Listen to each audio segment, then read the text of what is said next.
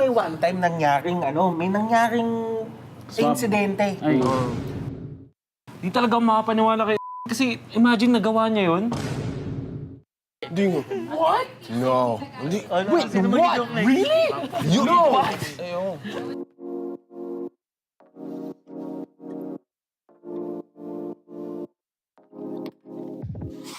Hi everyone! Welcome back to the Philippines' most important championships. Sa ikalawang episode na ito, babalikan natin ang mga laban sa M2 and M3 World Championships na talagang nagpakita ng lakas ng Pinas sa mundo ng MLBB. Handa na ba kayo sa mga epic throwbacks at kakaibang trivia tungkol sa ating mga paboritong teams and casters? Kaya huwag kayong aalis, simulan na natin! Game. Game. Let's go. Game. Game. M2 World Championship was so memorable from all of us, but if you could take out one word to describe M2, what would that be, Butters? Shocking, unexpected, somewhere along the lines of that siguro. Shocking and unexpected. Unexpected na lang, sige. Yan. Okay, Baka sige. may harapan to. Ano sa'yo? Iconic. Iconic for me dahil ito yung taon kung kailan ako nagsimula sumubaybay sa M-Series at dito nagsimula yung pagka-in love ko sa Mobile Legends. In love. Sa akin groundbreaking kasi you have to understand yung nangyayari nung sa mundo nung time na yun was the pandemic, right? So parang kakaiba yung situation for the players, for the casters. Nandun pa yung mga 15 days na quarantine na kung naalala mo yun. Huwag mo na paalala? Sa akin naman, historic. Kasi talaga yung nangyari doon, yun yung pag-umpisa ng PH era, and of course yung context na binigay nila Butters, OSX, and Wolf about the whole thing. Historic talaga. So we're gonna go back to M2. I'm gonna play it right now and actually what's your reaction? Oh, Di ko alam na kailangan pala i-explain, pre. Sabi one word kasi. okay lang. Kilala ko yung nagkakas. Oo, galing yan eh. Grabe naman. Easy ka pa pala nun. Ito yung Game 7. Game 7. Alam niyo yung story nito, nung araw ng broadcast mismo ng Grand Finals na pinag-usapan namin, papalitan namin yung pangalan sa cast ng casters. So sa presentation, imbes na Rep Tara Bluna, it was Rep TZ, Rob TZ. Pati sana nabuo sila Phil TZ nung time na to kasi Phil sobrang TZ, naging yeah. fan siya nung kahit sa English broadcasting siya eh. Hanggang ngayon, Lafel TZ pa rin siya. Panis Doc Ribo Harit, panis! Yung mga era na ang yung pi- metang sikat pa dito. Ang pinaka naalala ko dito, yung sabi nila lahat na ang daming umiling nung pinili yung Minsitar na yan.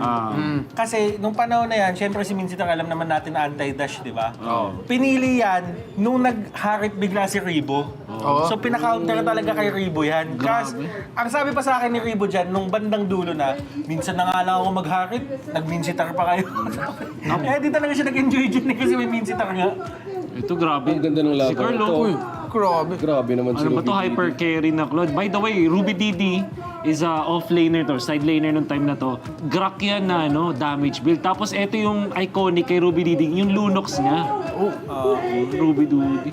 And Baksha was played in the off-lane pa nung mga time na to. Off-lane pa yung tawag natin. Pang counter kay Yusong kasi yan yung panahon na sobrang lakas ng Yusong kasi. All time flies. And then nag-aagawan yung mga teams dito kung makakuha mo yung Brody, tank pa nga yung build-up nung time na yun. Tapos, kaya sobrang lapit ng Burmese goals. Kasi everybody expected na Indonesia yung parang papalag sa Philippines. Pero sila yung nauna dun sa upper bracket finals. Tapos then umabot pa nga tayo dito sa Game 7. Nobody expected them. Tapos itong si Ruby Didi yung parang naging bida sa Burmese goals. Kasi imagine, kaisa-isang player na yung pangalan niya naging verb. Sa sobrang iconic niya. Ganun na yung naging impact eh. No? So dito naman yung lineup nila ngayon, nakikita natin ngayon sa season 13 yun eh. Ano ba yung winning moment? Ito na ba yun?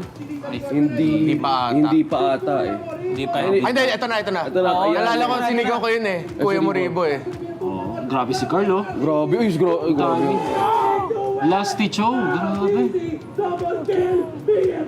And then, nakabili pa si Lasty ng imo. Galing. Well, Anong boses? Okay, oo nga, lumaban na. Ang hindi ko makakalimutan dito, I think it was Game 4, Game 5. May nakita akong post ni Chooks. Parang minessage niya, parang, Munton, ano ba? Bigyan niyo naman ng tubig yung caster niyo. Paus na, paus na. Tapos ang daming nagtag sa akin doon. Ang saya nito mga moments. Imagine, in this case, hindi sila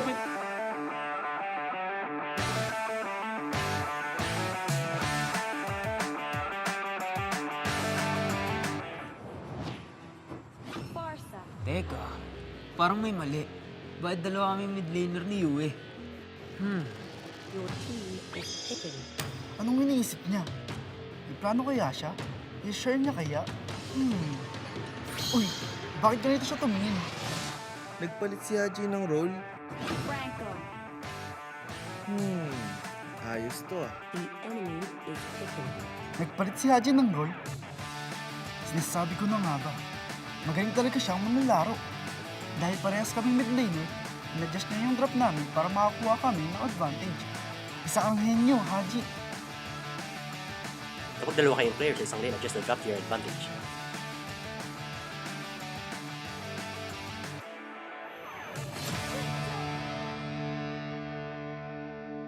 For more #tagumpay tips, nood na ng MPL Philippines sa YouTube at TikTok. Friday to Sunday, 4 p.m. MPL na.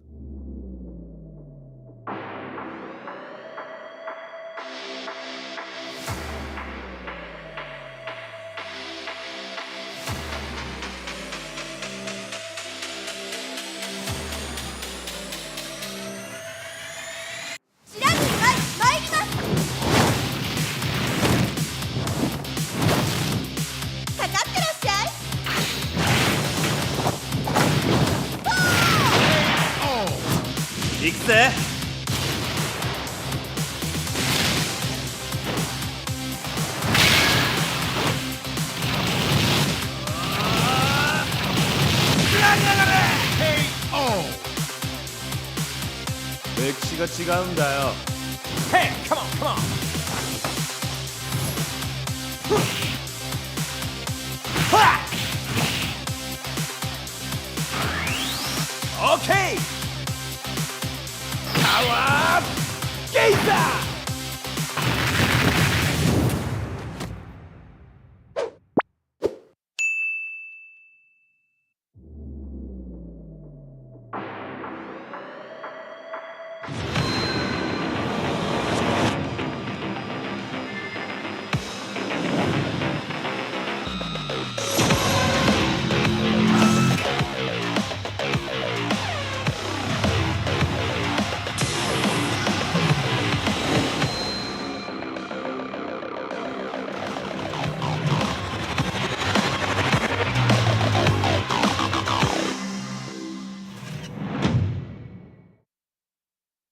How to register the Smart Giga Arena.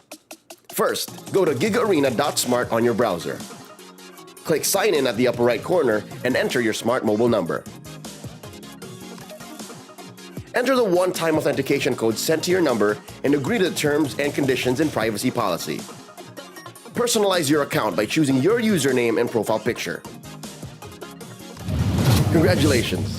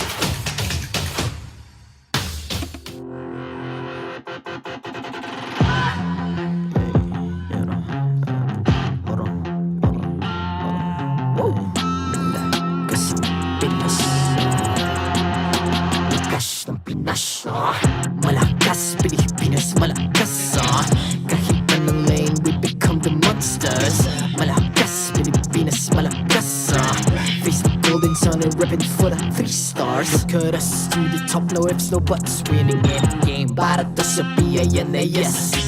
Di mo matitinag aming boses sa new level. Nasa kalye man o mobile, you know I become a legend. Open fire, we unite, we winners. Built with pressure, like diamonds are made of. Switch in a lane na parang gera. HP Racing may reseta. Built like a tank, buhat ni Hilda. Full load SS parang Lyra. Susundan ko ang iyong bakas.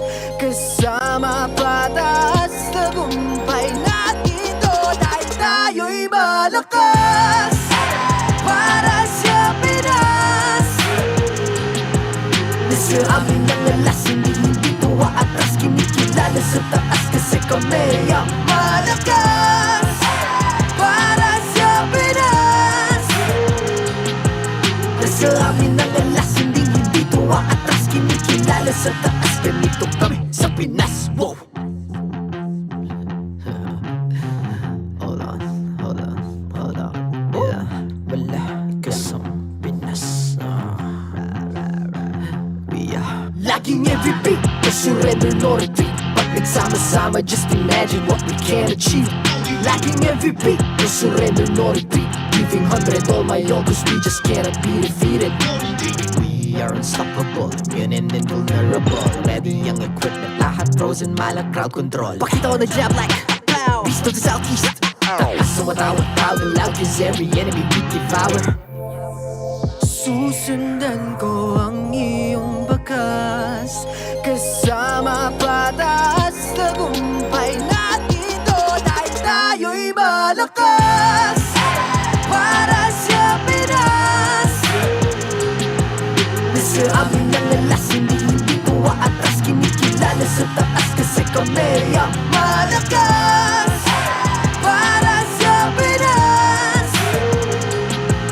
Nasa amin ang alas, hindi tuwa atras. Kinikilala sa taas, ganito kami sa Pinas. Wow!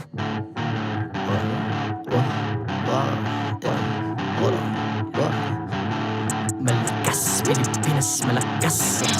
Kahit anong lane, we become the monsters. Malakas, Pilipinas, malakas.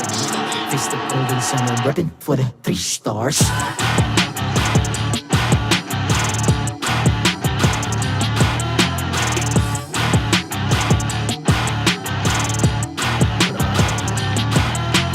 Ang lakas ng Pinas, we unite, be the stars. Ang lakas ng Pinas, we unite, be the stars. Ang lakas ng Pinas, we unite, be the stars. Ang lakas ng Pinas, we the stars. Ang lakas ng Pinas, we unite, we the stars. Ang lakas ng Pinas, we unite, we the stars. Ang lakas ng Pinas, we unite, we the stars. Ang lakas ng Pinas, we the stars.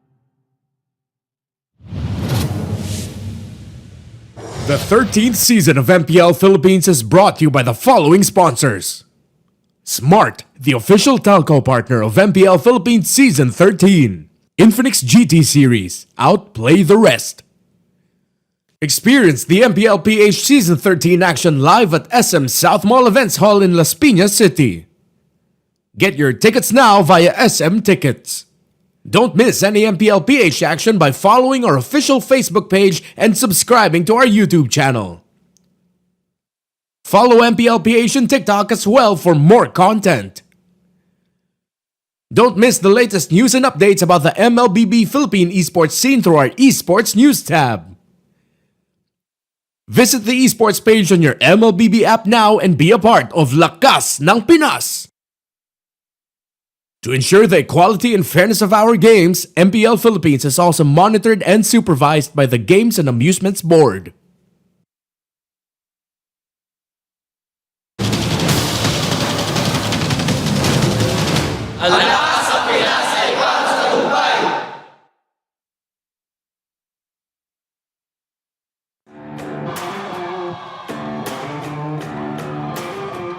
Maligayang pagdating sa Champions Arena!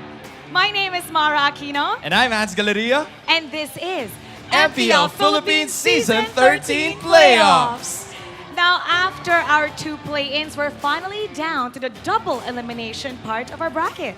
Blacklist International kamakailan lang defeated 2 other teams to join Falcons APBREN, RSG Philippines, and Liquid Echo para sa darating na Final Four. Now let's take a look at the updated playoffs bracket. For the first match of today, Liquid Echo will be going up against RSG Philippines. This is a major match dahil kung sino ang makakapasok dito will be proceeding into the upper bracket finals, which is they will have a chance, just one more step, to not only make it into the grand finals of Season 13, but to also represent the Philippines in the upcoming MSC 2024. And after that, we'll have Falcons APBREN going up against Blacklist International in another best-of-5 series. This is a rematch of last season's grand finals, and it's a dream-come-true matchup for both of them. Now, for the first match of the day, we're going to be talking about the rivalry between Liquid Echo and RSG Philippines. This is war. Ever since that's happening nung Season 10 pa lang, there's been so many things happening over there, and the rivalry will continue today. You know, before we move on to the rivalry and dissect the anatomy of our legends, we have a special guest joining us today. All the way from MPL MENA. Great friend of ours. He was here for M5. Let's all welcome Yasu. Hi, Yasu.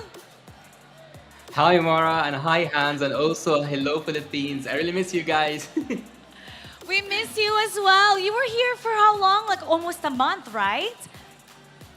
Oh, yeah, I was here in the M5, and also, since I have the opportunity to say that right now, I really want to thank Manila for all the great memories that they have gave me, and the great hospitality and generosity. Do you remember what's your favorite Filipino food? You were here. Any words that you remember? I remember some words. One of them, or like both of them, can actually be used for you guys both, and hopefully it's not a bad word. Maganda, as in pretty, right? Yes, maganda, pretty. And bogey, as in handsome, right? Foggy. Okay. Nice. He was here for a month. We had so much fun with him. But you know what, Yasu? Now we're going to be talking about the first matchup, which is RSG Philippines and Liquid Echo. Right. We're going to go behind the history of the playoffs with them. So for the past 3 seasons, Season 10, Season 11, and Season 12, Liquid Echo has eliminated RSG Philippines. That is a major fact. And in addition, ever since the franchise system started here in MPL Philippines, both of these teams have always made it to the playoffs, always present, never absent, and you could also say that have very well represented us in the international scene, with RSG Philippines giving us an MSC championship and Liquid Echo getting us an M4 trophy. That's right. Now, you know, with RSG Philippines, when they won, Season 9 title. That's they right. represented Philippines in MSC 2022. I believe that was in Malaysia. And then they won. They did win.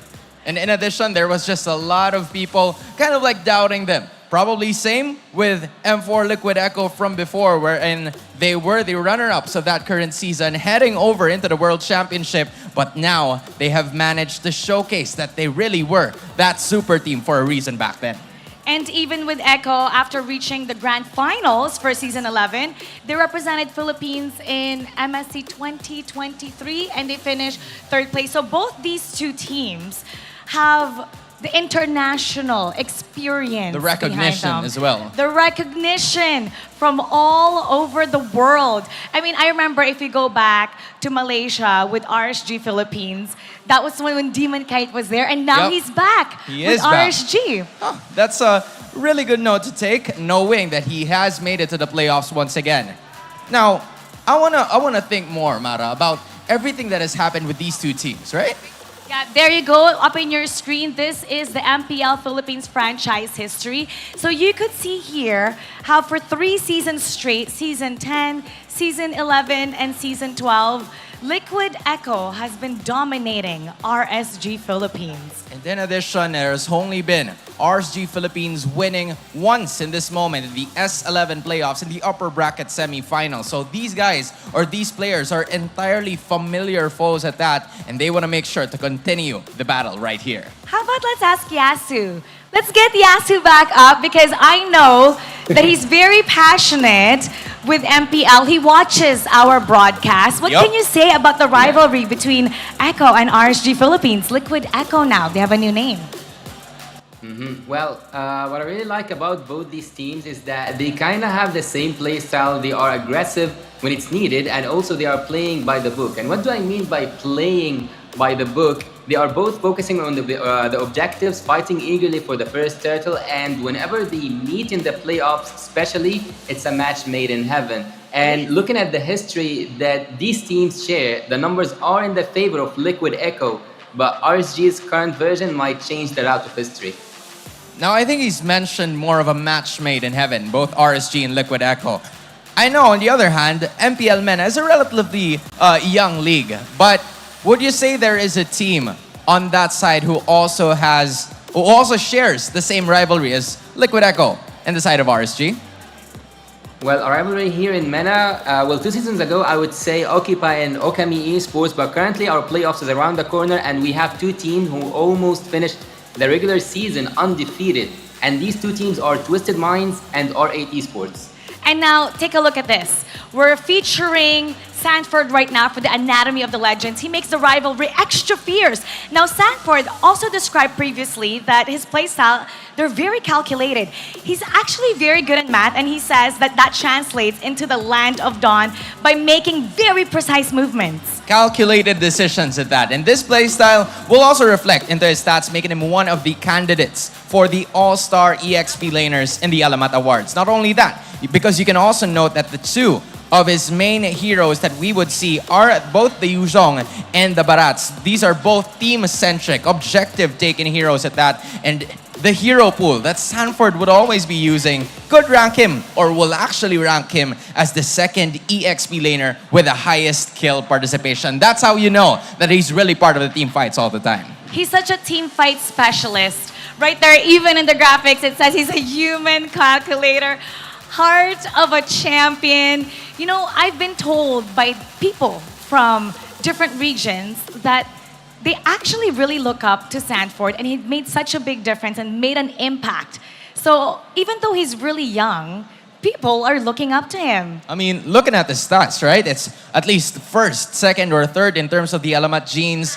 By Alamat genes, we would say that it's more of the stats that happened all throughout the season. And being top 3 for all of that says a lot. And the reason why we're featuring legendary players, because we have the upcoming Hall of Legends coming up. We don't know who's going to win. So in every team, there's somebody that's always a standout. How about let's get Yasu back on camera, because I have a trivia for everybody. Okay. So Sanford, he says he's good in math, so calculated movements. Yep. You know, Yasu is actually an engineer. Oh, He's really? good in math. That's actually what Yasu, you know, that's what Sanford wanted to take in school. So give us a little bit of perspective. You being good in math, also you tried to be a pro player before. So how does being good in math translate into the game? How does it help you? Well, as an engineer, you almost always see 1 or 2 steps ahead of you, and you have a different scenarios and possibilities going around inside your head. So when it comes to the strategical games, or like the strategical game that we are playing right now, Mobile Legends, as an engineer, you have an advantage, or like you have 1 step ahead of whomever your opponent is, and I think that works perfectly for Sanford. Now, with him being a legend, being a candidate as a legendary MPL player, for you, what makes him a legend? Well, Sanford is one of the players whom you can rely on when you have a team fight, for zoning and also for targeting the backline. The synergy that he has with Sanji especially is something so, let's say, marvelous, or like you can admire that synergy that he has with Sanji, especially because whenever they are playing, especially Kadita and Yuzong, the double Petrify strats, They are doing really great, and as a legend, well, that's a huge word, but it's not huge for Sanford because when you look here at MENA, a lot of the XP laners are looking up to be as Sanford. Okay, so he explained how Sanford plays in his eyes. So I want to know, from your region in MPL MENA, is there someone who kind of plays a similar playstyle, such as Sanford? Would you mind give us a name? Well, I would say Alpho. He shares the same play style as Sanford, but he hasn't played that much in the current season, in the regular season, but we will see if he will play in the playoffs or not. But when it comes to the team fight and also the play style, I would say that Alpha from Team Falcons currently shares the same play style. Now let's go to the other side, which is RSG Philippines. Let's talk about Nats. Yep. Now, if Sanford thrives in team fight, si Nats naman is a pick-off specialist. His most played heroes, we can see right here, there's Arlot, there's Paquito Benedetta. He shines in 1v1 fights, but also, he's good in team fight. That's why we have been calling him the entertainer, or Nats Entertainment for everybody's familiarity side. Because even though he shines as an individual, his high kill participation and share of damage dealt for RSG made him a well-rounded player and also deserving to be nominated as an All-Star EXP laner in the Alamat Awards. So let's get Yasu back up because I'm really curious what makes Nats a legend for him. Well, for me and for most of the audience and most of the players, everyone loves freestyle and pickoff. So no wonder he's the entertainer, like he's called the entertainer. With a playstyle like the one that he has, and by looking at his heroes, you can't help but to admire seeing a player who's able to do freestyles and outplays and still be on an international level and on the international stage.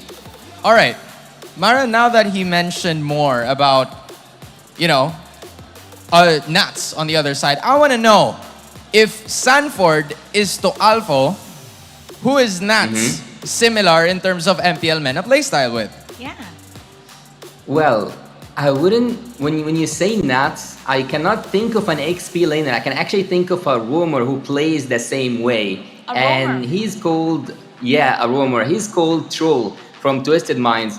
Well, even though he's not an XP laner, he still plays with the same playstyle. He's really good with the Chu, the Kaja, the pick-off strat in general. And also, when it comes to the surprise element, he's always there to surprise the enemies.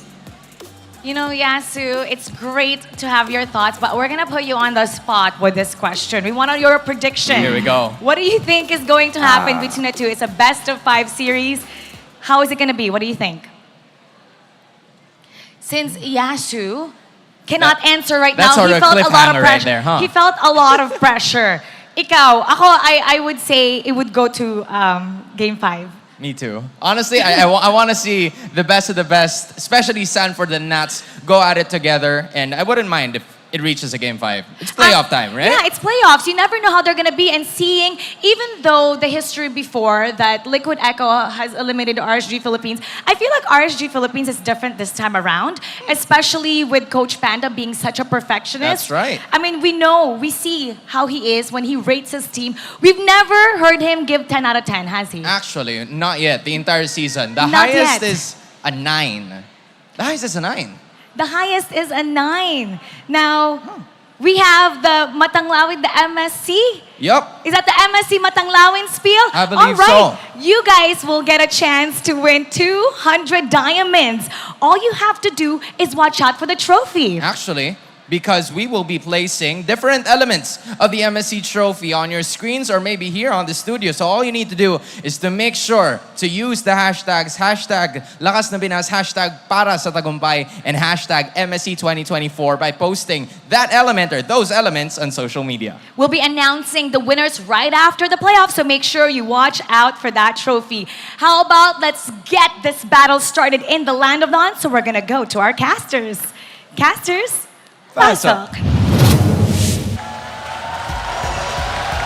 The new chapter of the Cavalry and the Raiders rivalry is about to begin. Umi here together with Reptar and Midnight to bring you the first series of the day. It's the upper bracket matchup, best of 5 match between Liquid Echo and RSG Philippines. How you guys doing? Excited is an understatement. I can't believe I'm hearing Liquid Echo and then up against RSG PH. Bro, I've been trying to contain the emotions from my heart. I'm a huge fan of RSG. I'm a huge fan of Echo. I'm a huge fan of Liquid. And to see these 3 names together in one match, oh man, I don't know. And I just want to watch. I'm perspiring. The best part here is none of these teams will be eliminated whatever the results is tonight. But of course, it's still going to be tough, mainly because the more you win in this upper bracket match, the more you'll have safety, I would say, in this new bracket system. And it's going to be really tough for both teams. I would say this is going to be a tough one for each and every role. Yeah, and it's always been like that with this rivalry, with this matchup. It's always been a tough series all throughout. They've been doing 2-1 trades every regular season since what, season 10? Yep. And the thing is, it's funny. It's like RSG and Echo, whenever they meet in the playoffs, Liquid Echo has always had the final laugh. And I think during the regular season, correct me if I'm wrong, it was 4-1 or maybe around 4-2 in terms of the regular season numbers. And that just means that every time that these two teams met, it's Echo, as you said, or this time around, Liquid Echo is the one who always gets the final laugh. And let's see, is right now in this upper bracket matchup, whoever wins this, where will they end up? Like whoever wins this match, where will they end up? They will end up 1 series win away from flying to Riyadh for the biggest Mobile Legends Bang Bang mid-season cup ever. Wow, come to Saudi, Habibi. It's going to happen, and they're 1 step away if they win this match. Here are the marshals who will officiate this match. They ensure the fairness and integrity of our games. Let's welcome our Kuyas, who will make sure the integrity of this game. So let's welcome Liquid Echo and RSG Philippines. The Orcas find themselves in new waters against an old rival. From the seas will they rise to slay the Raiders. Here come the Cavalry. Let's go! Liquid Echo!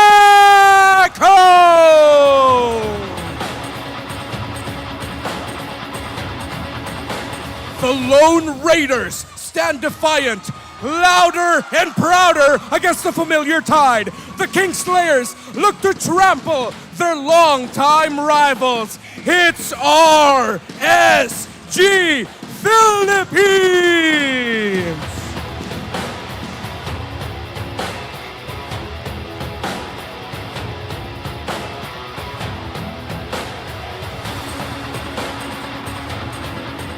The winner of this match advances to the upper bracket finals. Liquid Echo is coached by Coach Tic Tac. RSG Philippines is coached by the Hall of Legend inductee, Handa.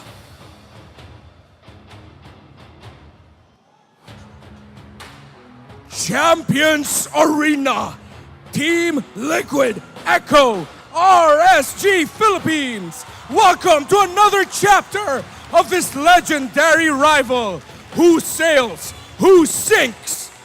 Who will come out on top?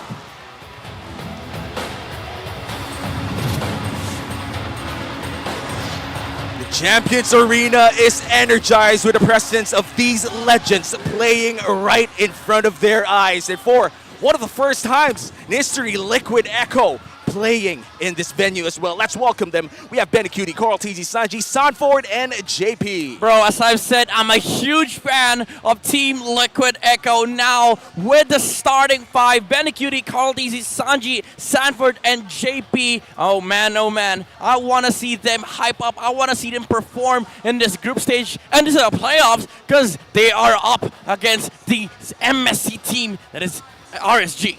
RSG Philippines, Kusei, Demon Kite, Aqua, Nath, Light. You know, RSG PH has a very special place in my heart and I have a lot of respect of them. Other than their achievements, they're the second team ever in MPL PH history to invite me to their championship winning celebration after winning the championship. So RSG PH, y'all have my heart and I have my eyes set on Nath. Look at Nath, look at that stare. Look at that stare, man. And these teams are about to slap it out once again after their last regular season meetup. And this time it's in playoffs. Let's look at the team head-to-head. What can you see here, Midnight? I mean, the contention of the Roger is for sure going to be a heated affair between the drafters and the coaches here. Kusei and BLCK has been stellar on them, but also the jungle matchup. 3 heroes, mind you, very similar between Carl TZ and Demon Kite. Wow, and when we look at the additional stats here, I would say that it's pretty close when we look at the both squads. And honestly, I feel like one of the biggest game changers here would be the mid laners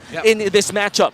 In terms of the picks of what Aqua and Sanji will show up, both of them, Aqua really shines in more of the backline role. We've always known Sanji as the mage assassin type if he can. But little by little, Aqua has made a name for himself as well, alongside Light, with finding those weird backdoor angles to surprise their opponents. Yeah, it's not just even the backdoor angles, it's more of the weird picks that RSG has shown us all throughout the regular season. But when it comes to being weird, there's nothing weird about these two. I would say the staple in the EXP, Sanford and Knots, has always been the people that, you know, the guys that people look up to when it comes to XP play. The consistency in the turtle contention, the ability to make plays, and of course, the stellar highlights we've seen from these two guys. The Benedetta Stars, the Yuzongs, but of course, the Barats and Arlots on both sides. Yeah, I love these two XP laners. If we're talking about micro gameplay inside the XP lane,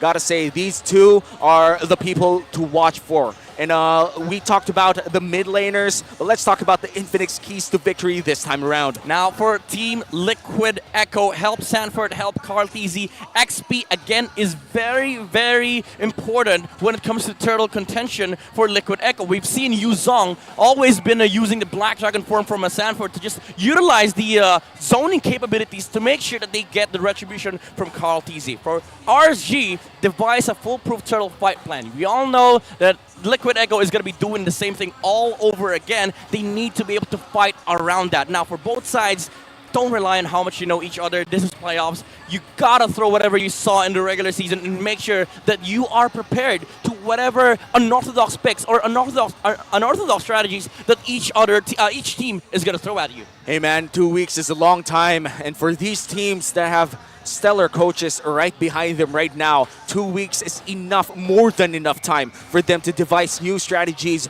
new heroes to play, and we could even see that this time around, Team Liquid Philippines, or Echo Liquid, right, Liquid Echo rather, is actually going in for the blue side. What are the implications of choosing blue side? Is this going to be another Fredrin pick? Yeah, you know what? Fredrin, Angela, those stuff. But I would say Liquid Echo getting first pick, they have Arlott priority. And that's very big because for the past few games that the RSG has played, Arlott seems to be the most important hero at their arsenal. That's true. Yeah, JP has been stellar with that hero in the roam role, a great position 5, and at the same time, the flexibility that Echo can bring to the table with that pickup. It doesn't need to go to the roam. It can also go into the EXP lane for Sanford, who he has had a great series of records as well with the Arlott. 6 wins, 2 losses in the regular season. It's very rare for like a match to come up with 4 players that play the same heroes. It's both EXP, roam on both sides. Light and Knots has been very, very good, has been very successful with the Arlott, but on Echo, again, it's all JP's fault. Like the setups is always, it is always going to be coming out from that roam on the side of Liquid Echo. I actually have to correct myself real quick. What? It was the 6-2 record of the Arlott is actually for Nats. It's 3-1 for Sanford, because his 6-1 record is on the Benedetta. Oh, here we go. Look alive, Champions Arena. Game 1 is about to begin between Liquid Echo and RSG Philippines. We talked about the Arlott. This time around, we'll look at the mid lane once again. We have the Vexana, we have the Valentina. Do you guys think that this would be another, let's say, another mirror pick where we could see this these mid laners once again? Yeah, for sure. There you go. Mid laners already removed on the side of Echo. Faramis, Louis, they're both out. But also the Arlott. Team Liquid Echo does not want to deal with the Arlott Knots. And they don't even want to flex it for JP. They just want to get rid of the Arlott and maybe potentially get the Fred in first pick. Fredrin first pick. I would be very surprised if teams now don't really prioritize Fredrin as the first, because we've been seeing some trends, especially later into the season, where teams who have a chance to pick up Fredrin first don't, and they give it up as the first 2 picks for their opponent's red side. But yesterday, I feel like with the series that we saw, Blacklist International against Banana Evos and Fnatic Onyx Philippines, you have to first pick the Fredrin if it's available for you. Oh yes, definitely. One of the best, if not the best junglers right now. Picked 60% at the time, and there you go. A 63% win rate jungler into the regular season. Yeah, the value is definitely there. The hottest commodity utility jungler out there, Fredrin. It is going to be on the hands of Carl TZ. Now, usually RSG, they answer the Fredrin with the Baksha and Demon Kite, but this time around, they don't have the Baksha and Promise combo. So they might look into other options like the Barats for Demon Kite, but also do keep in mind that the Barats can be flexed to the EXP.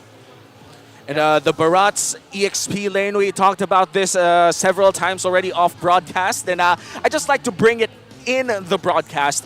What are the good matchups for these Barat's XP laners if ever we do see them? I mean, nothing.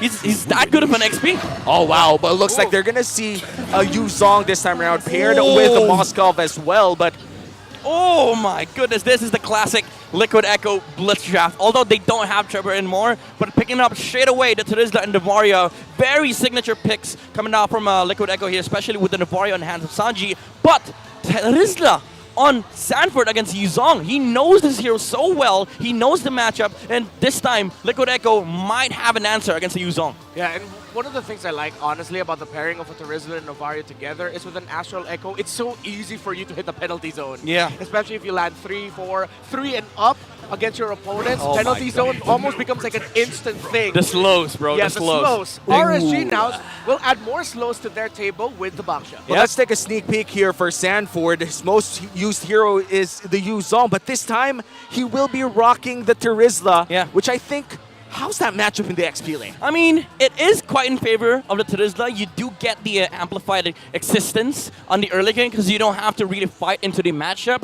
And the thing about Terizla is that, again, it's very good when it comes to turtle fights. That's the thing that Liquid Echo wants. But RSG, Coach Panda, has done his homework. He knows that Liquid Echo is going to try and get that Yu Zong. So they put knots on that hero, and then they got, again, one of their best utility junglers against the Fredrin, which is the Baksha.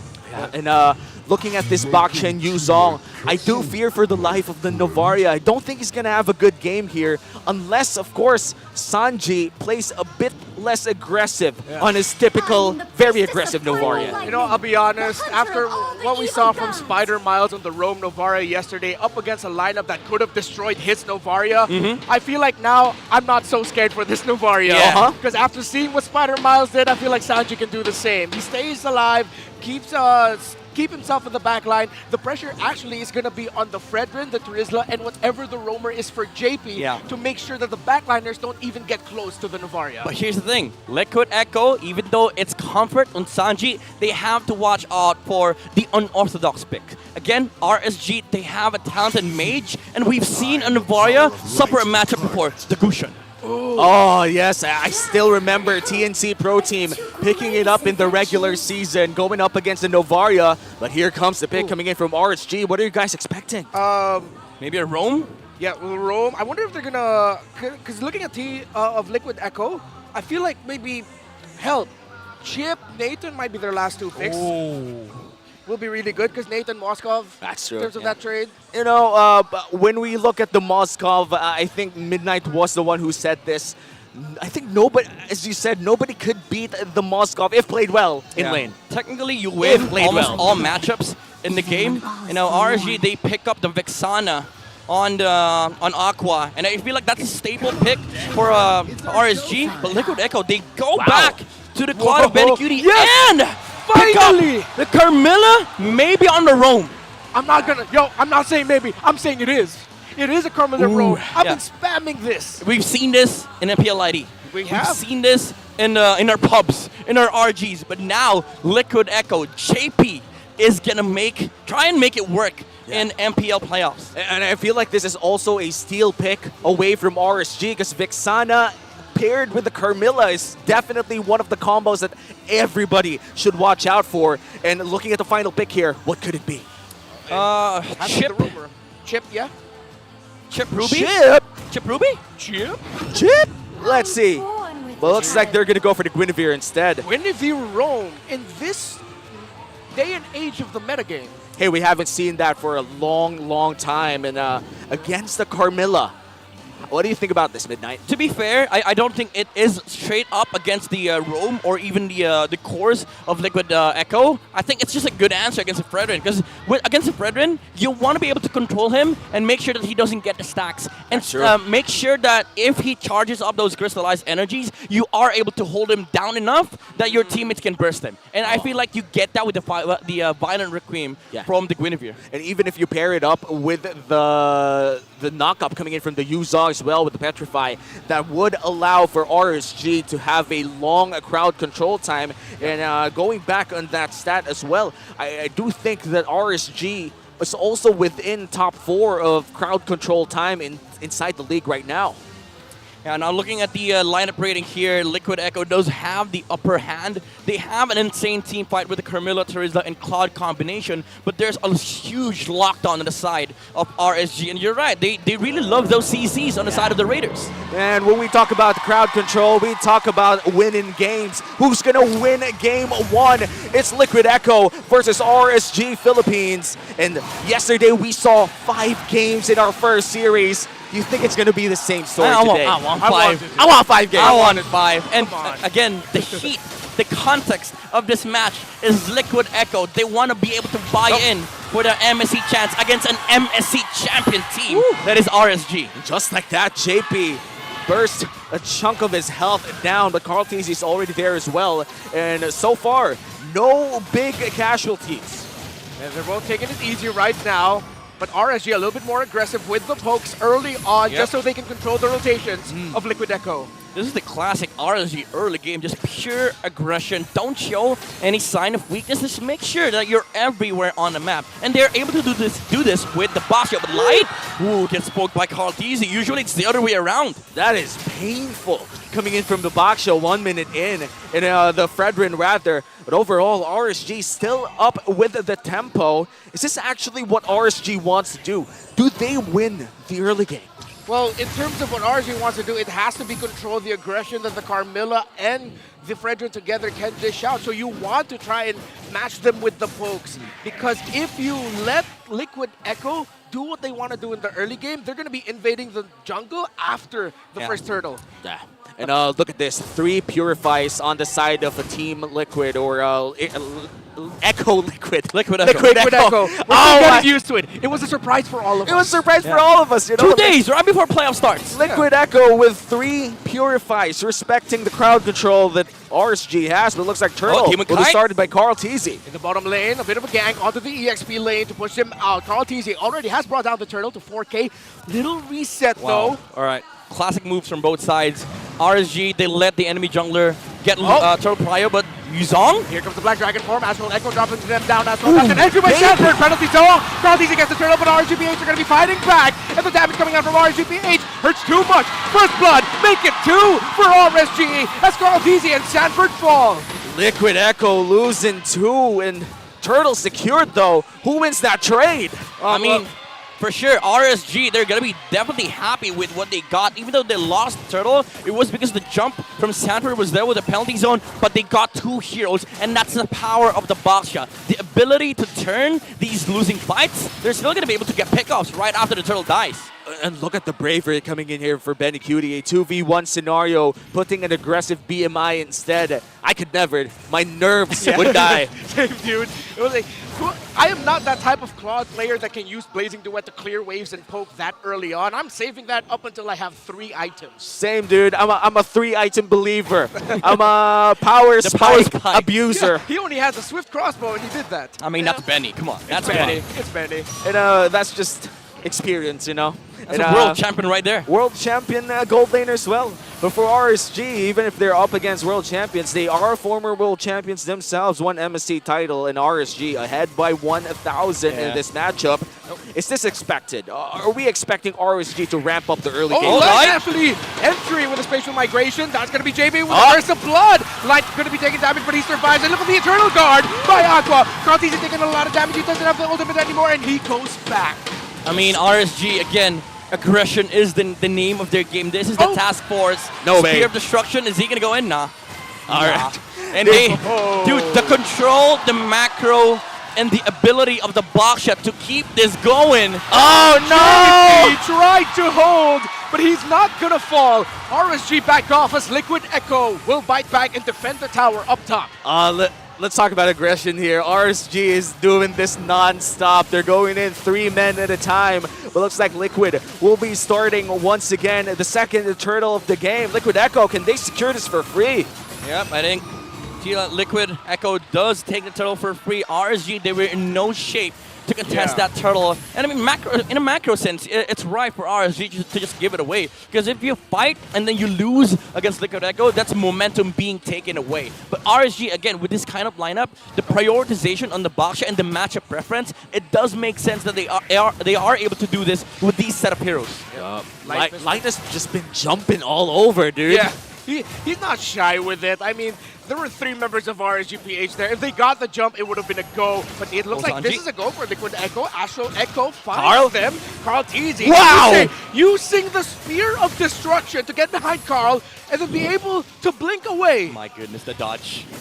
The micro mechanics of these guys. I could never have thought a defensive Spear of Destruction would have worked out. But you know, how do you even call it Spear of Destruction if you use it to protect yourself, you know? It's Spear of Protection. It's Spear of Protection at this point, but RSG... It's the SOP. I can't wrap my the head SOP. around it. Wrapping my head around it is not an option at this point because we have 3 people wrapping around Nats, and there is the option for Black Dragon form, but it's not using it just yet! Oh, but in the bottom lane, it's actually a big wraparound onto Sanford. Are they going to be able to find Nas? No, he used the Black Dragon form to send the members of Liquid Echo back. They try to poke him down, but Aqua is here to help. 4-man rotation by Liquid Echo up top will not lead to anything. JP? Big win for RSG, the bottom lane, but Liquid Echo are going to continuing this on the wow! Curse of Blood, the taunt, the damage. Aqua falls, there goes to Vixana. Nas is trying to survive in the bottom, under the tower. But he falls down. Benekute able to free hit. Demon Kite gets spotted out by Karl'Tez. And they're going to be chasing after this box shot. Karl'Tez taunted, damage. Can he hold? He does not. And just like that, Liquid Echo trims the lead from 800 to none.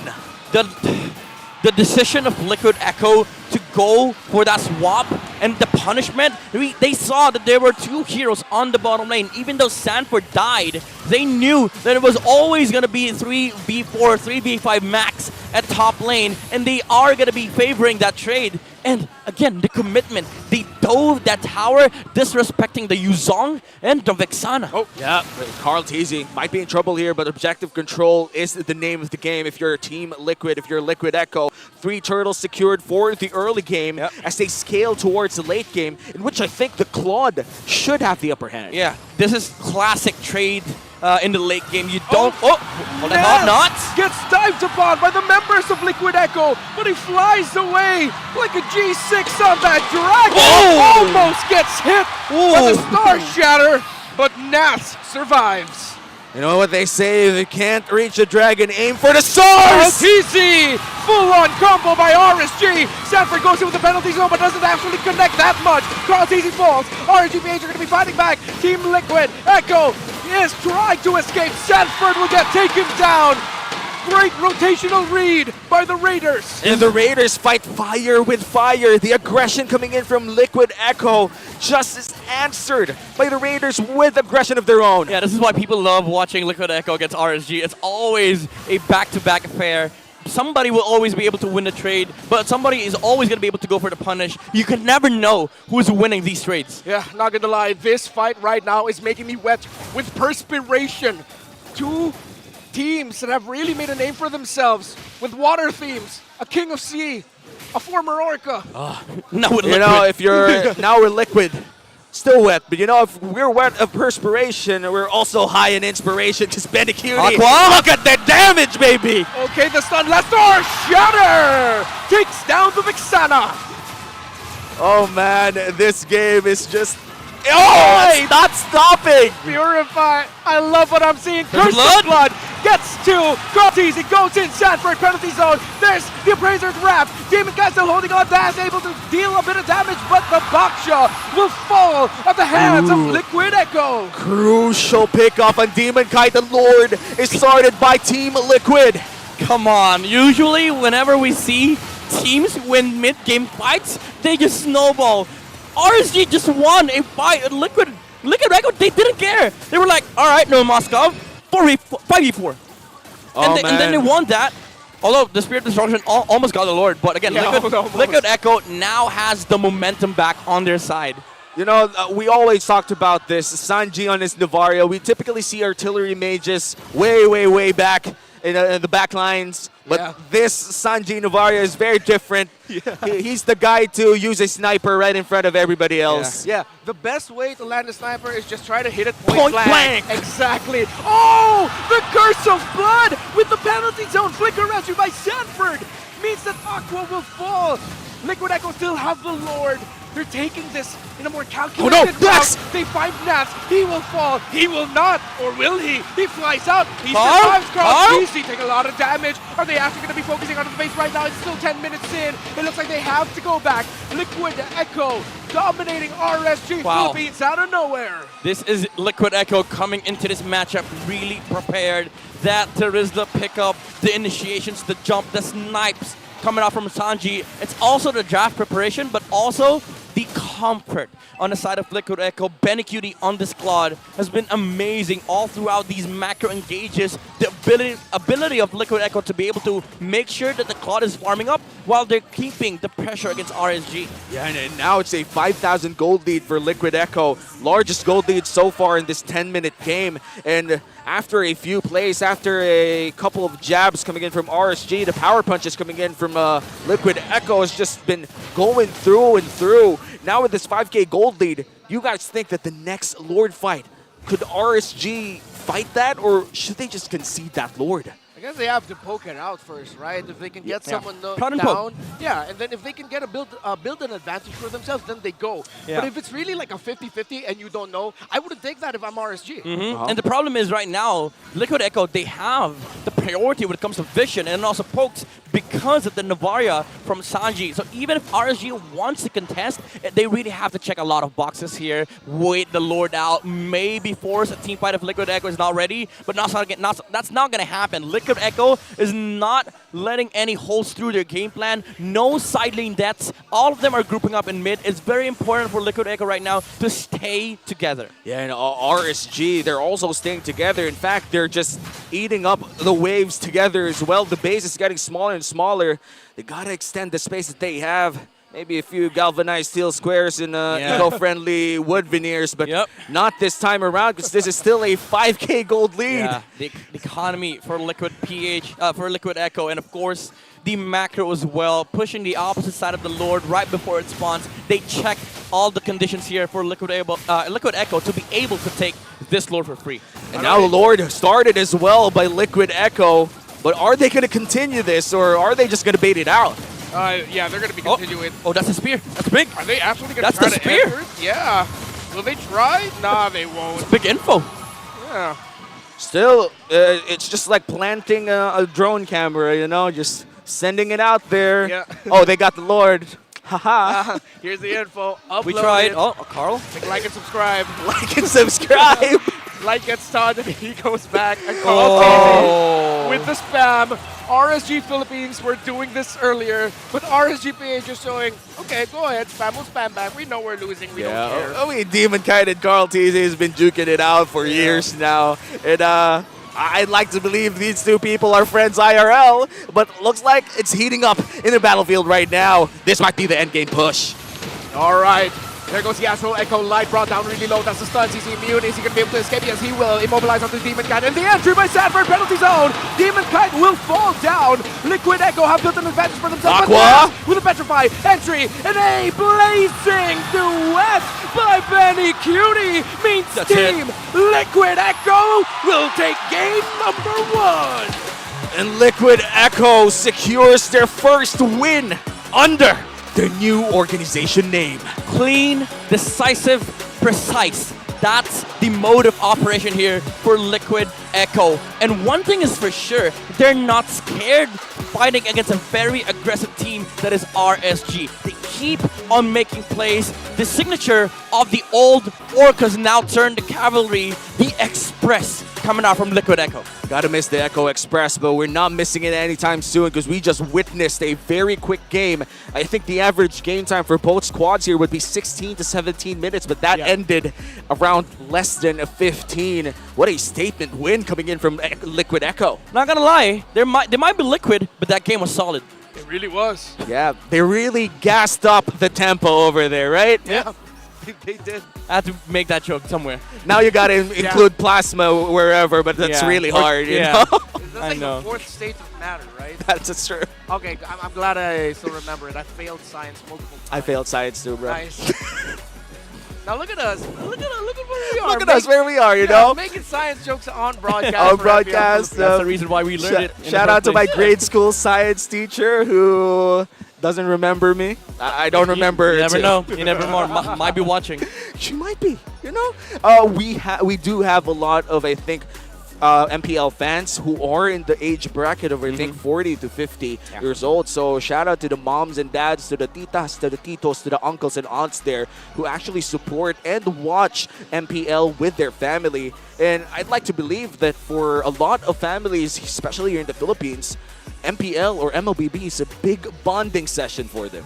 Oh, it definitely is. And after what we saw the crowd yesterday and then now here, it's really great to see a lot of families.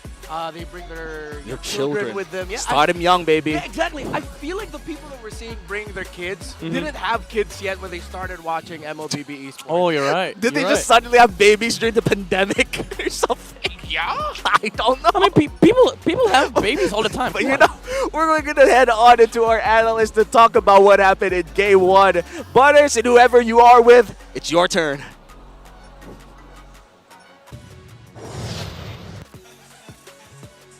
Ako nga pala si Butters, nagbabalik dito sa MPL Philippines. Kasama ko ngayon si Coach Dap ng Smart Omega Neos from MDL.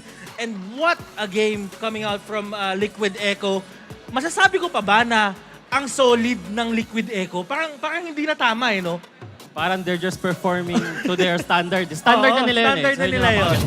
So now, looking at our MVP, it's none other than Sanji with a phenomenal performance on that Novaria. And nakita naman natin yung kanyang mga ginawa doon sa game na yon, yung mga early aggression na sinubukan gawin ng RSG Philippines, siya ang pumigil. Dinenay niya, ginawa niya ng space, ginawa niya yung trabaho niya, and at the same time, nagawa din ng Team Liquid yung trabaho nila. And looking at the stat line dito, 5-0-4.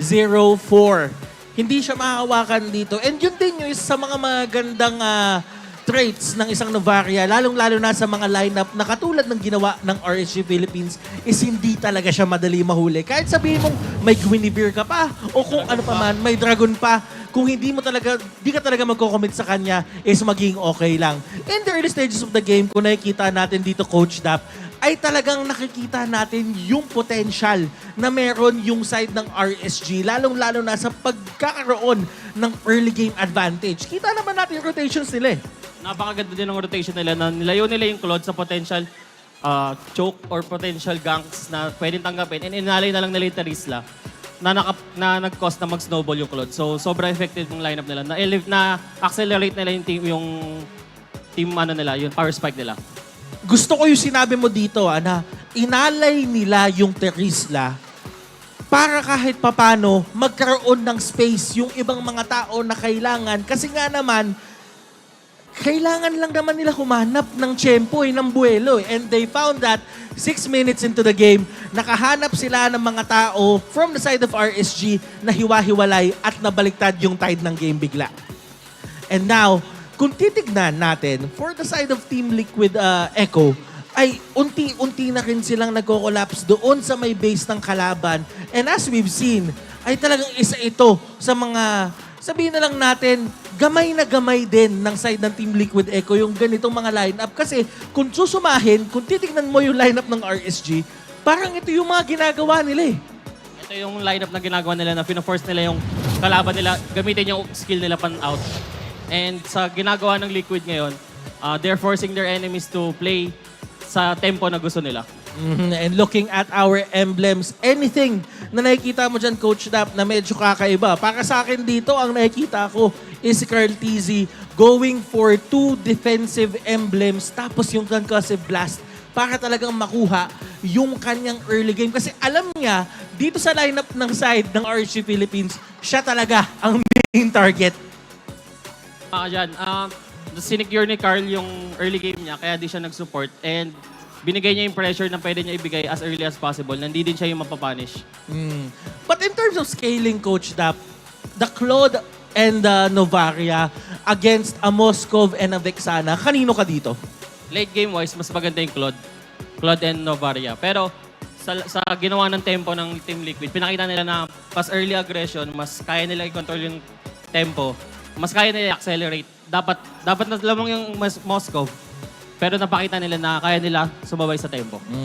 And with that, those rotations, kung iisipin mo, back siya, Yuzong, tapos meron ko pang Guinevere, parang dapat talaga hawak nila all sides of the map. Super early game lineup yung Team RSG dito. Pero talagang ginawa lang din na-understand ng team Liquid Echo yung ano nila, yung game timing nila, yung power spikes nila. And tingin ko yun yung the way they play is yung ginagamit na ng RSG yung mga skills nila pang out eh. And that's a sign na they're not playing their game. Katulad ng sinabi mo kanina, kung titignan natin yung rich guy ngayon, inaalay nila si Sanford on that Trisla para magkaroon si Benny ng 836 gold per minute and napakalaki nun. At kung tutuusin, kung titignan natin yung damage dealt dito, makikita mo si Sanji, palong-palo talaga. 53,000 ang na-deal niya all in all doon sa buong laro na yon. And now, kung titignan natin dito, Coach Dap, ano naman yung masasabi mong pwedeng gawing adjustment naman sa mga ganitong klaseng lineup na side ng RSG? Kasi kung tutuusin, in terms of damage taken, nagawa naman ni Demon kahit yung trabaho niya eh. Present nga siya almost all fights na nagkaroon doon sa may mapa natin. Siguro I'm looking at light and nuts dito to create more plays pag mid-game. Now, kung tutuusin, Coach Dap, ay alam naman natin, talagang nag-draft ka din para sa team mo. Yung mga ganitong klaseng laban na nagawa mo naman yung early game checklist mo, tapos hindi talaga pumanig sa'yo nabaliktad ka. How do you get back dito sa mindset na parang winning mindset tayo, 5 games to, kailangan bumawi lang? Treat it as best of one. Best of one lang, best of one. So, ibig sabihin, one step at a time. One game at a time, best of one lang. So, ganun pala yun. And guys, kung tutuusin, tingin ko ganun naman din talaga lahat dapat dito. This is not only just a race, but this is a marathon. At kung tutuusin, hindi nga dapat nagmamadali kasi there is an ample amount of time for you guys to formulate at makapag-adjust. Tama, Coach Dap? Tama. Tama, yan. So, a bit of trivia lang kasi nakausap ko din tong side ng Team Liquid Echo before the MPL Playoffs at meron silang sinabi sa akin. According to Sanford dito, mas gusto daw nila dito yung second place na nakuha nila ng regular season kasi daw, mas naaral na daw nila yung kalaban nila at nakita naman natin doon sa pacing ng draft na kung nakita natin yung draft, dire-diretso yung pili. Alam na alam nila kung ano na yung gagawin nila. So now, for game number 2, anything that you want to say or any final thoughts for game number 1? Wala na. Excited na ako for game number 2 and good luck sa both teams. Good luck to both teams. And sa totoo lang, guys, this is going to be exciting and this is going to be one fast matchup. Kasi nga naman, ang gusto ng dalawang team na to, kumbaga basketball to, Coach Dap, parang ano to pang run and gun. Kumbaga yung mga mabilisan na play to, kumbaga lahat to pumapass break. Pasa ta shoot, wala nang kwento. Pasa, shoot, wala nang kwento. And for us, ganon din naman ang mangyayari. Kaya naman, ibalik muna natin sa ating mga casters for game number 2. Casters, andyan ba kayo? Kaya nyo na yan. Thank you so much, Butters and Coach Dap, for that analysis segment.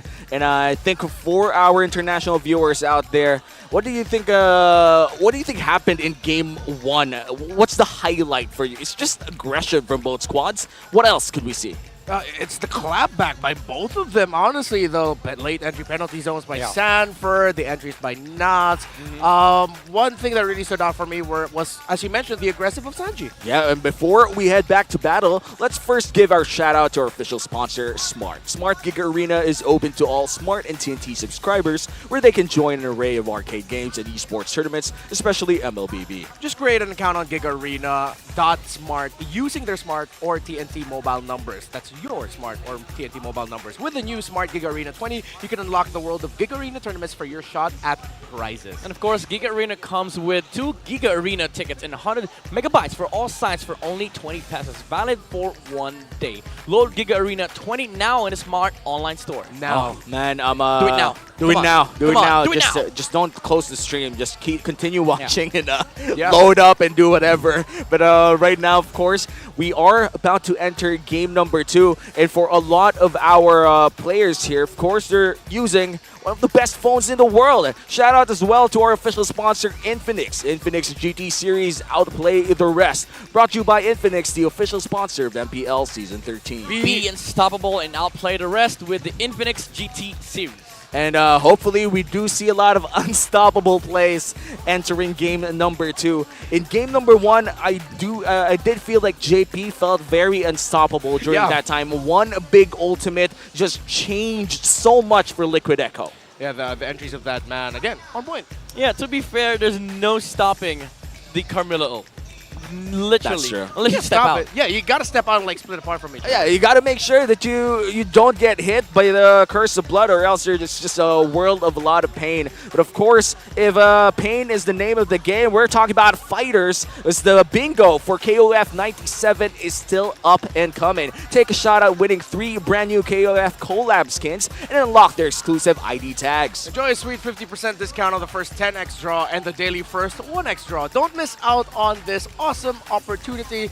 I still am very sad I missed out on my... Yo, I got... okay, here's my confession. Well, all right. Hit us. Confession time. I made so much content for the past few months for TikTok and you know, everywhere else. And we have like a incentive program, right? We get like stuff. Yeah, but, for sure.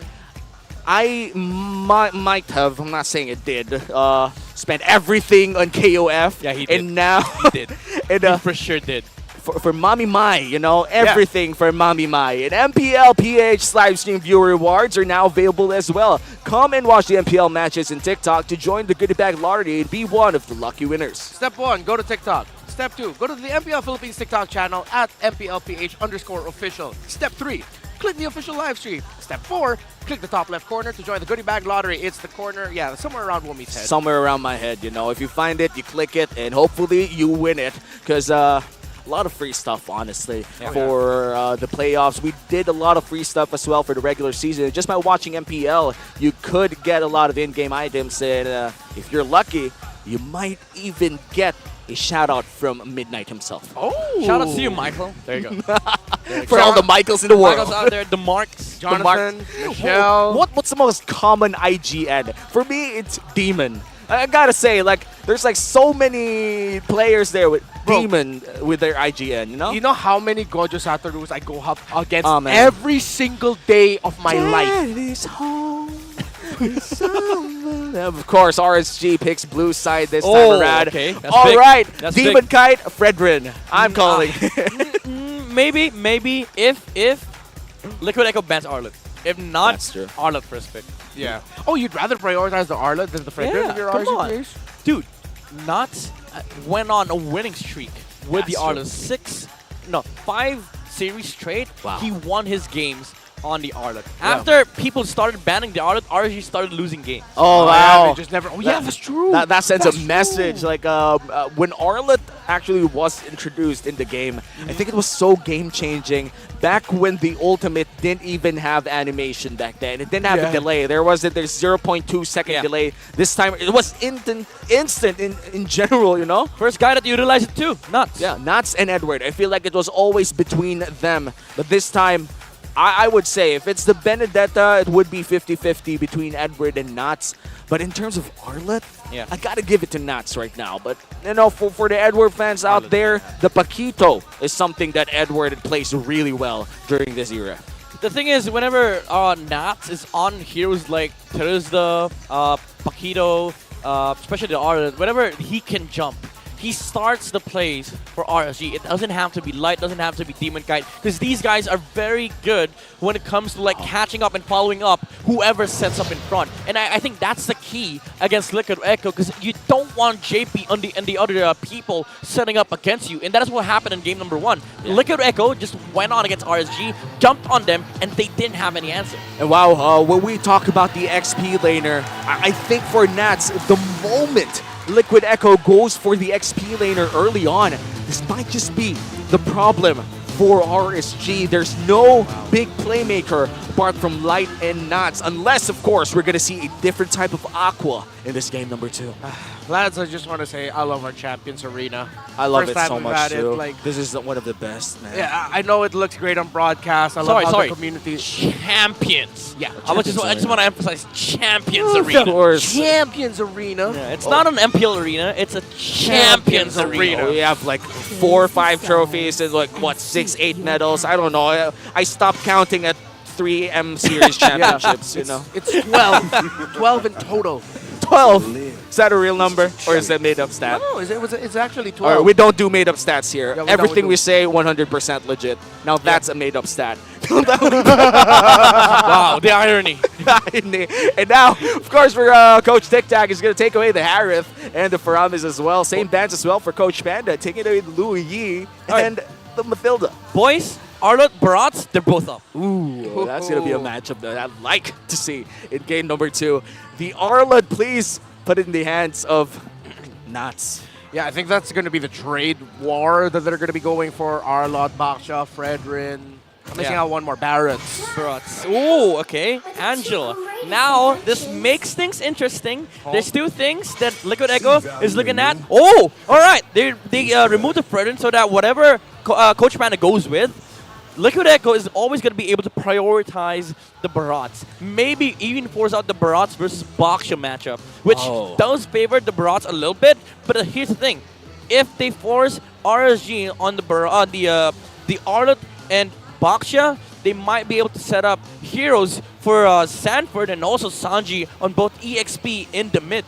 Yeah, it's almost, it feels like Liquid Echo is daring RSG to pick up the Arlet. It's like Coach Tic Tac is already whispering in Panda's ear, hopefully in English, saying that pick Arlet. Pick Arlet, baby. Pick Arlet, come on. Yes. Is it going to be the Arlet, though? I wonder if any of them are thinking about the Edith later on, though. There you go. There you go. Of course it is. Not on the Arlet. And they get, oh my goodness, Yuzong on Sanford. And they block the box shot from RSG. You know, whenever Coach Tic Tac goes in for the Blitz draft, it almost feels like you've just stepped on the trap just because of how fast he locks it in, you know. It's like Tic Tac saying, we know this. Yeah. We know what you want to do. We already have prepared for it. We own this. Those are our brothers and sisters in MPL Indonesia. That's true. Shout out to the Bahasa stream, Yeah, to the by the Bahasa way, stream, for the yeah. Indonesians who would like to watch MPL Philippines playoffs on their native language. We have a Bahasa stream as well this time around. But what's going to be the reply here? Claude's Are we looking open. at the Claude? Claude Barats? Oh, never mind. Oh, all he sees a lot of praise. All It's right. going to be the Roger. Finally, someone picked up the Roger. Well, it's like Roger was late to the party yesterday. No one picked him up. That's true. It became a battle of who gets the musket first. Yeah. I mean, to be fair, it has 100% win rate in Indo with the Barats. So with the matches yesterday with I think 3 teams liking the Barats and Moscow, that does make sense. It's it aligns with the statistics from other regions. But again, Liquid Echo and RSG, they have different strategies here. They have identities, and Liquid Echo again sticking to what they know, sticking to the comfort. This is the identity of this squad. You put heroes that are very comfortable on these stellar players so that they can perform inside the game. And I love the Valentino pick coming in from RSG as well, making sure that there will be no final slash available for the side of our Liquid Echo. It looks like they're going to take away more roamers if you're Liquid Echo. Game plan for Liquid Echo, second phase, because if you go to if browse the history, the draft history of RSG, Light has always been on the second phase. Now this Grok, they did the same thing on game number 1. If they remove the Edith once again on the side of RSG, Light might be forced to once again go back to the Rubies, the Chos, even the Guinevere Roam. That's why maybe the reason why we saw it game number 1, because they had nothing on the Roam. They have no option, and that's what they do. Grok, Edith is now taken off the table. RSG, they have to go back to the Guinevere and the Rubies. I like how we just both went. Yeah, we just like groaning from time to time, especially when we are waiting for the last ban. And no, I thought it was an acknowledgement also of what Midnight said of like, wow, Light's getting pinched again. Yeah, you and know? if Liquid Echo pick up the roamer in the next pick, then Light has gotten pinched again. Bro, JP Minnow is coming, I think. Yeah, the Minotaur coming in from JP, one of the most effective pickups that they've used in the regular season. I would say Liquid Echo would be really happy to take that pickup. All right, Knots is on the Arlet once again. Looking at the stats, 75% win rate. Oh, RSG, they took the bait. They removed the Minnow. There's a good chance JP gets the Ruby here. Yeah. Unless... But with the Valentina there, I wouldn't want to pick up the Ruby as much. Even though, yes, trends say go for that, maybe it could be something else. They could go back to the Carmilla if they want to give the Curse of Blood to the Valentina. Yeah, especially with the Yuzong too. Yeah. Like, it's a good combo with the Petrify and the Knockup. RSG though, like, there's a good chance they flex this Arut into Rome and then pick up a Benedetta for Not, because it is a good matchup against a Yuzong. Yeah. You know what? With all those heroes that you mentioned, saying, I wonder if Liquid Echo would consider being one of the first teams, because I can't remember if anyone actually picked it up. No, yeah, it has been picked up. I'm saying Kufra. Oh, I miss Kufra. The last time that I saw Kufra was in the hands of Chak Mamba himself. But looks like they're going to go for Florin instead. And what is that reaction, brother? No, I'm just like, it's surprising to me. I mean, it's a Florin with Boxia. I think they just want to be able to sustain the damage output of the Roger. Because the thing about Roger is that he likes playing into team fights with maybe 3 to 4 heroes with low HP. Yeah. Florin solves that. Because like if you go in, you smell somebody, he just presses blue. And then they can reset and then go for the team fights once again. No, but my problem with this, brother, man, There's a Val on the other side. Yeah, exactly. With all of the bans of Liquid Echo, I thought they wanted to pick up a Roman mid-tandem that can actually control the middle. But then with Florin and Novaria, they'll be trying to control with folks. Yeah. A punch for a punch. All right. Oh, there you go. The barrage. Wow. That's a lot of crowd control coming in from RSG, similar to what they showed in game number 1. So this is going to be a crucial pickup. The Moskov, I think, is still open to take, but would you actually play Moskov in this type of lineup? I mean, there's Barat, Paquito, and Roger. I think you want a very mobile gold laner. Moskov is mobile enough, but I think you want to be able to split push as well. Claude is up there, but also in terms of like team fighting against RSG, you also want sheer shred, which Nathan and carry allows you to do. That's it. So they do go for the carry. Remar was already dancing here. He knew that the carry pick was coming. The shred was what they needed, and it's also a good matchup against the Barats. Yeah, and it's also the best pick for Benny Cutie this season. 7 wins, 1 loss.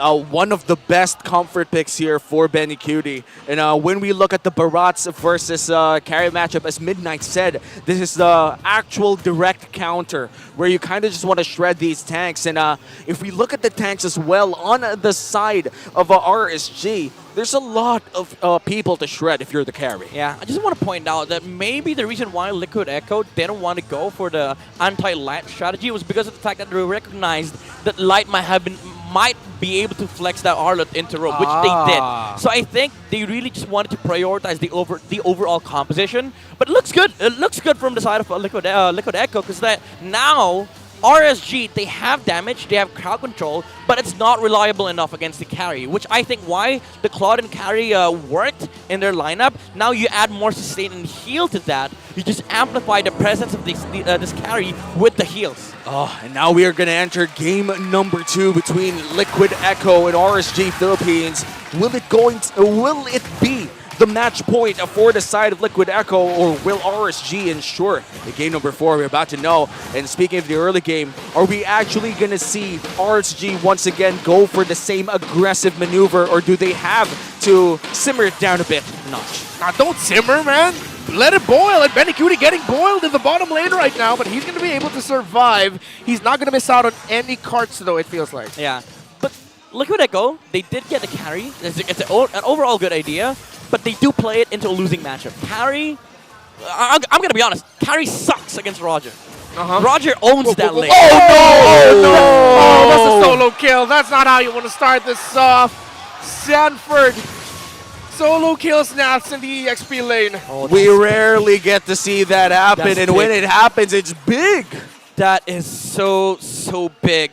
They might lose out on the level 4 as well from Knots. This is why they would have wanted the Benedetta. At the very least, I think it's a better matchup, because Paquito, you're quite susceptible to the Petrify of the Yuzong. Yeah, and for Paquito especially, the laning phase is such an important time if you're the Paquito. Gaining the advantage early on, having access to that early Fury Hammer could have been it if you're Nats, but suffering that early death means he will not be able to get that burst damage up online by the first turtle fight. Yeah, unless they try to force it, but at this point, yeah, they gotta take it easy now.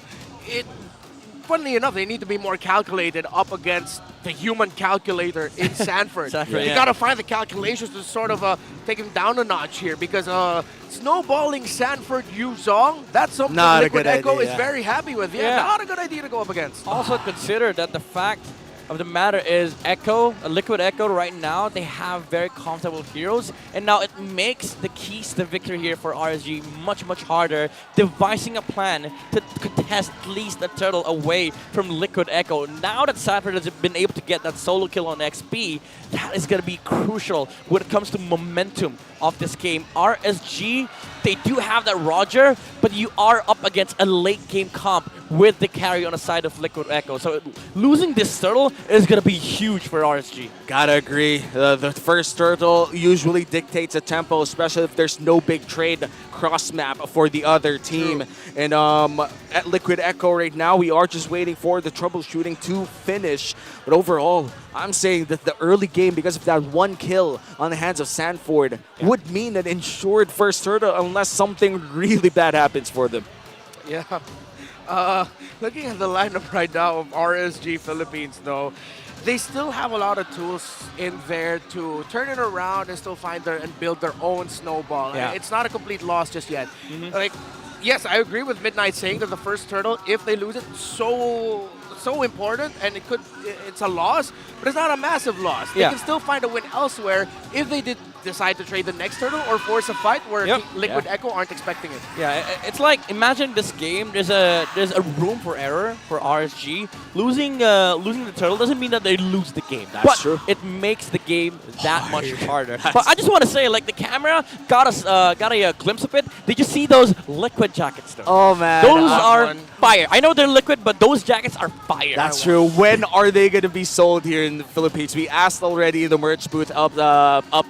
Yeah, they don't I have think it out yet. of the venue, but not yet. They're not going to sell it just yet. Maybe and in for Riyadh. our viewers out there watching the English broadcast right now who are in the Philippines, if you ever go to Las Piñas City here in SM South Mall, we are live in the events hall in the third floor. And if you wanna, that's Brigida. And if you wanna watch MPL, you could actually go to the community hub right next to our venue. Right. No tickets needed. The community is over there, but if you do have tickets to secure, you could enter the Champions Arena and enjoy MPL with us as we go back to the land of Dawn. Very slow game so far after that one big kill in XP. Oh, Demon Kite? A little bit more calculated now are these two with the first turtle of the game coming up here. No clear advantage of the EX lane just yet. Oh my goodness, the freeze. He might not be able to get a cannon. Yeah, they're trying to stop him from that. Hussein Light. Oh, Romer is actually protecting their gold laners right now.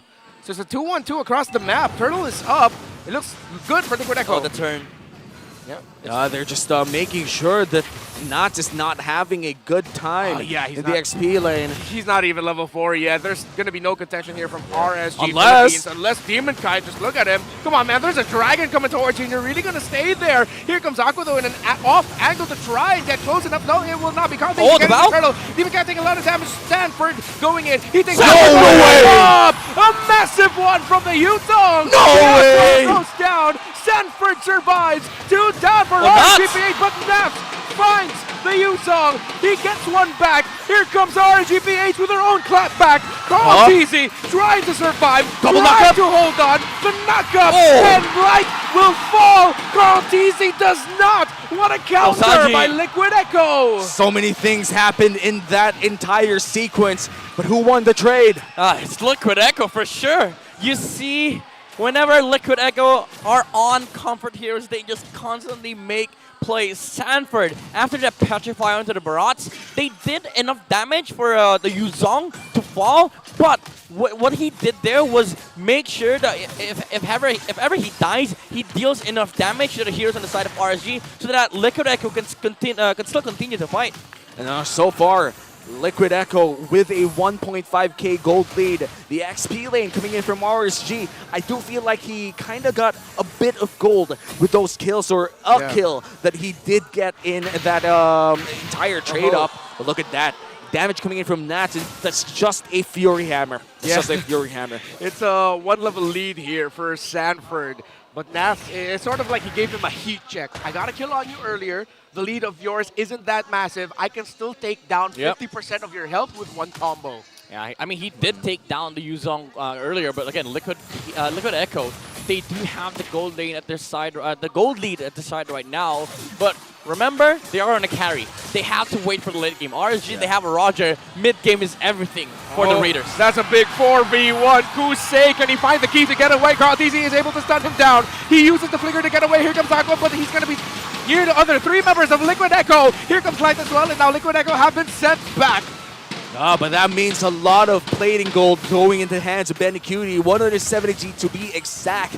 Now Turtle will be reset. Liquid Echo and RSG trying to fight for control here. Yeah, playing a game of chicken around this Turtle. Already a Hunter Strike there for Sanford, but he's not here. 4 versus 4. Liquid Echo is able to get it, but Light with a final slash. Nom nom nom nom nom. Carl Teasy tastes delicioso for Demon Kite, and Carl Teasy will fall down. Kusei gets the kill. 2 Turtles down for the side of Liquid Echo, but looks like kills are starting to fall down as well for RSG. JP tastes damage while Kusei tastes the sweetness of another kill, but he survives even though he pounced under the tower. Damn, again, the clapbacks are coming from both sides. RSG, they lost that turtle from an amazing retry on Carl Thezy, but the final slash that Light did onto Liquid Echo, they were able to get the jungler on the side of the cavalry. And RSG, they're slowly trimming down the lead of Liquid Echo here from 1-5 all the way to 1-2. Still a 300 gold deficit. That is good for RSG. They're slowly chipping it down. And looking at the items right now, what do you think is the most interesting bit here? I mean, if you look at the carry, he's still farming up on the side of Liquid Echo. The gold lead is still on their side. Even though RSG, they're winning the trades, they're starting to rack up the momentum. The point of a worry here for RSG is that, is it enough? Are we close enough to close the gap or the momentum the Liquid Echo can make heading straight towards the late game? Because at this point, yeah, sure, you're getting these kills, but we're not getting objectives. But this might just be a big fight here down bottom lane. Carl TC looks to be the first target. No final slash will land though. Big ultimates popped. All right, so both of them back off now, going back into their respective jungles. Good read. Oh, Sanford? Up top, a duel. Sanford will get a little bit of a spell vamp onto there, but he should be okay. No clear advantage just yet, but I like the positioning right now of Liquid Echo around the center of the map. They understand and have read the rotations of RSG Philippines really well. Aqua will get spotted out here. He has the ultimate of the Novaria. His flicker available for him, but he's not going to use it. Final turtle of the game. 1,144 was the damage he took. Valentina will not be here unless, will he try? Sanford? Here comes the Astral Echo, and Astral Echo as well. That's going to be a Petrify! Wow! Petrify by Sanford! Final slash by Light! Sanford chasing Kusei! Kusei brought back! Liquid Echo have a good position! But Demon Kite is the king of that turtle! He gets it for RSG Philippines! Three-man Petrify coming in from Sanford, but Demon Kite still able to secure the last turtle of the game, and that puts the score 2-1 in terms of turtles secured in the game. Still very much close. Dude, the answers keep on coming from both sides. Sanford, he saw that the Barat's already committed. The Detona's welcome. The Petrify on the backside made sure that RSG was not able to fight. But Demon Kite answers back with an amazing retribution. The turtle steal away from Liquid Echo. But as time marches on in this game, even if the gold dwindles down back to 0, Liquid Echo is still scaling really well with his Florin and carry. What could RSG do as we approach the mid-game mark? More stuff like this, be aggressive, but that's final slash of the 2, but Demon Kite is actually not going to land with the Detona's welcome, and here comes Liquid Echo chasing the back, and Kusei will fall! A punishment by Liquid Echo! Demon Kite will be up next on the chopping block as that Barrett falls! Killed by the Florin? What did I just see? Ness gets away, but he's getting chased. A win for Liquid Echo. But here comes the Wheel of Fortune, Nats. The cavalry. Can you punch away? Carl Teesy's right in front of you. Sanford and Carl Teasy spots the Paquito and burst him down. The big win has turned into a massive lead for Liquid Echo. Even with that alone, you saw how committed Liquid Echo are, and just the micro mechanics waiting for a little bit just to make sure that the space between the Yuzong and the Paquito is covered to land the layered stun from the Basha and the Petrify. But also keep in mind, this is Liquid Echo's momentum right now. The carry is leading by 1,000 gold over the Roger, and ladies and gents, we're now entering late game. Detona's welcome an inch away from securing a target early on, but with that, closing the gap instead. Liquid Echo, now with a 3k gold lead, might be able to secure this Lord as well. Is this contestable for RSG? Oh, definitely so. You have to. You sort of have to. You don't have any other choice. Maybe look for a kill on Benecutie, on Sanji. It has to be something else aside from the Lord. But looking at the gold, the damage difference, look at this. Look at the mid. The Novaria, I mean, it's a Novaria, but at this point, you have 2 scaling heroes on the side of Liquid Echo. Yeah. If you're RSG, if you want to contest this Lord, you look at different options. It shouldn't just be the 50-50 or the crowd controls on the Carl TZ. You have to look for a pick-off. And it's really awkward here for Kusei because finding a target with low HP will be really rare as the Florin scales up as well. Lord already half HP here. Liquid Echo, will they continue or will they bait it out? This for Liquid Echo. Oh, 4-man Astral Echo. Might have stopped the blaster. Sanford jumps onto Kusei. A knockup by the Lord, who's actually going to be able to win this slide. It's going to be brought down. He can it out. Demon Guy getting chased now. He's able to use the Cyclone Knight to dash away, and in the Lord pit, Carl TZ gets it. And Nats goes in for the turret trade instead, but still gets it in the mid lane. 1 turret for the Lord. RSG, they got their hands on the Arlet, but it's not a Nuts. But Liquid Echo, they got their hands on the Yuzong, on Sanford, that Petrify on the backside against the Roger, making sure that Kusei is not able to join that fight. Well, Benecutie was just free hitting on the front lines. Liquid Echo has that Lord controlled down to the smallest detail. Liquid Echo Sansan duo really doing it right this time around, both on their signature pickups for this season. On the Novaria and the Yuzong, you could say that Sanji brings the stars and Sanford brings the scars. Liquid Echo, they're gonna look to deal more wounds onto RSG Philippines. The Knights to mid-5. Can they play the board of RSG Philippines? And they are, taking down turrets, pushing into the Raiders zone. And right now, they're still cooking up this big push. All 3 waves, but 1 is being cut here by the Paquito. A potential 4v5 team fight about to happen in the base of RSG Philippines as the Lord pushes down. And take note, this is a level 1 Lord, so this might just be easily defended. Oh, another Astral Echo landed there by Sanji. The Dragon going in, really zoning out right behind the turrets, and now Liquid Echo are going to try to take the turret down, but Sanford but a final slash! Giant light! The light at the end of the tunnel has been spotted by RSG Philippines. That is 1, 2, 3 down on the side of Liquid Echo. They find that the one possibility where they defend the base, and they even get 3. The counter engage was bigger on the side of RSG. Petrify as much as you want, but the final slash hitting 4 heroes on the side of Liquid PH allowed the Roger to just jump in and not have a care in the world. Because Liquid and Echo, guess what? They were busy trying to back off. And that trims the lead back to 2.5. Liquid Echo, they did get 1 inhibitor turret, and I think in terms of position, it's actually really good for them because it's away from the Lord. Yeah, you know what that looked like? Liquid Echo desperate to take that tower down because they were trying to get Sanford out.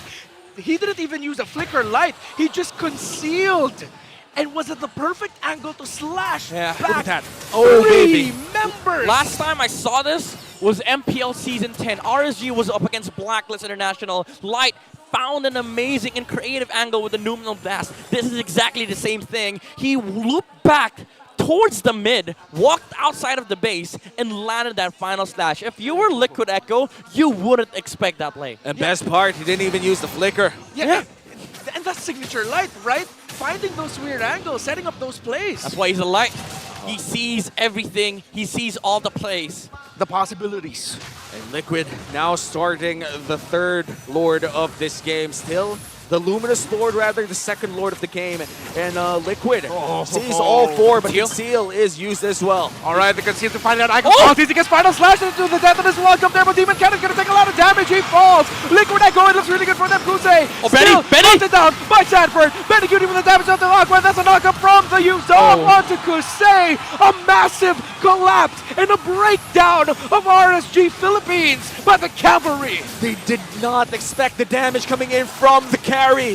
The angle was right for Light. Unfortunately, the damage, the shred was there from Benny Cutie. Again, this is why they took the carry against the Barats. RSG cannot stand their ground at the moment, and Liquid Echo, they're going inside the base. This looks endable. Might be the goal for Liquid Echo. Nas and Light trying to hold on. Light taking a lot of damage. He gets taken down by Sanford. Then look at Nas dishing out the combos to clear up the minion waves. Not yet endable, but the Lord is coming down bottom. Oh, that's 2 inhibitors down for the side of RSG Philippines as Liquid Echo goes in for the remaining inhibitor turret up top. We have the Luminous Lord marching down bottom lane in a huge mid lane wave as well, being cleared by RSG. No need to rush. They have a carry, but Liquid Echo now is marching with the Lord. Here comes the Dragon, the Astral Echo as well. They're just throwing bodies into RSG. That's going to be a bite out of the death, and as welcome. And Liquid Echo are still not escaping this. They are holding on. They say they want to end. Carl brought low. Nas as well. Here comes Slide. There's the final slash. He won't land it. Benny Cutie's still alive. They're going to be focusing on the base, and the base falls down. It's match point for Liquid Echo. 2-0. The momentum is rode by the cavalry. The systematic approach, the express, the highlights, everything was there from the side of Liquid Echo. They did not forget who they are. The identity, the play is still there. And the level of comfort as well with this lineup.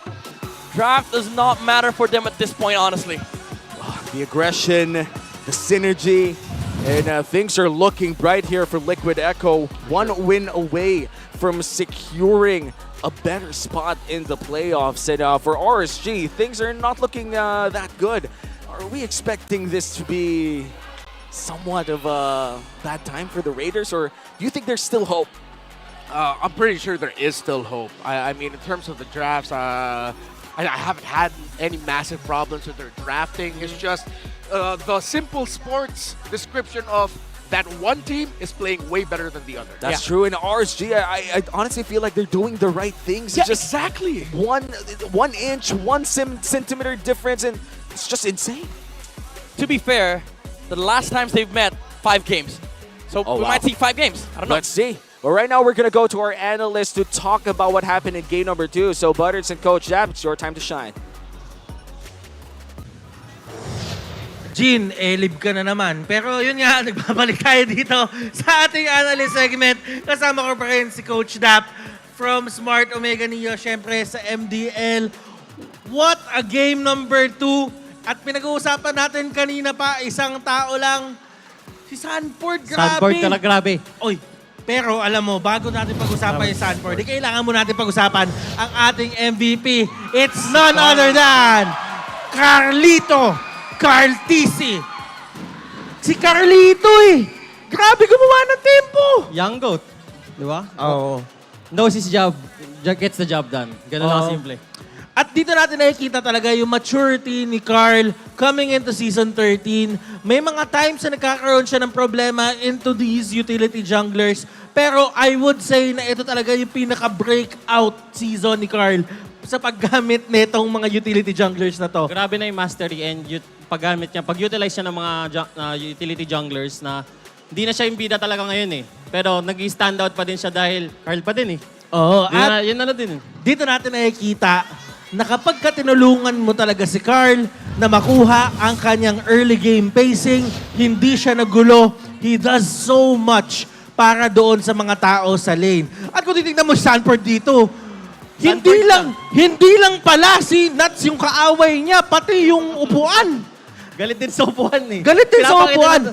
And nakikita naman kasi natin na talagang napakaganda ng performance niya dito sa larong ito, game number 2. Sanford talaga, pinapakita niya kung paano gamitin yung Yusong Paano nang si seminar pa nga kung titignan mo ng maigi. Ginagawa niya yung trabaho niya, nang zone siya, nang damage siya. Lahat ginagawa niya bilang Yusong player. And that's something na we should consider. Oh, it's something that we should consider kung kayo ay naglalaro ng Yuzong. At dahil nga doon sa mga tempo na nagawa, these plays became possible. But then again, hindi naman tayo kasi natapos lang na hindi naman sumagot ang RSG. Nakita din naman natin si Light na gumawa din siya ng play ng sarili niya. But at the end of the day, it was just so much pressure dito sa side ng Team Liquid Echo at hindi na kinaya ng RSG Coach Dap. Grabe yung synchronization nila as a team. Talagang doon mo makita na sobrang ready ng Team Liquid Echo ngayon na to give their all. And lahat ng initiation nila, kitang-kita na talagang sila ready, yung RSG, nagsiset up pa lang. At nakikita naman talaga natin na hype ang mga members dito ng side ng Team Liquid Echo. And I have to say, na may nabanggit ka sa akin kanina dito, something about Benny Cutie at ang ginagamit niyang emblem. Pwede mo ba pasadahan yon, Coach? Something na kay Benny Cutie lang namin nakita is yung paggamit ng basic common sa Marksman. Parang hindi niya pinapabilis pero sinusustain niya yung lane. So parang hindi na siya nagiging pabigat sa team niya, nagagawa niya yung trabaho niya. Pero in this case, may kasama siyang Florin. Parang mas ginawa nila both yung pareho nilang trabaho and hindi din nagiging pabigat yung Marksman. Kasi alam natin sa meta ngayon, yung Marksman yung medyo mabigat. Pero kung emblem mo ganun, hindi ka nagdodoro ng resources ng kampi mo, stable ka lang. Kumbaga, ito yung klase ng marksman play na hindi ka gaano isipin. Hindi ka dadalawan, hindi ka priority. Well, masakit na hindi ka priority, pero ang sinasabi lang natin dito, hindi ka priority dalawan at pwedeng pumunta sa ibang lane. Katulad nila Sanford na nakakapag-pressure pa sila ng todo-todo. Kaya naman ang naging main target dito is si Demon Kite onto that Barrats. Kung titignan mo yung itemization ni Demon Kite dito, tama naman Wala namang maling nangyari. It just so happened that yan talaga kasi limitation sa isang Barrats kung tutuusin. Talagang limited to one ang pwede mo kontrolin. And gusto ko lang din i-highlight yung kay JP dito na may yung early game immortality niya. Sobrang laking factor nun kasi ikaw yung uhulihin. Pero kung yung uhulihin mo, like kung ikaw si Light, huhulihin mo yung may immortality na Florid, magdadalawang isip kayo, i-commit mo ba yung flicker ulti mo or hindi mo go yung Florid? Kasi pag di mo naman ginawa yung Florid, mag-heal lang din siya. And now, looking at your screens, dahil nga naman sa basic common emblem na ginawa ni Benny Cutie, na-set up niya yung sarili niya in terms of damage dealt, GPM, and all that. Kung titignan natin ngayon in terms of damage dealt, as you can see, si Nats, ganito talaga yung playstyle niya. He will try to find as much damage as possible, deal as much damage as possible, pero kasi si Benny, si Sanford, at si Sanji, nagawa nila lahat ng damage na to nang walang kahirap-hirap. So, and kay Sanji din, super consistent din niya. Sipin mo, game 1, game 2, halos mirror yung performance niya. And then that's a caliber of player na MPL PH lang yung meron. Ngayon, kung tutuusin natin, kung titignan natin dito in terms of GPM, this is self-explanatory. Dahil nga naman, napakaganda ng progress ng buong game para side ng Team Liquid Echo. Talaga namang sa kanila mapupunta yung GPM. I would really like to commend for, alam mo yon, commend you for pointing out na basic common emblem lagi ang gamit ni Benny Cutie. You don't really see that as much. Pero, kung tutuusin, ang meta kasi ngayon, coach, scaling Kung hindi ka naman magpapabigat sa scaling comp, kung i-accelerate nyo yung scaling comp, di mas madali siya laruin. And ayan, sana, Manjin, may natutunan ka dun sa mga sinabi namin. Kasi, stress na ako sa'yo. Sana, kaya mo din gawin yung mga ganyang bagay. Ano bang tip mo dyan? Ano bang tip mo? Wala yan, love ko yan. Kuya Manjin, I love you. Ako hindi. Hirap na ako sa'yo. Pero guys, looking at the play ngayon, Team Liquid Echo, they really want to end the game right now. And katulad ng sinabi mo, kaya mo pa ba ituring to na best of one kung ikaw yung RSG PH na lahat ng pressure binato na sa inyo? Tingin ko kaya pa din. Kasi RSG, caliber team, top 4 always. Tingin ko pwede ba yan? Ano yung isang trait ng RSG PH na tingin mong hindi mo pa nakikita dito na nagpa-shine sa kanila nung regular season? Sa akin yung aggressiveness nila ito. Kailangan pa ng more pick-up. So hindi pa natin nakikita yung potential dito. And you know what, Coach Dap, baka sa draft lang no? Ano mga heroes na gusto mo makita para highlight para magamit ka naman yung aggressiveness na tinatawag? Ayoko magano Pero isa sa mga tinitignan ko yung mga edit. Yun yung famous kahapon Kasi yun yung meta kahapon. Yun, edit. Edit ng blacklist. So something na take into consideration na lang din. A lot to take into consideration for the side of RSG PH. Chip. Gusto mo ba makita ng chip? Chip, pwede. Tingnan natin. Gusto din naman nila mag-aggressive. Naging aggressive din naman sila kanina. Ibig sabihin, pwede, no? Pwede pa makita ng chip. Aside from chip, ano pa ba? Parang mga Carmilla kaya, mga ganon. Oo, pwede. Kung gusto nila mag-deal ng damage, di ba? Pero ngayon, Franco. Sikat na hero nila. Pwede ba Franco ngayon? Kung si Light yung gagamit, why not? Ang galing. Ang dami talagang masasabi pagka-coach ka talaga ng isang ML team Pero kung tutuusin dito, in terms of jungling, Demon Kite, hindi natin masyadong, I don't want to say na hindi natin siya masyadong ramdam, pero there are some problems happening on the side of RSG PH. So ano ba dapat dito? Maging priority ba siya in terms of the picking? Ano bang kailangan gawin ni Demon Kite?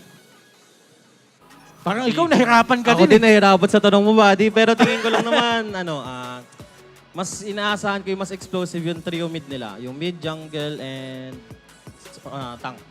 Yun lang talaga. Once na masabay nila yung tempo ng Team Liquid Echo, tingin ko magiging sabay yung laban.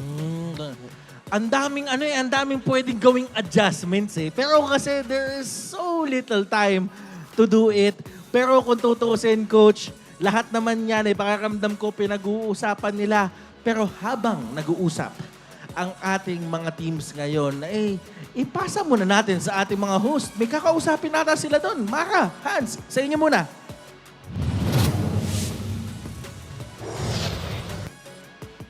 Thank you, Butters. You know, kami din dito, ang dami namin kinausap ng mga fans.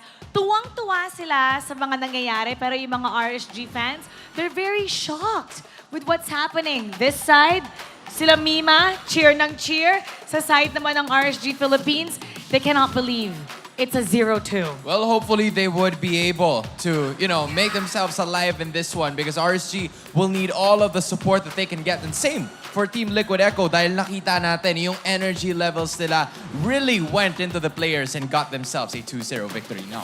At kung sino rin ang kailangan namin kausapin? Ang ating mga kaibigan, our friends from the Bahasa Indonesia broadcast. OG, Wawa, what are you guys up to now? Hi! Hello! Hello! How are you? Guys, how are you? We We miss you. How are you doing? Wawa, how are you doing? OG, how are you doing? We are very good, thank you. All right. Hello, Philippines! Hello, This is so Indonesia! alive. I love it. I love it. Now, Ozzy, Wawa, Miss ko kayo! Oh, miss ko rin kayo. Miss ko kayo. Kami rin, kami rin. Yes. Us too, okay? Now, Oji, Wawa, I'm gonna ask you guys, okay? What do you think about the first two games that happened all throughout the series between Liquid Echo and RSG Philippines? I think it's very fast for two games in early for Team Liquid. And this is the one, that's why Echo Express ada. Okay. Okay, so we meant that this is what we've been expected when we saw Liquid Echo playing. They play really expressive, especially since the early game. They used to play like this. They really bring the name of Echo Express previously, right? Right now they are Liquid Echo. So yeah, this is the game that we want to see from Liquid Echo. I see it. Okay, now, you know, we were talking about the rivalry between RSG Philippines and Team Liquid Echo with their history. How about for Indonesia? Can you share with us some of the rivalries similar to this?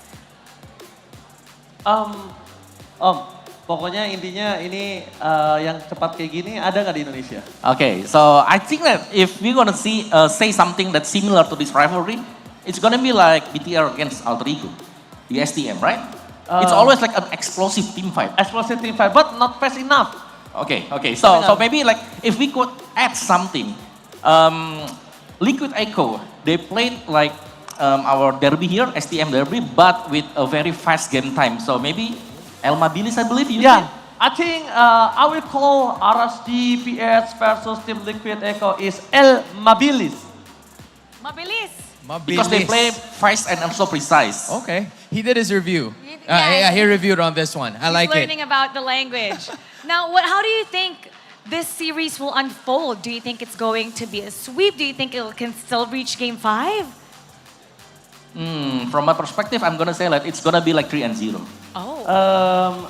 Menurut saya, di Filipina semua apapun bisa terjadi dan bahkan possibility 3-2 bisa terjadi. Okay, according to OG, he said that anything can happen because it's the PH Playoffs, so probably 3-2 can also happening for RSG. Yes, because this MPL PH, anything can happen.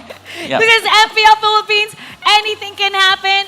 Thank you so much thank you for guesting us, for guesting here in our broadcast. And good job doing the Bahasa Indonesia broadcast for MPL Philippines. Bye. Thank you. See you in a bit. Bye guys. Thank you, Philippines. Thank you.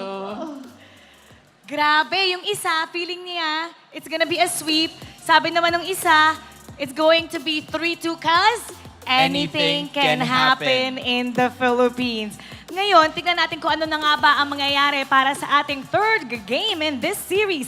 Balikan na natin ating mga casters. Let's do it. Casters, pasok.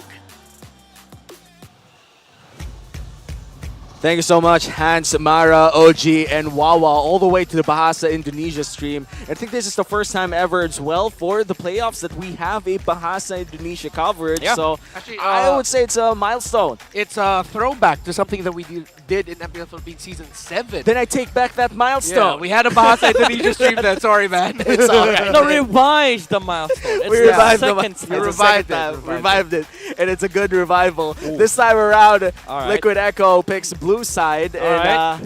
does this mean Fredrin? Bro, back to game 1. Back to game one. You know? Fredrin, Boxia. But here's the thing. Maybe this time around, Liquid Echo lets go of the Arlet.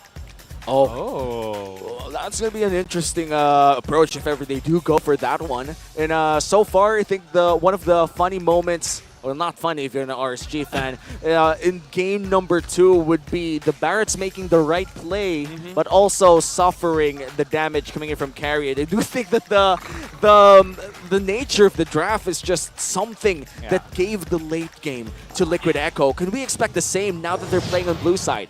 It depends, because like if you want the same outcome for like the jungle and the gold lane, maybe if RSG do take the Barats, Liquid Echo might just go with the same pick with the carry. And again, we've said it before, like it's a bad matchup. If you're the Barats, it doesn't feel good that it is, you know, the matchup that you are in. And now we're entering the drafting phase. First few bans already locked in, taking away a lot of mid laners and the Arlet. That is the strategy for Liquid Echo, and immediately the Fredrin is picked up. Really? What we say, you know? They give Chessman the Fredrin, man. Could never go wrong with the Fredrin. You can never go wrong with the Fredrin. Also, same bans for both sides. And I do feel like RSG, they have to get the Moskov and Edith here, honestly. Edith just provides a lot, flex on XP, and also gives Light the potential to take the Edith roam. Moskov, of course, being one of the best goal laners in the current patch, but they go for the same thing with the Yuzong, but this time they stole the Novaria. They steal away the Sansan duo special, taking away the Novaria as well, but this means that in terms of crowd control, Liquid Echo might just be able to pick up the Edith. Yeah, I won't be surprised if that happens. Like Edith and then Val for Liquid Echo. Again, secure the ability of Liquid Echo to make sure that Light does not get the hero that he wants, and also quite possibly get a matchup in the mid lane that is decent, but also you have the capability of just stealing the Black Dragon form of the Yuzong. But instead of the Edith, they go with the Minnow. So this time, RSG, they have a choice. They have a choice to make. Do they take the Edith? This is a comfort pickup coming in from JP. This Minotaur has been one of his best pickups in the regular season and is still rocking it in the playoffs. Once again, it's already match point for Liquid Echo, which means if they're able to secure this game, they're going to be sitting pretty in the upper bracket. Meanwhile, RSG will be sent down below, fighting other people. But what will be the last pick here for the side of RSG? I mean, finally, maybe please, against the Edith. Please, Edith. And also, the thing that you were mentioning, there you go! Edith! Yeah, I love for this. RSG. And I think a lot of people tend to forget the damage coming in from Primal Wrath. The damage from this Edith, especially from the passive, is percentage health damage. And keep in mind, the reason why Edith started popping out in the current meta, it's because of the change with the armors of these heroes. They got a buff, even though some of these items were nerfed. Edith in early to mid still deal higher damage compared to the old Edith. Wow, then honestly, that's insane when we talk about early game numbers, because old Edith was already dealing a lot of damage, and now new Edith apparently deals more damage. Wow. She is old, though. She's like 1,000 years. She's 1,000 years old. She's, you know? she might be our ancestor. She might look young, but she's really old. She is. I mean, there's a lot of heroes in ML that are old, but are quite, you know, child looking.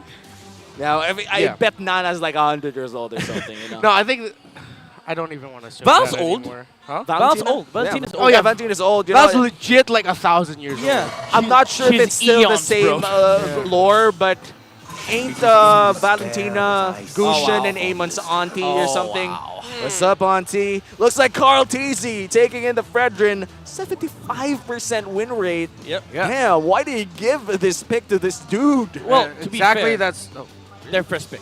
So that's true. He's only played, all right, because they keep batting it. 3 wins and 1 loss this season for Carl Teasy on the Fredrin. Again, to be fair, if you're RSG, it's not that they're letting Carl play the Fredrin, but it's also them, we're trying to get Fredrin, bro. Yeah. We're trying to get the Fredrin.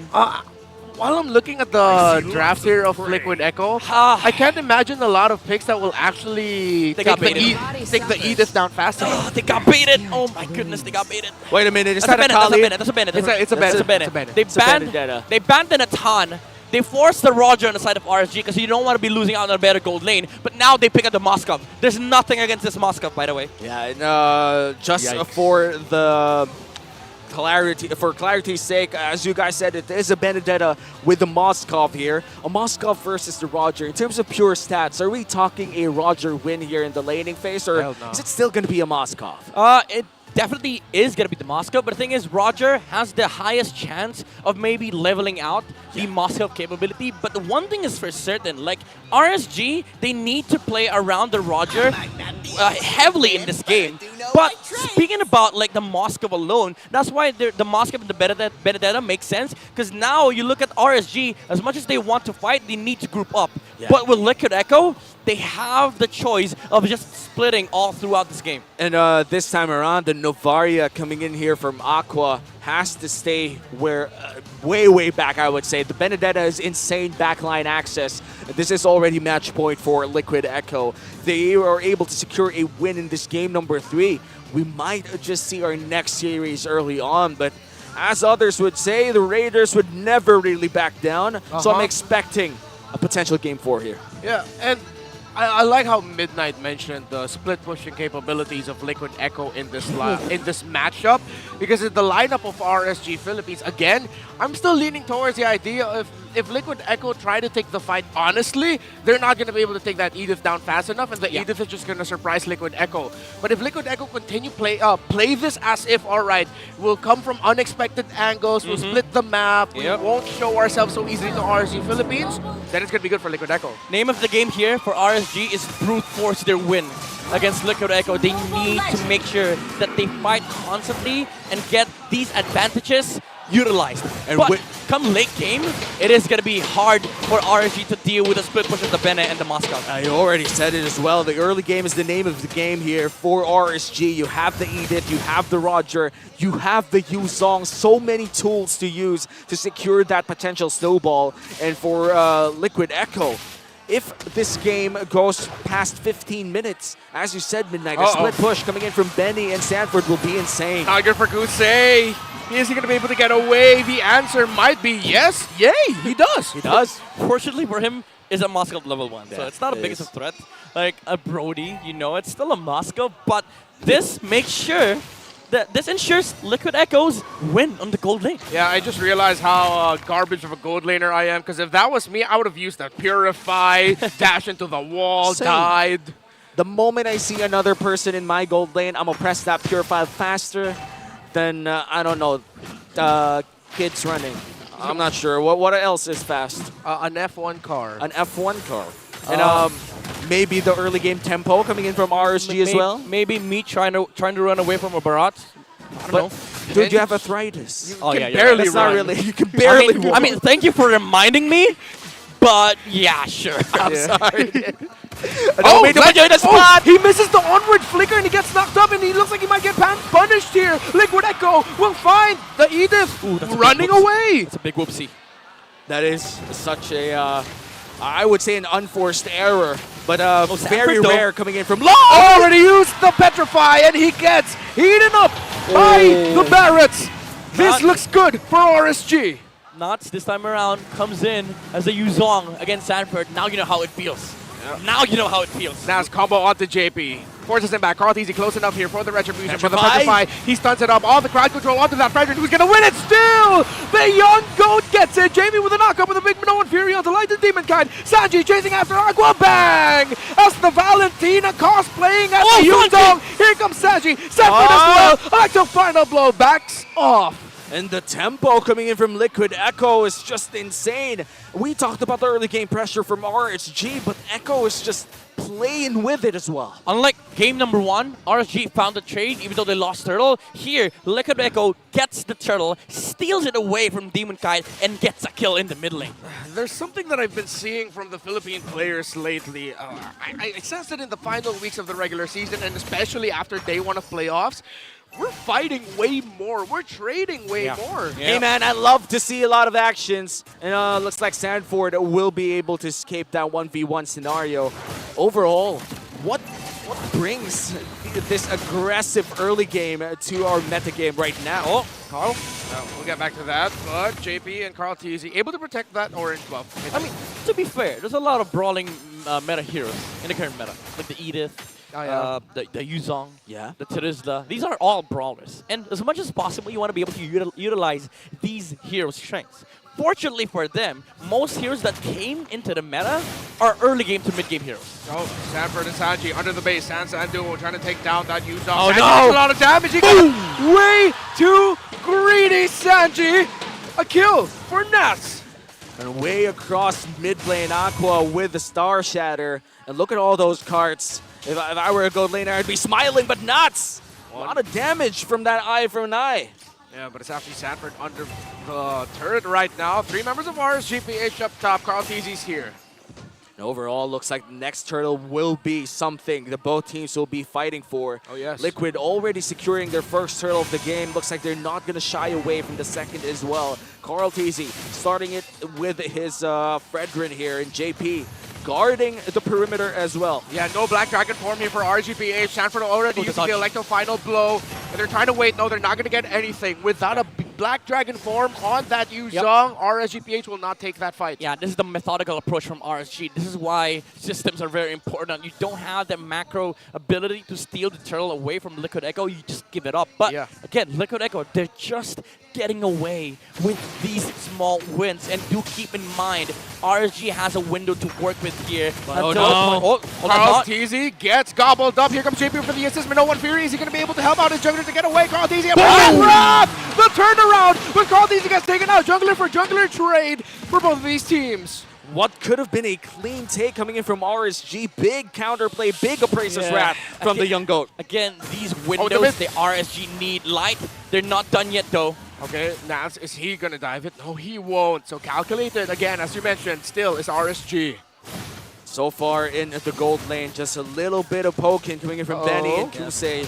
But JP is already there. Benny, whoop! Oh, it takes a lot of damage. That's a big question mark. Oh, now 2v1. Sanford and Sanji, can they actually handle the Black Dragon form? Here come the Dance of Dragons, as Sanji will fly away.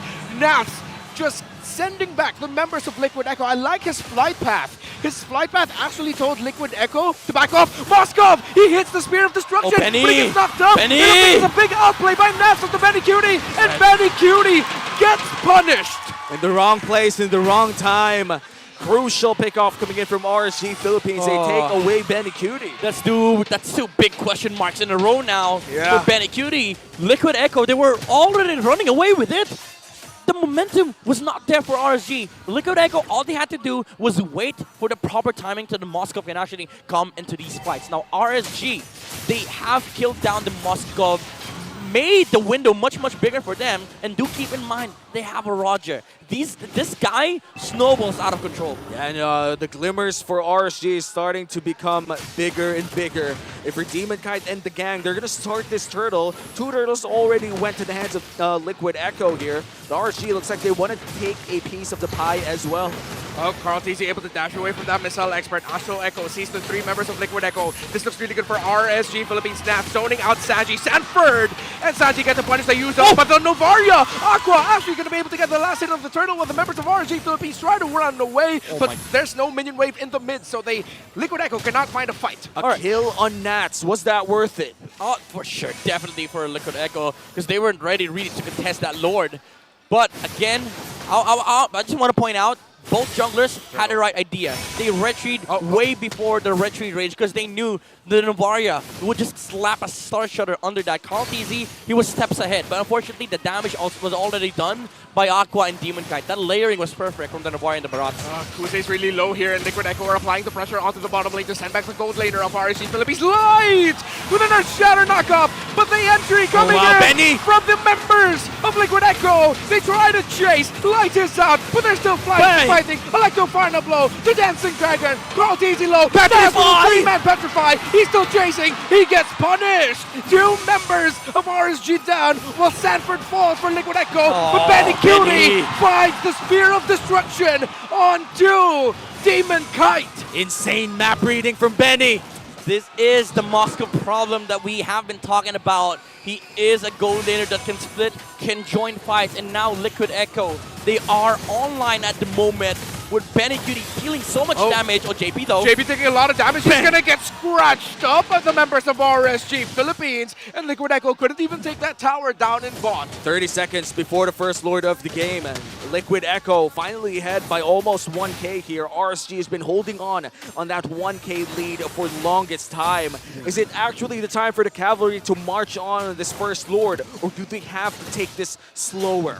I mean, both teams would have to take it slow, but the big question for RSG here is how big is the window at the moment? Because currently, the Moskov is near the Trinity. The Corrosion, the DHS, and of course the Golden Staff is almost complete on Benny Cutie. Once you have that on the Moskov, he just destroys destroys, shreds the heroes on the side of RSG. It's so hard to catch as well, especially with the Oh, Purify. Light! Light with an alley-oop there for RSGPH. Are they going to be able to take Sanji down? He uses the ultimate of the Roger and changes forms to be able to jump away. But this Valentina is brought down low. This is still advantage somewhat for RSG Philippines. Astral Echo still not used here. 3/4 HP on this Lord take. Benny Cutie going in for the burst down. Half HP on the Lord. Liquid Echo, it looks good for them to contest this even deeper, even though their Valentina took a lot of damage. Kusei trying to find the right angle. Here comes the Black Dragon form, but the Detonus welcome onto a member of Liquid Echo. JP brought down really low. Who's gonna get it? Sanford! Take down Kusei, but Demon Kite gets the retribution, and RSG Philippines are crumbling one by one. Benny Cutie, Spear of Destruction into the dash. Finds the kill onto Nams, and Liquid Echo will push down mid, but RSG Philippines got the Lord.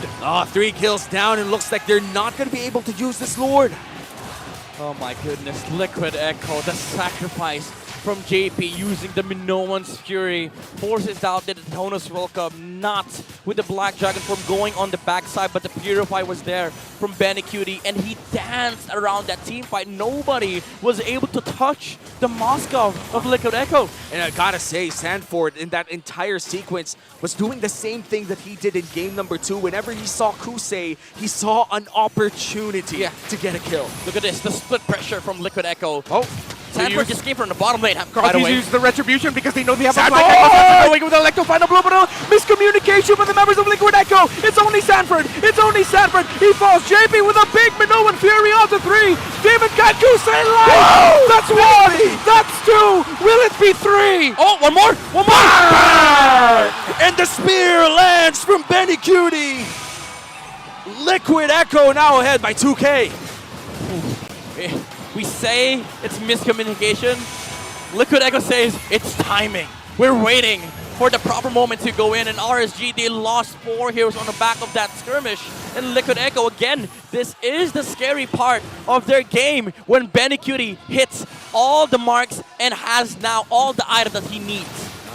Liquid Echo with a 3K gold lead might just be able to buy themselves even more time or even more turrets if they find the opportunities. RSG, what's the win condition left? If you're a Raider, what else do you have to do? They got to find this Moscow, honestly. They have to work out. They have to make up a solution against Benny Cutie. Maybe force the Purify with the Black Dragon form, and Light with the Flicker could potentially set up Benny Cutie. But you also have to worry about the damage. Is it enough? Because as of the moment, Benny Cutie is almost near the completion of the Wind of Nature. And this Wind of Nature is going to be crucial in protecting himself against that Kusei Roger, and of course the Yuzong as well.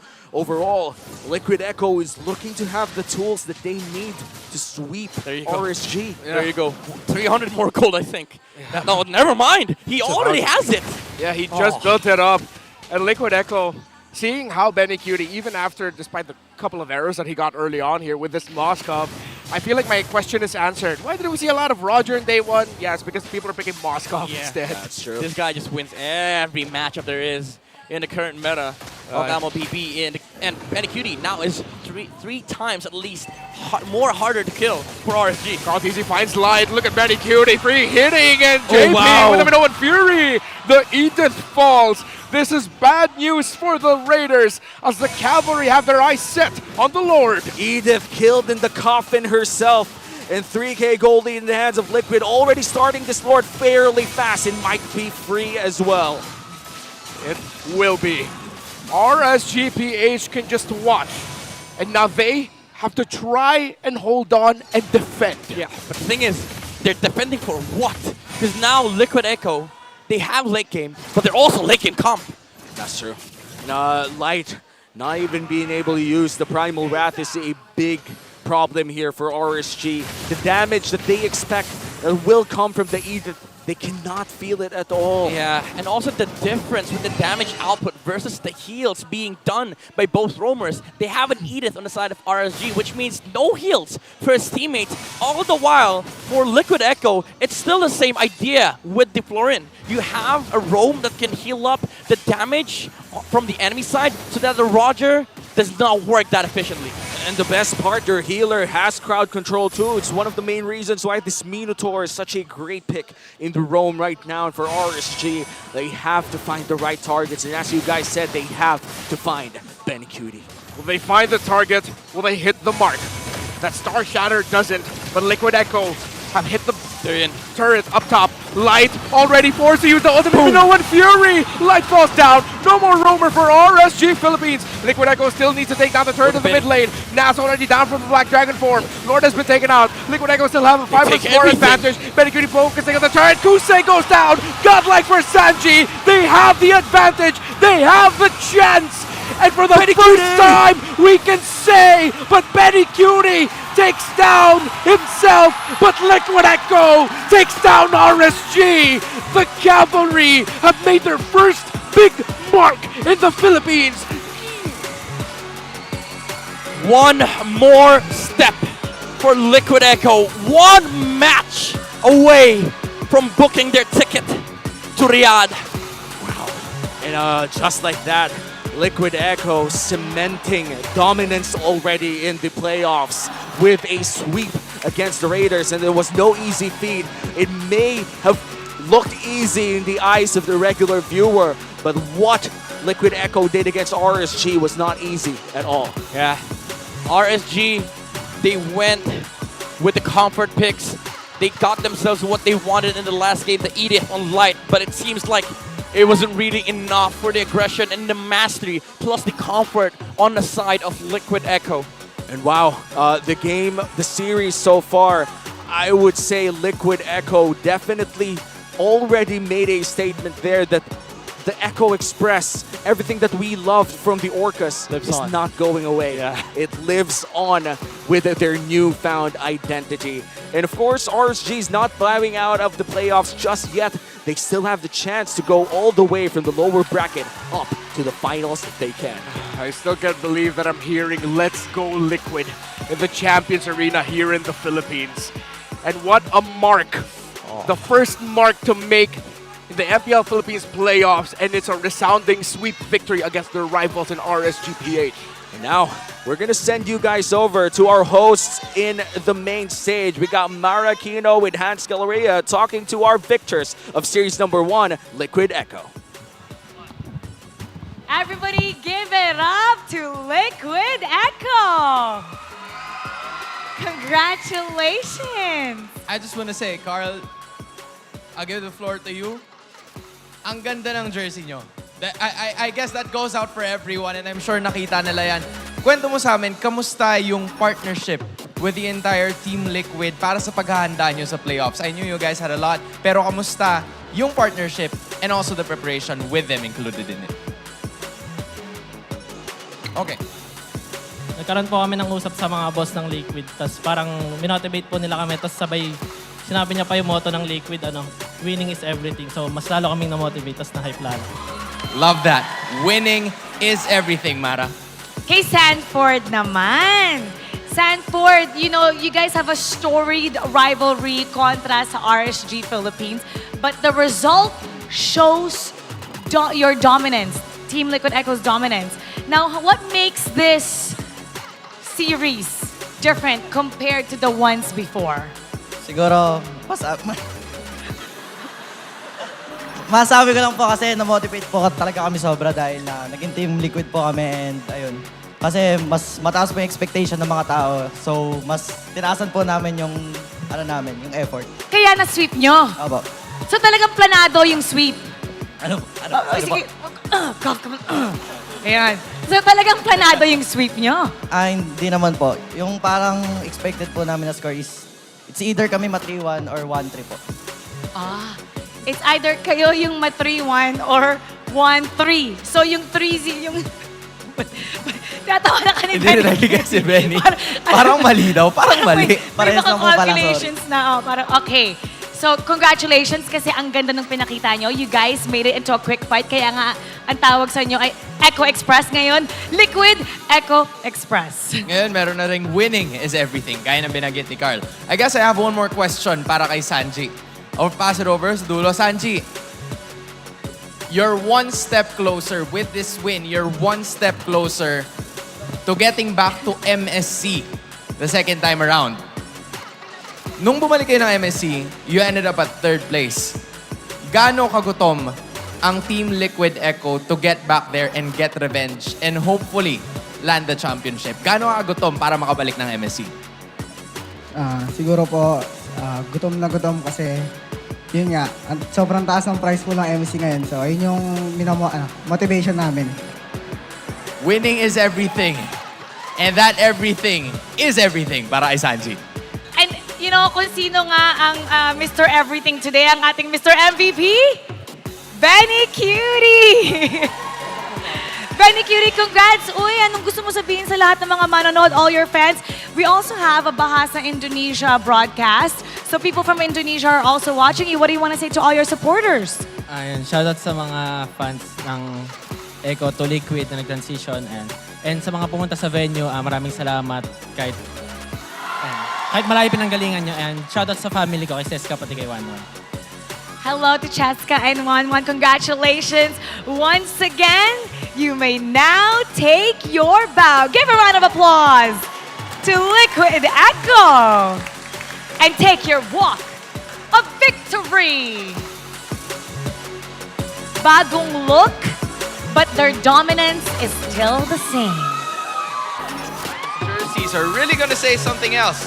Whether it's the mic, it's massive. And I know that they can contribute. And now we're gonna break it down for you. So we're gonna go to our analyst, Butters. Pass up.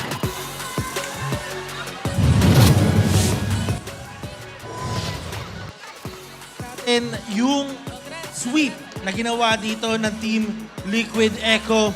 And Coach Tap, masasabi ba natin, nakasalanan ni JP to? Yes. Kasalanan mo to, JP. Kasalanan nito. Nag-3-0 ang aga ng first series natin. Tama.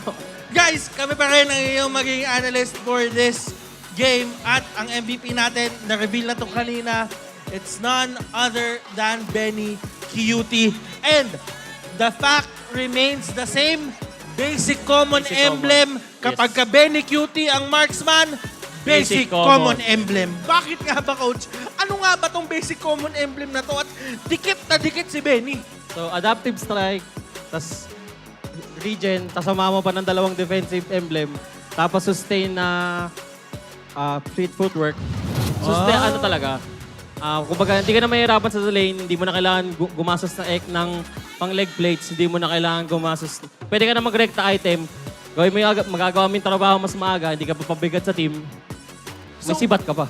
Tama yung sinabi mo dito, Coach, kasi kung papanoorin natin yung game, or actually panoorin natin yung series, mapapansin mo na lahat ng aggression na ginawa ng RSG at ng Liquid Echo naganap sa may XP lane. At kung hindi naka-basic common emblem dito si Benny, there might be a time na napipractice siya ni Kosei lumabas ng lane. But because nakaganong emblem siya, hindi siya na-bully out ng Roger. Hindi siya na-bully out ng lane, hindi siya na-bully out ng Roger. Ang galing, ang ganda ng pagkakagawa dito ng strategy. And looking at how Team Liquid Echo just forced the fights, kahit sabihin natin dito na alam mo yon, lumalamang ang RSG in the early stages, nakukuha pa rin ng Team Liquid Echo yung mga objectives. At sabi mo nga sa akin nun, kasalanan ni JP yun. Bakit nga ba kasalanan ni JP? Kasi si JP gumagawa siya, habang nakikita ko yung Minotaur, meron siya parang invisible box. Oo. Pag doon sila nag-play around, malakas sila yung side na yun.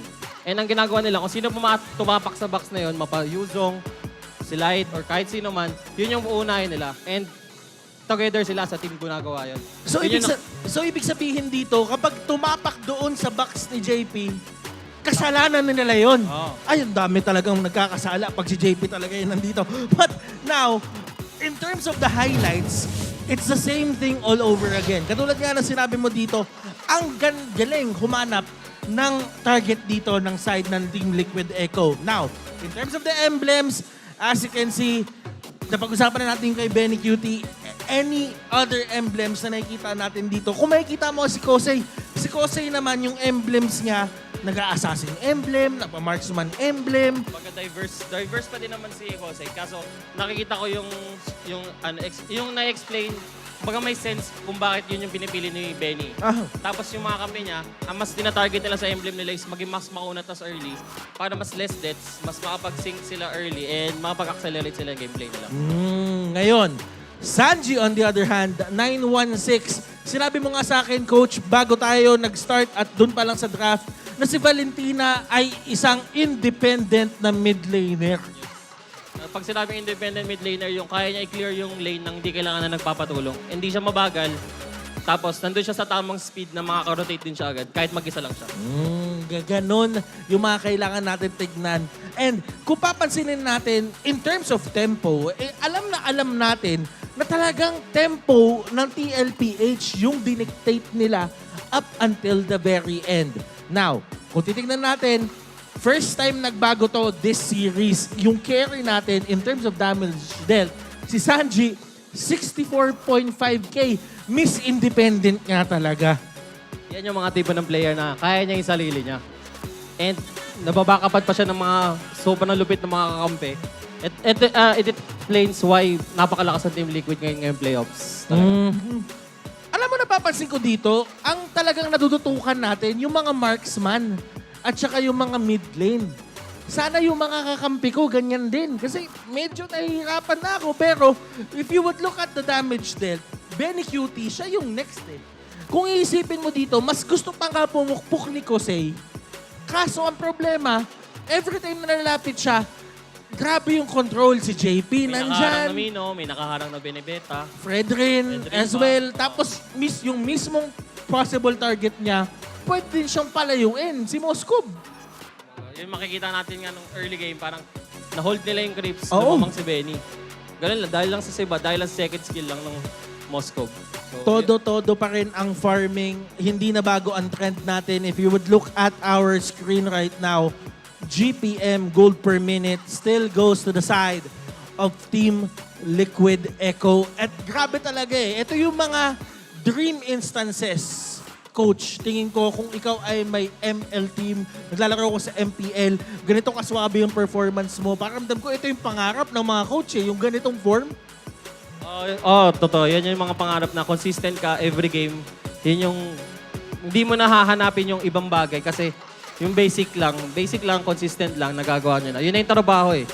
Yun yung pangarap. So, ang sinasabi mo ba dito, nagkaroon pa ng sobrang daming komplikadong galawan in terms of the side of RSG Philippines? Kasi kung isipin, simple lang yung ginawa ng Liquid Echo. Pero for RSG, iba't iba ba yung mas madami ba silang checklist para manalo? Hindi naman sa marami silang checklist, pero credits to them na they still tried. Pero evident lang na this game na yung Team Liquid talaga mas prepared, mas sync sila, and mas ready sila to deliver the game. At guys, merong lilitaw dito anytime now na makikita natin yung galaw at subukan natin hawakan. Ay, medyo mainit. Alam mo kung bakit? Kasi heat map yan eh. Pero looking at the heat map of Sanji, napaka-importante na ito.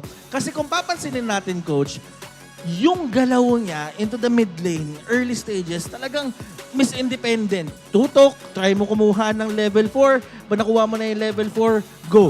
Pero nagkaroon din ng time dyan na pumunta siya ng XP lane at sinubukan niyang kuwaan ng XP kahit papano. Kasi ganun yung trend ngayon eh. Pupunta ng XP lane, papa-level 4 kayo pareho.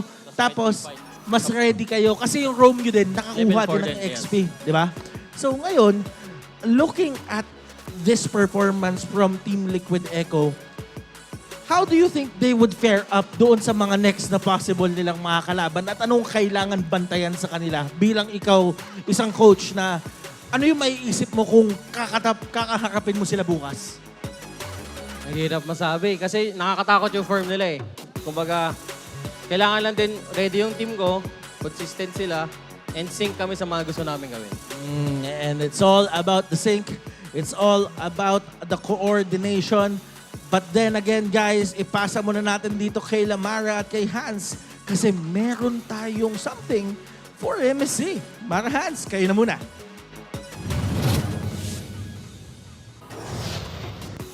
Welcome sa see you sa MSC, where we'll feature different teams from all over the world who have qualified for the upcoming international tournament happening in Riyadh, Saudi Arabia. You know, Mara, we talked about the bloodthirsty Kings from North America yesterday. This time, we're gonna take a mini trip to Turkey para pag-usapan ng MTC champions ng kanilang third season, none other than Fireflux Esports. And we're very familiar with this team because they've represented the region in several international tournaments. You know, I have to say, all right, their dominance in their region continues. Kasi biruin mo, out of the 40 games that they've had, yung mga nilaro nila ay naipanalo nila ang 83% of those games. And if you take a look, 53 unique heroes should not be taken lightly. Yep. That shows how versatile this team is. Aside from that, most of the heroes that they play are also the ones na kadalasan nakikita natin dito mismo sa MPL Philippines. But I think it's their mastery doon sa region na yon that makes them versatile and sobrang lakas in Turkey. And if you take a look at the players, the one that stands out to me the most is Rosa. Ang laki nung impact niya nung World Championship at siya rin ang soul sister ni Mom Shu. Experience really is right there. Nakakatakot yung 100% win rate nung kanyang Angela and also the Novaria in 6 matches and 4 games respectively. Magkaiba yung kits ng dalawang yan. So hindi biro yung mastery niya towards being a support and giving out the vision to the rest of his teammates. And TNZ also, take a look. 100% win rate with Fredrin and Nolan, 2 heroes with completely different playstyles. You know what? I am very excited to see the representatives of Turkey na painitin palalo ang Riyadh, Saudi Arabia. Kaya naman for Fireflux Esports, MSCU!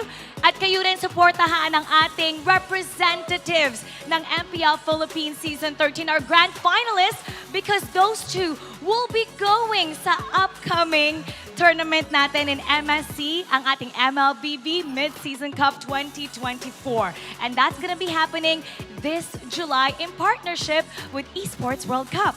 Maikipaglaban din ang ating mga pambato sa pinakamalaking bahagi ng life-changing na $3 million prize pool. Well, may isa pa tayong laban ngayong araw and that is gonna be between Falcons APBREN making their debut this playoffs kontra sa raging and heating up the Blacklist International. That's gonna be another fiery best of 5. So don't go anywhere. MPL Philippines Season 13, we'll be right back.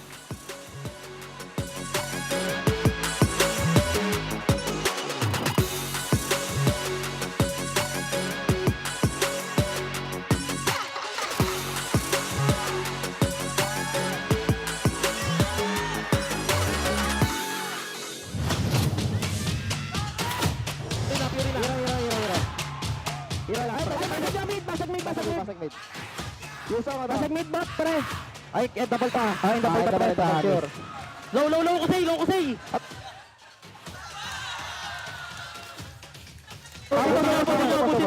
Busin to. Okay. Busin to. Ay, tower. Let's go!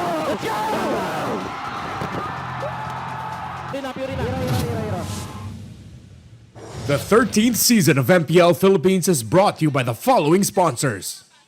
Smart, the official telco partner of MPL Philippines Season 13. Infinix GT Series, outplay the rest. Experience the MPL PH Season 13 action live at SM South Mall Events Hall in Las Piñas City. Get your tickets now via SM Tickets. Don't miss any MPL PH action by following our official Facebook page and subscribing to our YouTube channel. Follow MPL PH on TikTok as well for more content. Don't miss the latest news and updates about the MLBB Philippine esports scene through our esports news tab. Visit the esports page on your MLBB app now and be a part of Lakas ng Pinas. To ensure the equality and fairness of our games, MPL Philippines is also monitored and supervised by the Games and Amusements Board.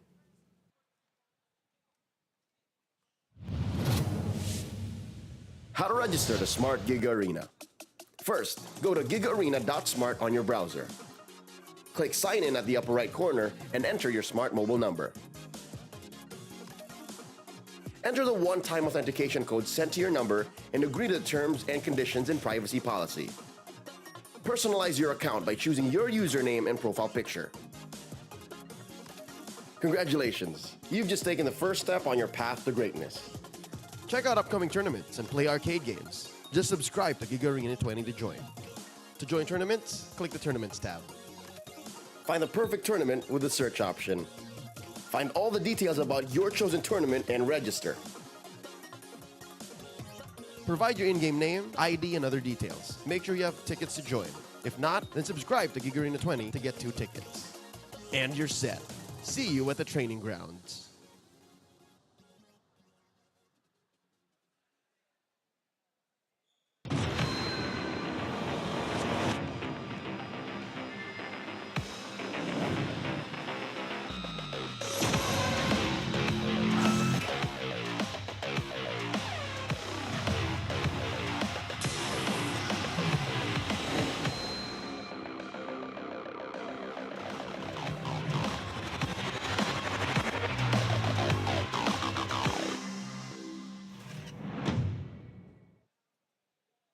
How to register to Smart Giga Arena. First, go to gigaarena.smart on your browser. Click Sign In at the upper right corner and enter your smart mobile number. Enter the one-time authentication code sent to your number and agree to the terms and conditions and privacy policy. Personalize your account by choosing your username and profile picture. Congratulations! You've just taken the first step on your path to greatness. Check out upcoming tournaments and play arcade games. Just subscribe to Giga Arena 20 to join. To join tournaments, click the Tournaments tab. Find the perfect tournament with the search option. Find all the details about your chosen tournament and register. Provide your in-game name, ID, and other details. Make sure you have tickets to join. If not, then subscribe to Giga Arena 20 to get 2 tickets. And you're set. See you at the training grounds.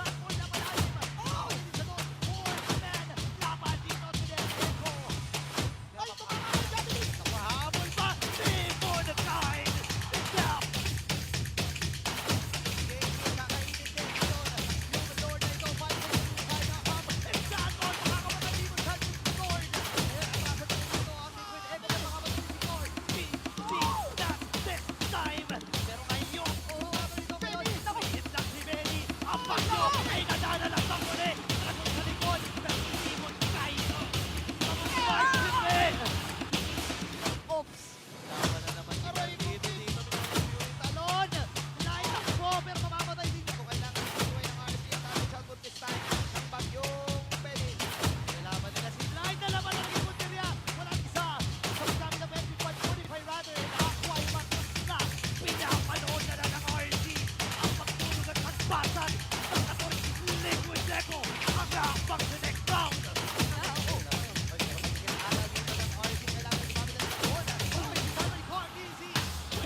this case, hindi sila pwedeng mag-high five kasi nga dahil dun sa pandemic. Nakamask pa nga sila I thought it was groundbreaking. Yeah, it was Joakim. And Si Lysander tsaka si Joakim. Parang sobrang kalma ng brand dito. Alam mo nila nanalo sila. No, they cannot celebrate kasi pandemic pa na tayo. Hindi sila pwedeng mag-hug, gano'n. Yung contact pa, bawal pa. Yung Singapore na parang yung nag-regulate sa Singapore. Bawal sila mag-appear. Bawal sila mag-appear. Kahit teammate Bawal sila. talaga, bawal talaga. Yeah. They can. Sobrang this was 2021, so sobrang strict pa ng Ito, guidelines. si Daki, tsaka si EJ, si Coco, nandun sila sa baba niyan. Nakatingin ako sa likod nung panahon na yan. Si Daki, si EJ, si Coco, gusto nang tumakbo pataas kasi gusto nang yakapin. Nung palapit na sila, bigla silang hinakangan, hindi daw pwede kasi nandyan yung mga nag-regulate sa Singapore. Nice, they got to hold the Napaka-strict ng pa ng time na yun. Grabe yung development ng stage, no? Oo. Sobrang tindi nitong M2 because it was the only international tournament na face-to-face, technically speaking, na nagawa ng time na to. It has been a long time since kahit anong esports, so ML was groundbreaking ng mga time na to. And then, obviously, si Carl cementing himself as the legend. Tignan mo, sobrang bata pa na itsura niya ito. Bata itsura niya si Coach Ducky, iba din yung itsura. Grabe. That was super heavy, by the way. And by the way, itong M2 World Championship na to, kaya siya sa mga most important championships na meron tayo, is because somewhat nagbigay siya ng hope for everybody. Na parang, katulad nga sinabi ni Wolf, na si Munton pinush through niya yung M2 sa panahon na wala talaga nag-expect na may magpupush through. And at the same time, isipin mo sa isang panahon na hindi ka sure sa mangyayari sa'yo.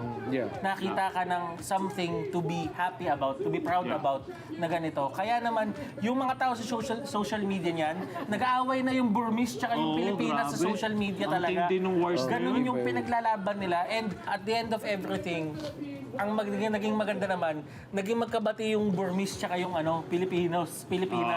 Since we're going back, at saka na-mention ni OSX na ito yung tournament na parang nag-umpisa yung love mo for MLBB and MLBB esports. Ano yung dumadaan sa'yo sa utak mo noon nung winning moment, nanalo na yung Bren esports? Do you remember that moment, yung winning moment nila? Oh yeah, and actually nung habang nakasubaybay ako dun sa live chat, sobrang gulo na. Gusto ko nga mag-comment, let's go Philippines eh. Kaso wala na, hindi na ako abot dun. Kaso, nung time na yun, I started to make content out of it for that specific M series. Para maka-join ako sa nangyari sa Mobile Legends. Wala lang, hindi ko talaga mapapalit yung feeling kasi nangyari siya last year kung saan yung M5 na Game 7, it was Bren Esports. Like, if anyone saw me when APBREN won in M5, hagulgul talaga yung iyak ko. Yeah, man. Because I was brought back. Speaking of hagulgol, a lot of people remember that moment when you cried. Actually, I know you don't keep talking about it, but there are many people who said na nakita ka nila na umiiyak, sila din naiyak. It was emotional for everybody. Nadala din sila when they saw how emotional you were. Pati sila naiyak din. Yeah, and those are the moments that I really would rather focus on. So that you guys understand why I cried at that moment. Because people were messaging, ba't ka umiiyak? Nanalo tayo! Because that was just tears of joy and relief. Again, 4 na casters lang for the entirety of the Filipino broadcast of M2. Medyo strict pa rin. We're starting to slowly get back from the lockdown era of pandemic. Pero the pandemic was a traumatizing experience for a lot of us. At that point, we were wondering, at any point, pwede mahinto yung broadcast na to dahil isa lang sa amin nagkasakit. And that was that pressure, that tiredness. So seeing that felt like a very relieving moment. Not just for myself, but I feel like for a lot of Filipinos, like, sa wakas, we won something. And something to celebrate. Yeah, it was during the pandemic. Pandemic na wala talaga. Just say, yung sobrang wag niyong i-take for granted yung sacrifices ng mga teams and the talents and the production mga time na kasi meron pa yun bago ka mag-quarantine sa Singapore, meron kang self-quarantine. Tapos pag inisip niyo yung timing nun, it meant na yung mga players nagpasko sila at bagong taon together, away from their families. Tapos meron pang chance na hindi sila makalipad. Meron mga scares pa nun eh. Like, I think nagkaroon ng scare yung Omega, di ba? At a certain point, yung Bren nagkaroon din ng scare na baka hindi sila makalipad at hindi sila ma-accept doon. It was so intense sa mga time na yun. And actually, nung panahon kasi na yun, ako dapat talaga, dito talaga ako dapat sa Pilipinas magka-cast noon. Kaya lang, the only reason why, kaya ako nakapag-cast ng Singapore was because may positive doon sa mga casters dapat na ipapadala. So that's why nung nagtumawag sa akin yung Munton, sabi nila, willing ka ba to fly to Singapore? Eh syempre ako, for someone na, alam mo yon, one of the biggest honors na pwede mong makuha yan eh. To get to fly out. And isipin mo yung story na yon na parang nakalipad ako sa ibang bansa, nakapag-cast ako ng pinakamalaking tournament sa MLBB nung nagkakagulo yung mundo. So parang for me, lakasan na lang ng loob yun eh. Parang, sige, tara, game. Okay, quick trivia. Did you guys know that si Flap TZ was discovered by Coach Ducky dahil nag-24 hours live stream? 24 hours. So, nung nagpunta siya ng M2, that was his rookie year. Exactly. Exactly. Sobrang ganda na kasi yung timeline nun was nung Season 5, nabuo yung Cartesi view na parang off of this C-ball. So parang people are expecting na magandang results for Bren kasi nga super team sila but they couldn't finish yung Season 5. Come Season 6, they drafted nga itong C-Flap. Ang pinaka-testing ground niya was a tournament before MPL. So, noon, ginamit na siya doon. And then doon sa rookie season nga, grabe dominant. They only lost one series nung entire Season 6. At saka, naalala ko pa, ang first time ko nakita si Flap na pumasok sa tournament, pumasok siya naka-school uniform. As in talagang uniform, white polo, khaki pants, tapos black shoes. Tinanong namin, anong gagawin niya? Sabi niya, maglalaro po ako ngayon, magpapalit lang po ako ng jersey. Galing siyang klase, pumunta siya dun sa tournament, tapos nakita namin siya. Tapos sabi ko, parang at first makikita mo, parang nakakatawa siya, pero nakikita mo na parang gustong-gusto talaga ni Flap na mag-succeed. And with everything na alam na natin ngayon, di ba, nakikita natin na talagang nag-succeed nga siya. Now, mag-move on naman tayo from M2. We're gonna move on to M3 World Championship. So, if you can pull back some memories, and again, I want you guys to come up with one word that best describe M3 World Championship for you. Ranmar, go ahead. Party. Party. It was a party. It was a party. It was a party. Okay. I think for me, emotional. Yeah. Sobrang emotional din. Well, for me personally na time na yun kasi ganun pa rin, sobrang struggle. Nandun ganun, Mara, it was I guess, challenge for us na time na yun. For me, it's an endurance test. Siguro sa akin, hindi siya beginning eh. Pero parang dito na-legitimize kasi yung talagang lakas ng Pinas na sinasabi nila. So now we're gonna watch the M3 World Champion. BTK versus Blacklist. Oh, this was already the lower bracket finals. Ang iconic dito ni Victor kasi is the Cho na tank build. Cho was damage build before. Then Edward Balboa was born. At for some reason, BTK, binigay nila yung Matilda, yung may Venus, which we thought was quite questionable na mga time na kasi sobrang lakas ni may Venus with this hero. Oh, M3 was also the year na people haven't figured out yung Lord Dance. Hindi pa nila alam. Only Blacklist International does the Lord Dance na ginagawa nila na nag-bait sila, nagpo-poke, and then they're waiting for the sustain. And BTK was really not prepared for that one. Grabing comeback na to, guys. On game 1. Yes, this was game 1. So, Lancelot ni Kyrie was already very dominant. Ito yung Ay, ang ganda ng play na to. The Barrett's game ni Wais. Kaya ako na-inspire mag-Barrett's eh. Napakalala nito. So this was a very memorable tournament for me. It was my first international tournament. And then I remember that time, because I came from courtside reporting, right? Yeah. So I was trying to mix a little bit of courtside. So I would go to the rooms and then tweet about everything that I observed. Then I remember saying one time na na-observe ko doon, si Venus, doon ko nakita yung leadership ni Venus. Na sobrang vocal niya. I remember it was against PTK, nag-Beatrix si Oheb. Tapos on the way back, Venus was asking, comfortable ka ba? Gusto mo ba mag-stick sa Beatrix? And dun ko nakita, dun sa players lounge nila, na kapag si Venus ang sasalita, lahat nakikinig. And Venus would ask everyone's input. Everyone's input.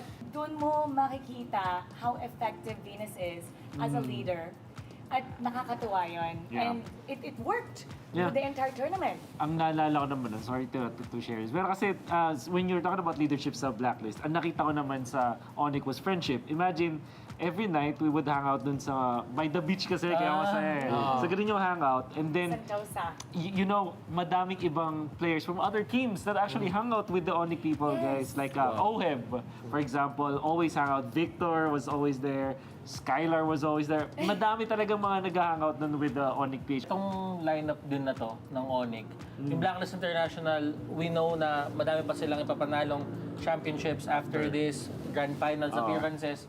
Pero ang Onyx PH lineup na to, Marky, Dilarski, Baloyski, Kyrie, Miko, Hatred, tapos Riota, Miko. Sila yung pinakamalaking what if ko sa MPL Philippines. Yeah. Na parang kung nagtuloy ba tong team na to, ano ba yung naabot pa nila? Fun fact about M3, at sobrang nakakatuwa because after we saw them win, nakita naman natin where they used their prize money. So most of the players received their first million and most of them got a house right after.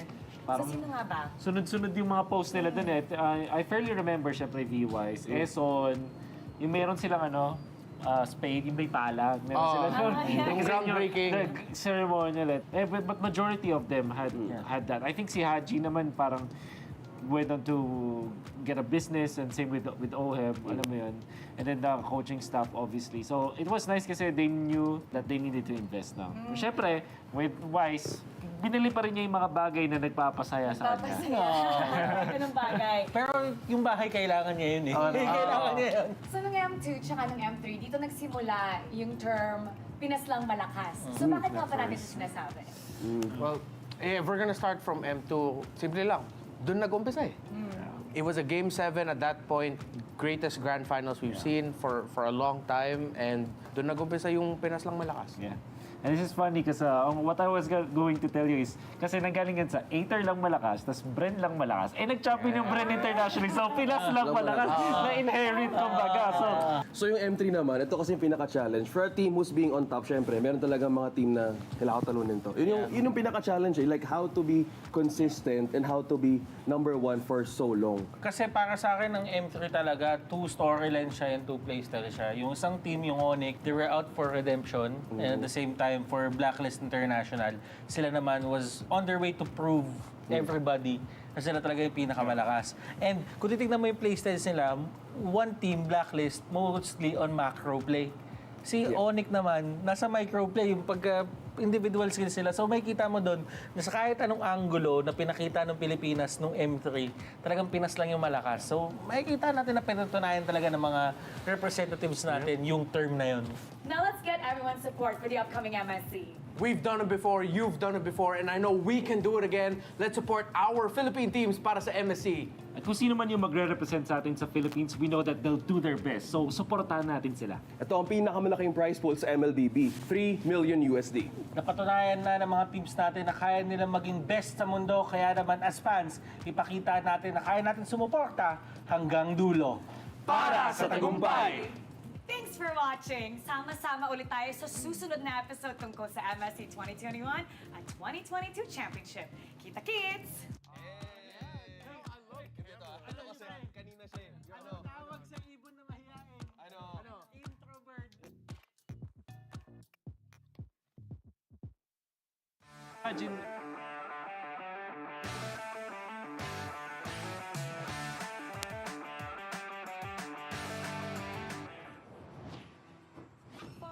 Teka, parang may mali. Bakit dalawa kami mid laner ni Yue? Anong iniisip niya? May plano kaya siya? I-share niya kaya? Uy, bakit ganito siya tumingin? Nagpalit si Haji ng role? Franco.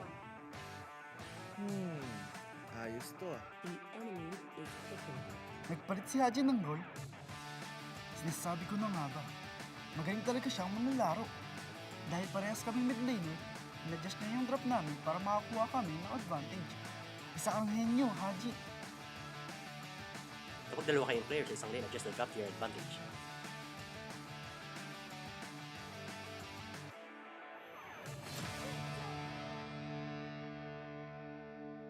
For more #tagumpay tips, nood na ng MPL Philippines sa YouTube at TikTok. Friday to Sunday, 4 p.m., MPL na. 4 p.m. MPL na. 4 p.m. MPL na. 4 p.m. MPL na. 4 p.m. MPL na. 4 p.m. MPL na. 4 p.m. MPL na. 4 p.m. MPL na. 4 p.m. MPL na. 4 p.m. MPL na. 4 p.m. MPL na. 4 p.m. MPL na. 4 p.m. MPL na. 4 p.m. MPL na. 4 p.m. MPL na. 4 p.m. MPL na. Catch your favorite MPL matches every Friday to Sunday. Only at the MPL Philippines YouTube and TikTok. 4 p.m. MPL na. 4 p.m. MPL na. 4 p.m. MPL na. 4 p.m. MPL na.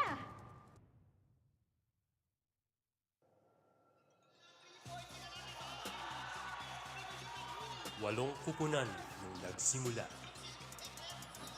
Sinubaybayan natin ang kanilang mga laban.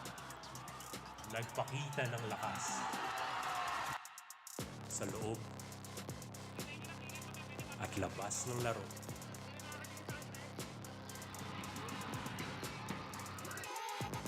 Ngunit sa huli, 6 lang ang magpapatuloy sa laban.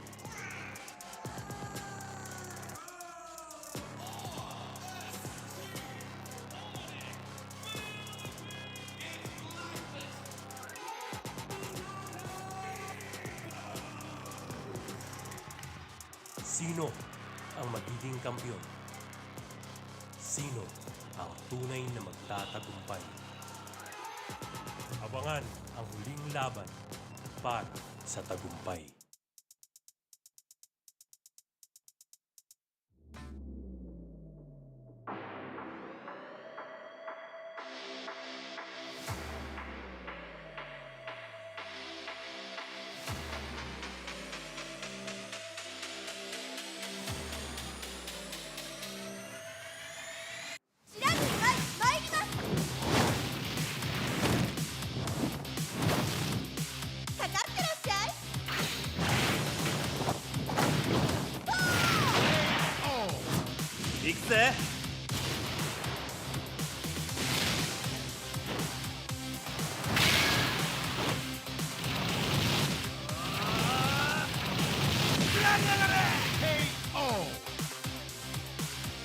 맥시가 지가운다요. Hey, come on, come on.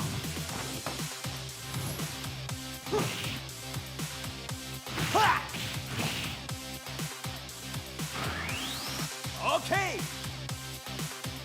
Power Gator.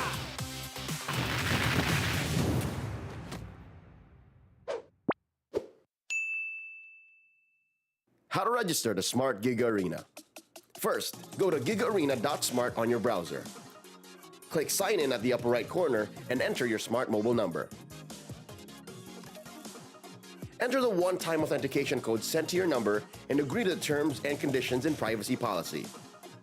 Personalize your account by choosing your username and profile picture. Congratulations! You've just taken the first step on your path to greatness. Check out upcoming tournaments and play arcade games. Just subscribe to Giga Arena 20 to join. To join tournaments, click the Tournaments tab. Find the perfect tournament with the search option. Find all the details about your chosen tournament and register. Provide your in-game name, ID, and other details. Make sure you have tickets to join. If not, then subscribe to Giga Arena 20 to get 2 tickets. And you're set. See you at the training grounds.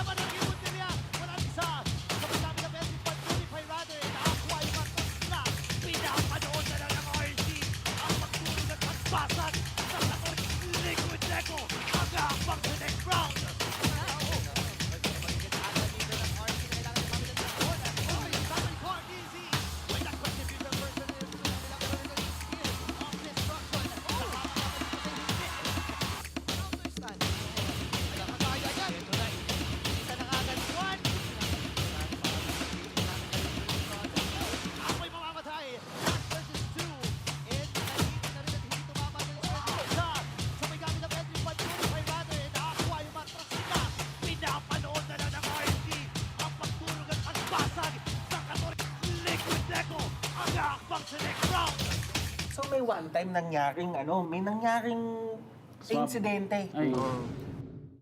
Di talaga ako makapaniwala kay kasi imagine nagawa niya yun. What? No. Wait, what? Really? You know?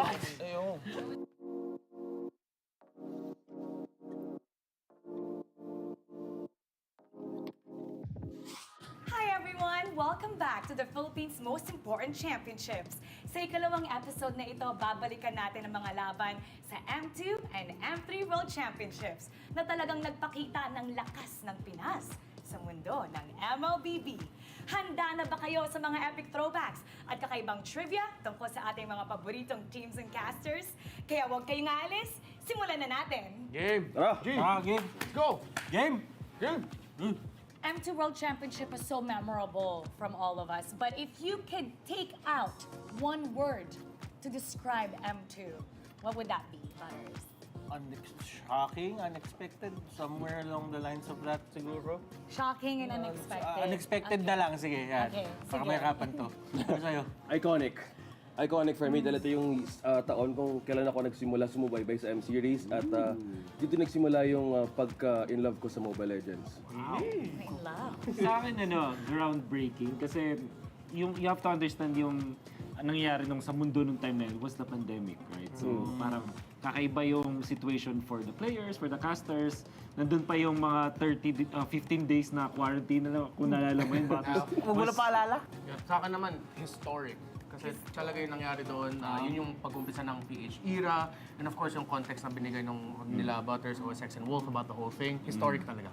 So we're gonna go back to M2. I'm gonna play it right now and actually let's see your reaction. Oh, Di ko alam na kailangan palang explain, pre. Sabi one word kasi. So, okay lang. Natatoon tayo. Kilala ko yung nagkakas. Oo, galing yan eh. Grabe naman. Easy ka pa pala nun. Ito yung Game 7. Game 7. Alam niyo yung story nito, nung araw ng broadcast mismo ng Grand Finals na pinag-usapan namin, papalitan namin yung pangalan sa cast ng casters. So sa presentation, imbes na Rep Tart Rob Luna, it was Rep TZ Rob TZ.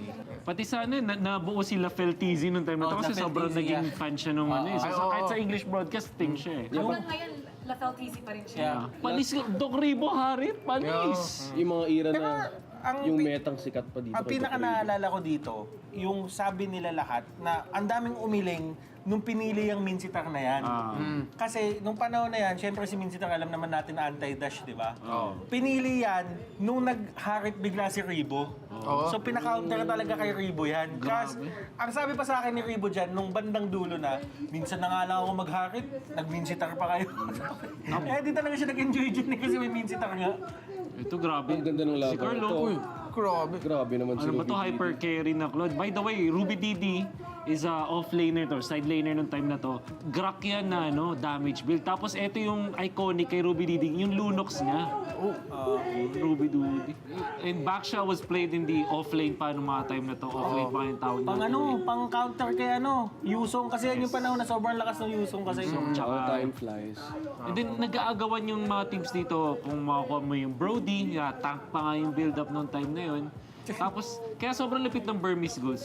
Kasi everybody expected na Indonesia yung parang papalag sa Philippines. Pero sila yung nauna dun sa upper bracket finals. Tapos then, umabot pa nga tayo dito sa Game 7. Nobody expected them. Tapos itong si Ruby Dide yung parang naging bida sa Burmese Goose. Kasi imagine, kaisa-isang player na yung pangalan niya naging verb. Sa sobrang iconic niya. Ganun na yung naging impact eh. No? So, titignan mo yung lineup nila ngayon, nakikita natin ngayon sa season 13 yun eh. Ano ba yung winning moment? Ito na ba yun? Hindi pa ata eh. Hindi pa. Ay, hindi, ito na. Nalala ko, sinigaw ko yun eh. Kuya Moribo eh. Grabe si Carlo. Grabe. Lasty Chow, grabe. And then, nakabili pa si Lasty ng imo. Galing. Well, Anong boses? Okay, oo nga, lumaban na. Ang hindi ko makakalimutan dito, I think it was Game 4, Game 5. May nakita akong post ni Chooks. Parang minessage niya, parang Monton, ano ba? Bigyan niyo naman ng tubig yung caster niyo. Paus na, paus na. Tapos ang daming nagtag sa akin doon. Ang saya nito mga moments. Imagine, in this case, hindi sila pwede mag-high five kasi nga dahil dun sa pandemic. Nakamask pa nga sila I thought it was groundbreaking. Yeah, it was Joakim. And Si Lysander. Lysander tsaka si Joakim. Parang sobrang kalma nung brand dito. Alam ba nila nanalo sila? No, they cannot celebrate kasi pandemic pa na they to. can't Hindi sila pwedeng mag-hug, gano'n.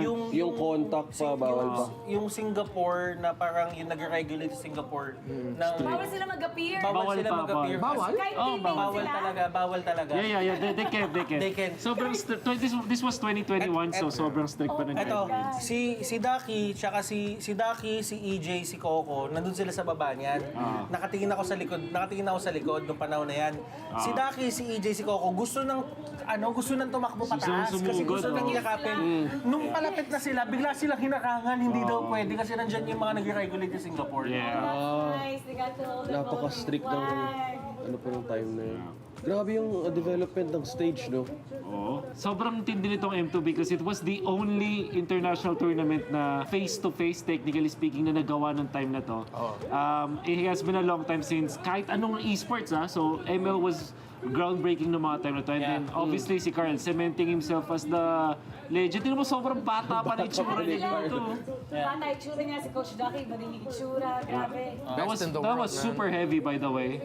And by the way, itong M2 World Championship na to, kaya din siya isa sa mga most important championships na meron tayo, is because somewhat nagbigay siya ng hope for everybody. Na parang, katulad nga sinabi ni Wolf, na si Munton pinustro niya yung M2 sa panahon na wala talaga nag-expect na may magpupush through. And at the same time, isipin mo sa isang panahon na hindi ka sure sa mangyayari sa'yo. Nakita ka ng something to be happy about, to be proud about na ganito. Kaya naman, yung mga tao sa social media niyan, nag-aaway na yung Burmese tsaka yung Pilipinas sa social media talaga. Ganun yung pinaglalaban nila. And at the end of everything, ang naging maganda naman, naging magkabati yung Burmese tsaka yung Pilipinas. Since we're going back, at saka na-mention ni OSX na ito yung tournament na parang nag-umpisa yung love mo for MLBB and MLBB esports. Ano yung dumadaan sa'yo sa utak mo noon nung winning moment, nanalo na yung BREN esports? Do you remember that moment, yung winning moment nila? Oh yeah, and actually nung habang nakasubaybay ako dun sa live chat, sobrang gulo na. Gusto ko mag-comment, let's go Philippines eh. Kaso wala na, hindi na ako abot dun. Kaso, nung time na yun, I started to make content out of it for that specific M series. Para maka-join ako sa nangyari sa Mobile Legends. Wala lang, hindi ko talaga mapapalit yung feeling kasi nangyari siya last year kung saan yung M5 na Game 7, it was BREN Esports. Like, if anyone saw me when APBREN won in M5, hagulgul talaga yung iyak ko. Yeah, man. Because I was brought back. Speaking of hagulgol, a lot of people remember that moment when you cried. Actually, I know you don't keep talking about it, but there are many people who said na nakita ka nila na umiiyak, sila din naiyak. It was emotional for everybody. Nadala din sila when they saw how emotional you were. Pati sila naiyak din. Yeah, and those are the moments that I really would rather focus on. So that you guys understand why I cried at that moment. Because people were messaging, ba't ka umiiyak? Nanalo tayo! Because that was just tears of joy and relief. Again, 4 na casters lang for the entirety of the Filipino broadcast of M2. Medyo strict pa rin. We're starting to slowly get back from the lockdown era of pandemic. Pero the pandemic was a traumatizing experience for a lot of us. At that point, we were wondering, at any point, pwede mahinto yung broadcast na to dahil isa lang sa amin nagkasakit. And that was that pressure, the tiredness. So seeing that felt like a very relieving moment. Not just for myself, but I feel like for a lot of Filipinos, like, sa wakas, we won something. And something to celebrate. Yeah, it was during the pandemic. Pandemic na wala talaga. I just say, yung sobrang wag niyong i-take for granted yung sacrifices ng mga teams and the talents and the production ng mga time na kasi meron pa yun, bago kang mag-quarantine sa Singapore, meron kang self-quarantine. Tapos pag inisip niyo yung timing nun, it meant na yung mga players nagpasko sila at bagong taon together, away from their families. Tapos meron pang chance na hindi sila makalipad. Meron mga scares pa nun eh. Like, I think nagkaroon ng scare ba? Omega, di ba? Yeah. At a certain point, yung Bren nagkaroon din ng scare na baka hindi sila makalipad at hindi sila ma-accept doon. It was so intense sa mga time na yun. And actually, nung panahon kasi na yun, ako dapat talaga, dito talaga ako dapat sa Pilipinas magkakas noon. Kaya lang, the only reason why, kaya ako nakapag-cast ng Singapore was because may nag-positive doon sa mga casters dapat na ipapadala. So that's why, nung nagtumawag sa akin yung Munton, sabi nila, willing ka ba to fly to Singapore? Eh syempre ako, for someone na, alam mo yon, one of the biggest honors na pwede mong makuha yan eh. To get to fly out. And isipin mo yung story na yon na parang nakalipad ako sa ibang bansa, nakapag-cast ako ng pinakamalaking tournament sa MLBB nung nagkakagulo yung mundo. So parang for me, lakasan na lang ng loob yun eh. Parang, sige, tara, game. Okay, quick trivia. Did you guys know that si Flap TZ was discovered by Coach Ducky dahil nag-24 hours live stream? 24 hours. So, nung nagpunta siya ng M2, that was his rookie year. Exactly. Exactly. Sobrang ganda nun kasi yung timeline nun was nung Season 5, nabuo yung Cartesi view na parang off of this C-ball. So parang people are expecting na magandang results for Bren kasi nga super team sila but they couldn't finish yung Season 5. Come Season 6, they drafted nga itong C-Flap. Ang pinaka-testing ground niya was a tournament before MPL. So, nun, ginamit na siya doon. And then doon sa rookie season nga, grabe dominant. They only lost one series nung entire Season 6. At saka, naalala ko pa, ang first time ko nakita si Flap na pumasok sa tournament, pumasok siya naka-school uniform. As in talagang uniform, white polo, khaki pants, tapos black shoes. Tinanong namin, anong gagawin niya? Sabi niya, maglalaro po ako ngayon, magpapadit lang po ako ng jersey. Galing siyang klase, pumunta siya dun sa tournament, tapos nakita namin siya. Tapos sabi ko, parang at first may kita mo, parang nakakatawa siya, pero nakikita mo na parang gustong-gusto talaga ni Flap na mag-succeed. And with everything na alam na natin ngayon, di ba, nakikita natin na talagang nag-succeed nga siya. Now, mag-move on naman tayo from M2. We're gonna move on to M3 World Championship. So, if you can pull back some memories, and again, I want you guys to come up with one word that best describes M3 World Championship for you. Ren, Marco. Wow. Party. Party. It was a party. It was a party. It was a party. Okay. I think for me, emotional. Yeah.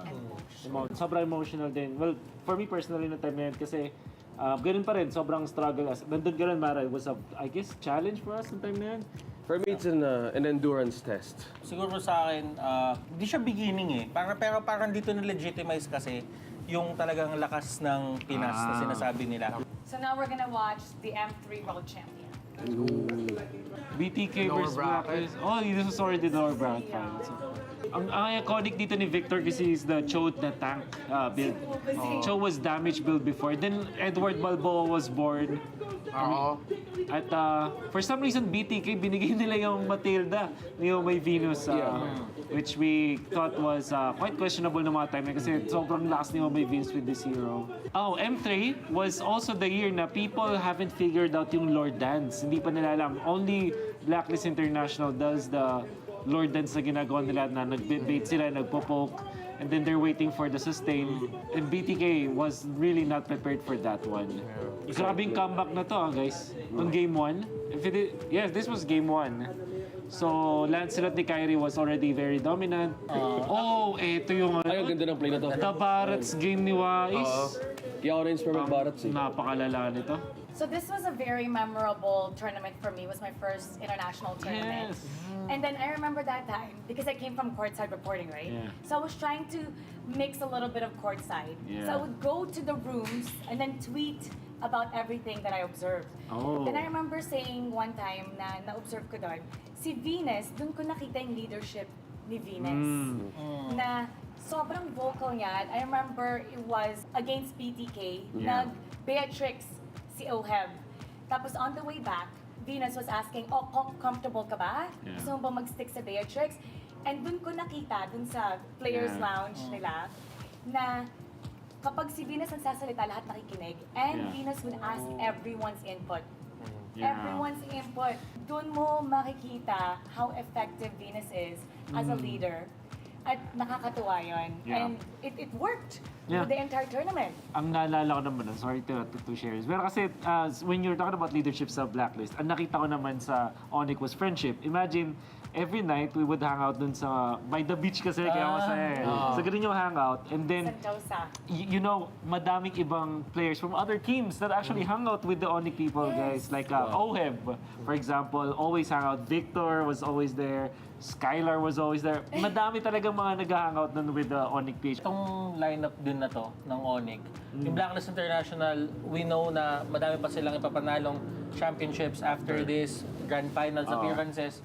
Pero ang Onyx PH na lineup na to, Marky, Dilarski, Baloyski, Kyrie, Miko, Hatred, tapos Ryota. Sila Ryota, Miko. Sila yung pinakamalaking what if ko sa MPL Philippines. Yeah. Na parang kung nagtuloy ba tong team na to, ano ba yung naabot pa nila? Fun fact about M3, at sobrang nakakatuwa because after we saw them win, nakita naman natin where they used their prize money. So most of the players received their first million and most of them got a house right after. So sino nga ba? Sunod-sunod yung mga post nila dun eh. I fairly remember, syempre, V-Wise, Eson, yung meron silang spade, yung may pala. Meron sila doon. Yung groundbreaking. Ceremonial. But majority of them had that. I think si Haji naman parang went on to get a business and same with Oheb, alam mo yun. And then the coaching staff, obviously. So it was nice kasi they knew that they needed to invest now. Syempre, with Wise, binili pa rin niya yung mga bagay na nagpapasaya sa kanya. Ganun bagay. Pero yung bahay kailangan niya yun eh. Kailangan niya yun. So nung M2 tsaka nung M3, dito nagsimula yung term Pinas lang malakas. So bakit nga ba natin ito sinasabi? Well, if we're gonna start from M2, simple lang. Doon nag-umpisa eh. It was a Game 7 at that point, greatest grand finals we've seen for a long time, and doon nag-umpisa yung Pinas lang malakas. Yeah.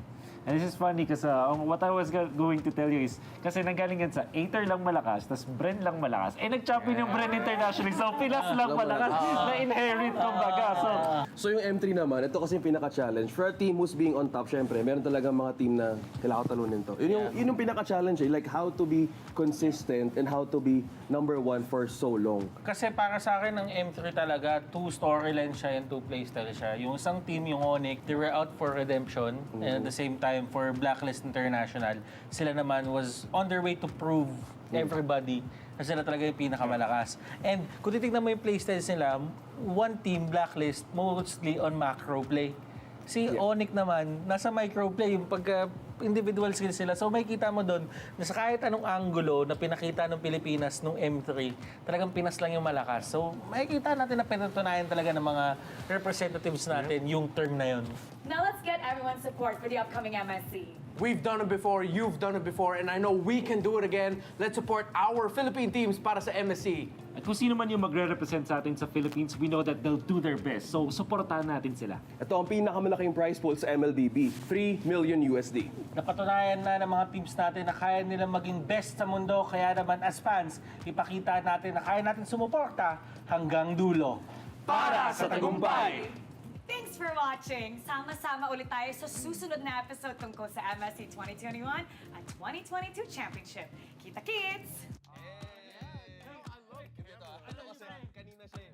Tawag sa ibon na mahihain. Introvert.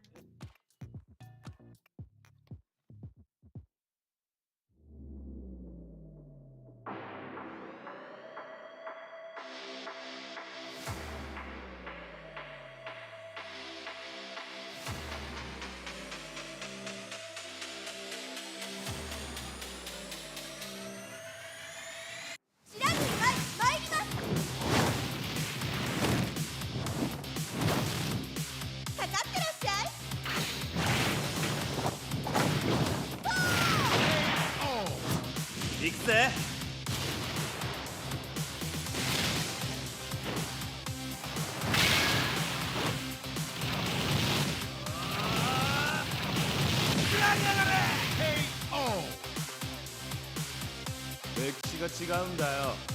Hey, come on, come on.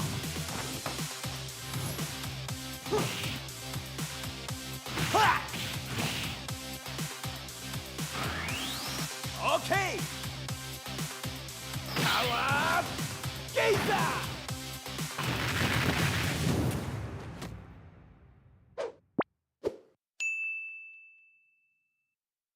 to register the Smart Gig Arena. First, go to gigarena.smart on your browser. Click Sign In at the upper right corner and enter your smart mobile number. Enter the one-time authentication code sent to your number and agree to the terms and conditions and privacy policy. Personalize your account by choosing your username and profile picture. Congratulations, you've just taken the first step on your path to greatness. Check out upcoming tournaments and play arcade games. Just subscribe to Gig Arena 20 to join. To join tournaments, click the Tournaments tab. Find the perfect tournament with the search option. Find all the details about your chosen tournament and register. Provide your in-game name, ID, and other details. Make sure you have tickets to join. If not, then subscribe to Gig Arena 20 to get 2 tickets. And you're set. See you at the training grounds.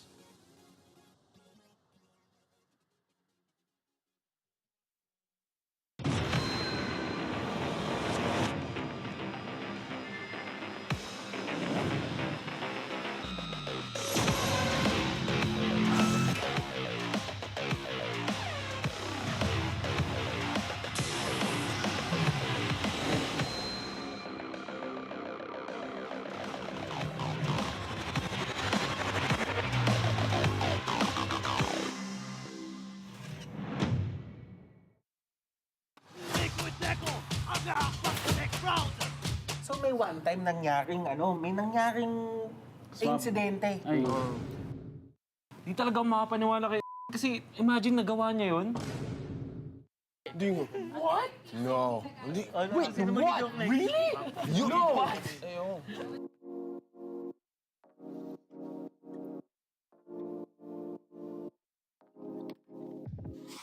Hi everyone! Welcome back to the Philippines' most important championships. Sa ikalawang episode na ito, babalikan natin ang mga laban sa M2 and M3 World Championships na talagang nagpakita ng lakas ng Pinas sa mundo ng MLBB.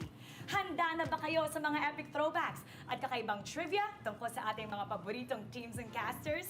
Kaya huwag kayong aalis, simulan na natin! Game! Tara! Game! Let's go! Game! Game! M2 World Championship was so memorable from all of us. But if you could take out one word to describe M2, what would that be, Butters? Shocking, unexpected, somewhere along the lines of that siguro. Shocking and unexpected. Unexpected na lang, sige. Yan. Okay, Baka sige. may harapan to. Ano sa'yo? Iconic. Iconic for me dahil ito yung taon kung kailan ako nagsimula sumubaybay sa M-Series at dito nagsimula yung pagka-in love ko sa Mobile Legends. In love. Sa akin, groundbreaking kasi you have to understand yung nangyayari sa mundo nung time na yun was the pandemic, right? So, parang kakaiba yung situation for the players, for the casters. Nandun pa yung mga 15 days na quarantine na kung naalala mo yun. Huwag mo na paalala? Sa akin naman, historic. Kasi talaga yung nangyari doon, yun yung pag-umpisa ng PH era, and of course yung context na binigay nila Butters, OSX, and Wolf about the whole thing. Historic talaga. So we're gonna go back to M2. I'm gonna play it right now and actually what's your reaction? Di ko alam na kailangan pala i-explain, pre. Sabi one word kasi. Okay lang. Kilala ko yung nagkakas. Oo, galing yan eh. Grabe naman. Easy ka pa pala nun. Ito yung Game 7. Game 7. Alam niyo yung story nito, nung araw ng broadcast mismo ng Grand Finals na pinag-usapan namin, papalitan namin yung pangalan sa cast ng casters. So sa presentation, imbes na Rep Tara Bluna, it was Rep TZ, Rob TZ. Pati sana nabuo sila Fel TZ nung time na to kasi na Fel sobrang TZ, naging fan siya nung So kahit sa English broadcasting siya eh. Hanggang ngayon, Lafel TZ pa rin siya. Panis, Doc Ribo, Harit, panis! Yung mga era na yung ang metang sikat pa dito. Ang pinaka naalala ko dito, yung sabi nila lahat na ang daming umiling nung pinili yung Minsitar na yan. Kasi nung panahon na yan, syempre si Minsitar alam naman natin na anti-dash, di ba? Pinili yan nung nag-harit bigla si Ribo. So pinaka-counter talaga kay Ribo yan. Kasi ang sabi pa sa akin ni Ribo dyan, nung bandang dulo na, minsan na nga lang ako mag-harit, nag-Minsitar pa kayo. Di talaga siya nag-enjoy dyan kasi may Minsitar nga. Ito grabe. Ang ganda ng laban. Si Carlo, Grabe. Grabe naman si ano ba to, Ruby hyper carry na Claude. By the way, Ruby Didi, is off-laner to, side laner nung time na to. Grak yan na damage build. Tapos ito yung iconic kay Ruby Diding, yung Lunox niya. Ruby Diding. And Baksha was played in the off-lane pa nung mga time na to. Off-lane pa yung tawag Pang pang counter kay Yusong kasi yan yung panahon na sobrang lakas ng Yusong kasi. All time flies. And then nag-aagawan yung mga teams dito kung makakuha mo yung Brody, tank pa nga yung build-up nung time na yun. Tapos, kaya sobrang lupit ng Burmese goals.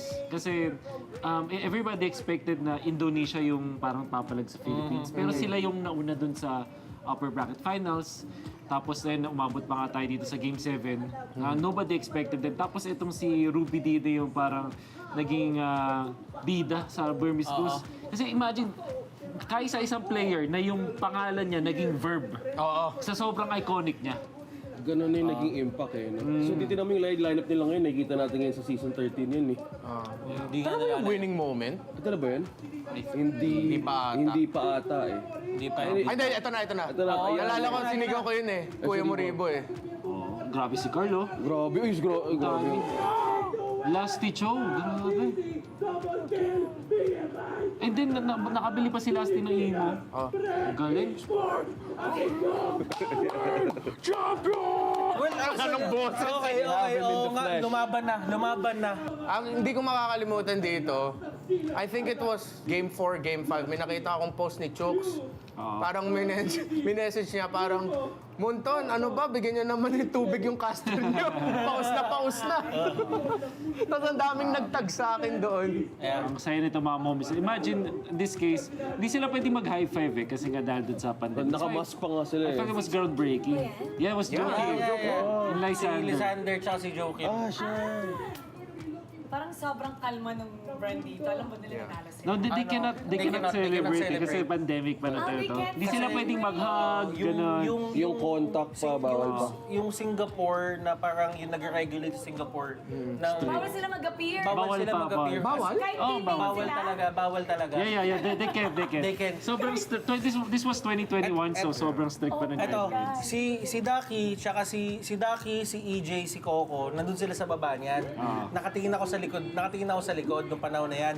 Si Daki, si EJ, si Coco, gusto nang tumakbo pataas kasi gusto nang yakapin. Nung palapit na sila, bigla silang hinakangan, hindi daw pwede kasi nandyan yung mga nag-regulate sa Singapore. Nice, they got to hold the Napaka-strict ng ng time na yun. Grabe yung development ng stage, no? Sobrang tindi nitong M2 because it was the only international tournament na face-to-face, technically speaking, na nagawa ng time na to. It has been a long time since kahit anong esports, so ML was groundbreaking ng mga time na to. And then, obviously, si Carl cementing himself as the legend. Tingnan mo, sobrang bata pa na itsura niya dito. Bata itsura niya, si Coach Ducky, iba din yung itsura, grabe. That was super heavy, by the way. And by the way, itong M2 World Championship na to, kaya siya sa mga most important championships na meron tayo, is because somewhat nagbigay siya ng hope for everybody. Na parang, katulad nga sinabi ni Wolf, na si Munton pinush through niya yung M2 sa panahon na wala talagang nag-expect na may magpupush through. And at the same time, isipin mo sa isang panahon na hindi ka sure sa mangyayari sa'yo. Nakita ka ng something to be happy about, to be proud about na ganito. Kaya naman, yung mga tao sa social media niyan, nag-aaway na yung Burmese tsaka yung Pilipinas sa social media talaga. Ang tindi nung wars na Ganun yun. yung pinaglalaban nila. And at the end of everything, ang naging maganda naman, naging magkabati yung Burmese tsaka yung Pilipinas. Since we're going back, at saka na-mention ni OSX na ito yung tournament na parang nag-umpisa yung love mo for MLBB and MLBB esports. Ano yung dumadaan sa'yo sa utak mo noon nung winning moment, nanalo na yung BREN esports? Do you remember that moment, yung winning moment nila? Oh yeah, and actually nung habang nakasubaybay ako dun sa live chat, sobrang gulo na. Gusto ko nga mag-comment, let's go Philippines eh. Kaso wala na, hindi na ako abot dun. Kaso, nung time na yun, I started to make content out of it for that specific M series. Para maka-join ako sa nangyari sa Mobile Legends. Wala lang, hindi ko talaga mapapalit yung feeling kasi nangyari siya last year kung saan yung M5 na Game 7, it was BREN Esports. Like, if anyone saw me when APBREN won in M5, hagulgul talaga yung iyak ko. Yeah, man. Because I was brought back. Speaking of hagulgol, a lot of people remember that moment when you cried. Actually, Yep. I know you don't like talking about it, Yeah. but there are many people who said na nakita ka nila na umiiyak, sila din naiyak. Yeah. It was emotional for everybody. Nadala din sila when they saw how emotional you were. Pati sila naiyak din. Yeah, and those are the moments that I really would rather focus on. So that you guys understand why I cried at that moment. Because people were messaging, ba't ka umiiyak? Nanalo tayo! Because that was just tears of joy and relief. Yeah. Again, 4 na casters lang for the entirety of the Filipino broadcast of M2.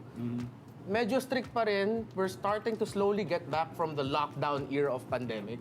Pero the pandemic was a traumatizing experience for a lot of us. Yeah. At that point, we were wondering, at any point, pwede mahinto yung broadcast na to dahil isa lang sa amin nagkasakit. And that was that pressure, the tiredness. So seeing that felt like a very relieving moment. Not just for myself, but I feel like for a lot of Filipinos, like,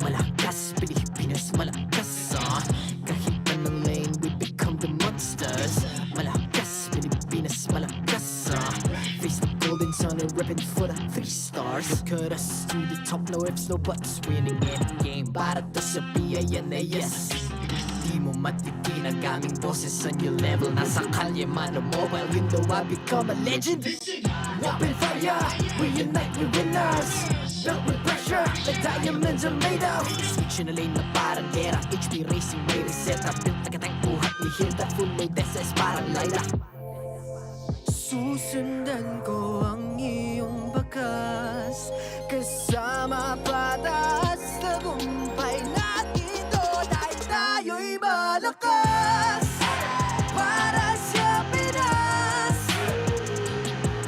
Nasa amin ang alas Hindi to atras Kinikilala sa taas Kasi kami ang malakas Para sa Pinas Nasa amin ang alas Hindi to atras Kinikilala sa taas Ganito kami sa Pinas Wow! Hold on Yeah, wala kasang Pinas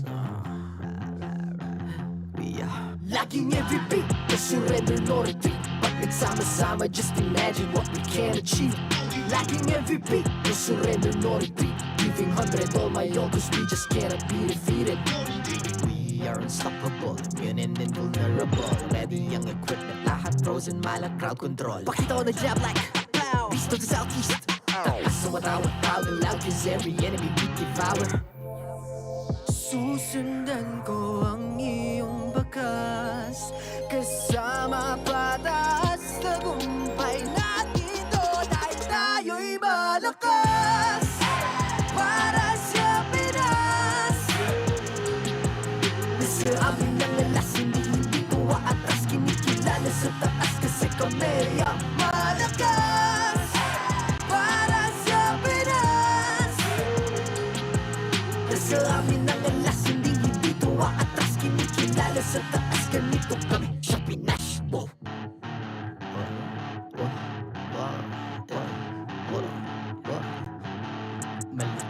Pilipinas malakas.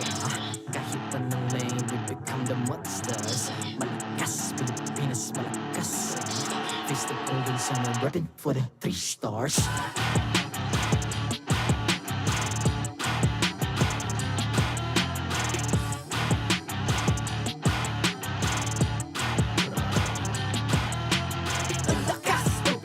Reunite, be the stars. Ang lakas ng Pinas. Reunite, be the stars. Ang lakas ng Pinas. Reunite, be the stars. Ang lakas ng Pinas. We the stars. Ang lakas ng Pinas. Reunite, be the stars. Ang lakas ng Pinas. Reunite, be the stars. Ang lakas ng Pinas. Reunite, be the stars. Ang lakas ng Pinas. We the stars.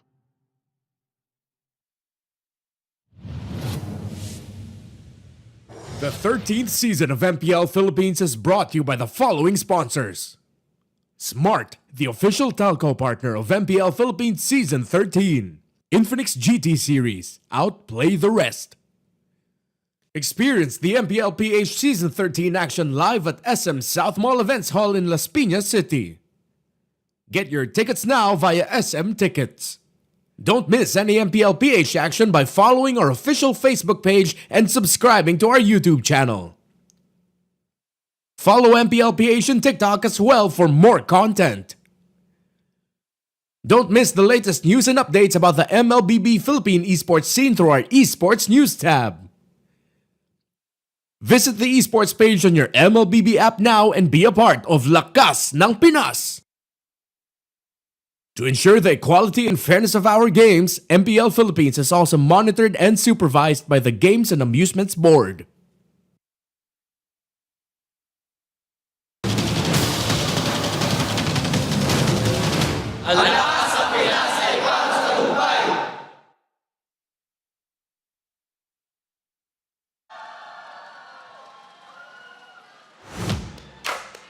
Welcome back to the Champions Arena. I'm Mara Aquino. My name is Hans Galleria. And this is MPL Philippines Season 13 Playoffs. We're about to head to the second matchup of the day, but quick recap earlier.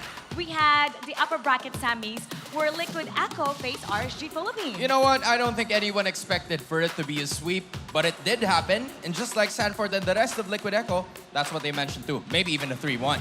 Now, with this progression and the changes in our bracket, let's take a look at the updated playoffs bracket. So in here, we'll get to see that Liquid Echo advances to the upper bracket final. And in addition, you're gonna have to take note of RSG Philippines because they're gonna fight their way in the lower bracket, a major do or die in every single fight that they're gonna have moving forward. And up next, it's gonna be another best of 5 between Falcons APBREN versus Blacklist International. And this is where we'll get to see the map heading to the grand finals. So stay tuned with the playoffs bracket just to make sure that you got everything correct. Now, before meeting in their playoffs, during the regular season, we asked Flap TZ who he wanted to meet in the playoffs. And he said, even though they were at the top, they said Blacklist International. He wanted them to survive the play-ins. And he gets to do that now. You know what, Mara? It takes 2 to tango, and that is the same thing that Edward wants to have a rematch against Falcons APBREN because everything that has happened throughout them all throughout the regular season really didn't go so well. But now they want to get their revenge.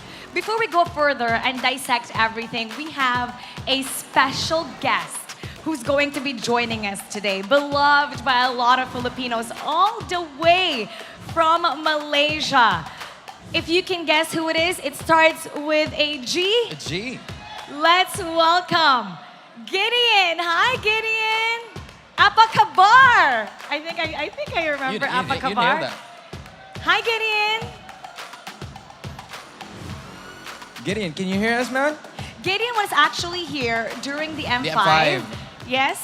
He loved the Philippines, and we're so excited to have him back. He's very, he's been so much fun every time we guested him. We guested him last regular season. Now Gideon is here. Hey, Gideon. He's there. Hi. Good to see you. See you all. I'm in a gray shirt. I'm not color-coded. I'm not biased to anybody else. Good to see y'all. Hi. How y'all doing? How are you doing? We miss you.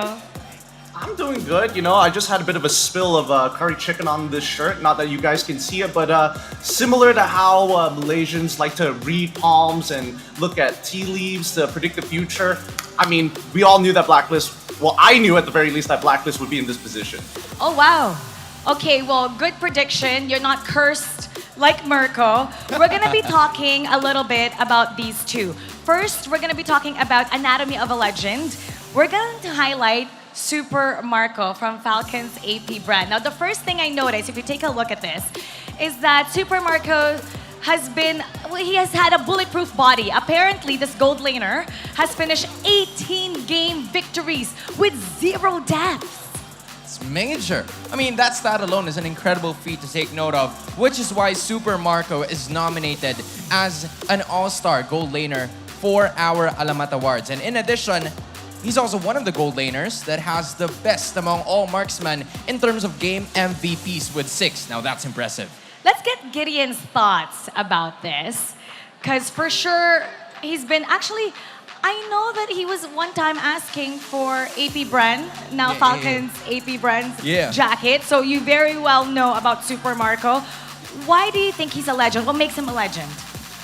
Well, I think, you know, it's not just in my opinion of why he's, you know, so big. As you can see by the stats, I think he has a flawless track record for most people who are doubting the numbers. But at the very least, for a lot of gold laners out there, especially here in Malaysia as well, most people aspire to be like Super Marco. Like, he has some flawless positionings. That's why he has 0 deaths. That's why he's considered bulletproof. I would say he was pretty much untouchable sometimes. I think that his record overall really says more about himself rather than us having to judge him. He's a legend through and through, hands down. Untouchable Super Marco. Untouchable, bulletproof. I know that's a song. But now, over there in MPL Malaysia, this is a tough or an easy question based on you, okay? Who do you think is a gold laner that has a similar play style to Super Marco back here in MPL Philippines? Oh, yikes. That's a loaded question. I mean, you know how Malaysia likes our games. We're the strikers of this mixed martial arts world, you know? Super Marco, he's more like a jiu-jitsu guy. He gets you on the ground, he slowly takes advantage of you, and the next thing you know, you're getting choked out, right? There's not a lot of players that kind of fit that style. I would say the closest would be Sasa, but even so, most people haven't reached that level of untouchableness like Super Marco. There he is. And it's not just Super Marco that we're going to be highlighting. We're also going to be talking about Kyle TZ. Now, what makes him a legend is his lightning fast retributions, neutral objectives like the Turtle and Lords. They're not safe around this guy. You're gonna have to take note also of those Alamat genes presented. KDA's kill participation have some, or he contains some of the best, if not the top-notch stats that we will be seeing from a jungler here in MPL Philippines. And just like I said, KDA, kill participation, you can depend on Kyle TZ on that one. Now, Gideon, let's talk about Kyle TZ. What part of Kyle TZ being a legend do you like the most? I think I have to go with this origin story, right? I think most people think of Kyle like, oh, he joins APBREN, they win a world championship, and I think, you know, his career was going to skyrocket from them. But honestly, it was a very humble and honest beginning. He got a little bit of a taste of what a championship could be like and continue to progressively get better. And this is the kind of guy that a lot of Malaysians and even myself can get behind because he's explosive, right? Full of personality in the game, maybe not so on screen for the most part of it. His retries have been something very noteworthy for a lot of people out there, and a lot of junglers, even in Malaysia, kind of look to Kyle TZ and be like, okay, how do we get even more aggressive? How do we like juice him up? How do we play Kyle TZ but on steroids? Kyle TZ on steroids. Explosive Kyle TZ. Okay, now is there any player from your region, right? Yeah. In terms of similarities, the same thing like Super Marco. Now it's Kyle TZ. Who's similar to Kyle TZ in MPL Malaysia? Let me think about this one. A lot of Malaysian junglers are similar to Kyle. I would say the closest ones would be probably Sakai's from SRG, Selangor Red Giants, or Chibi, which I think is a lot closer.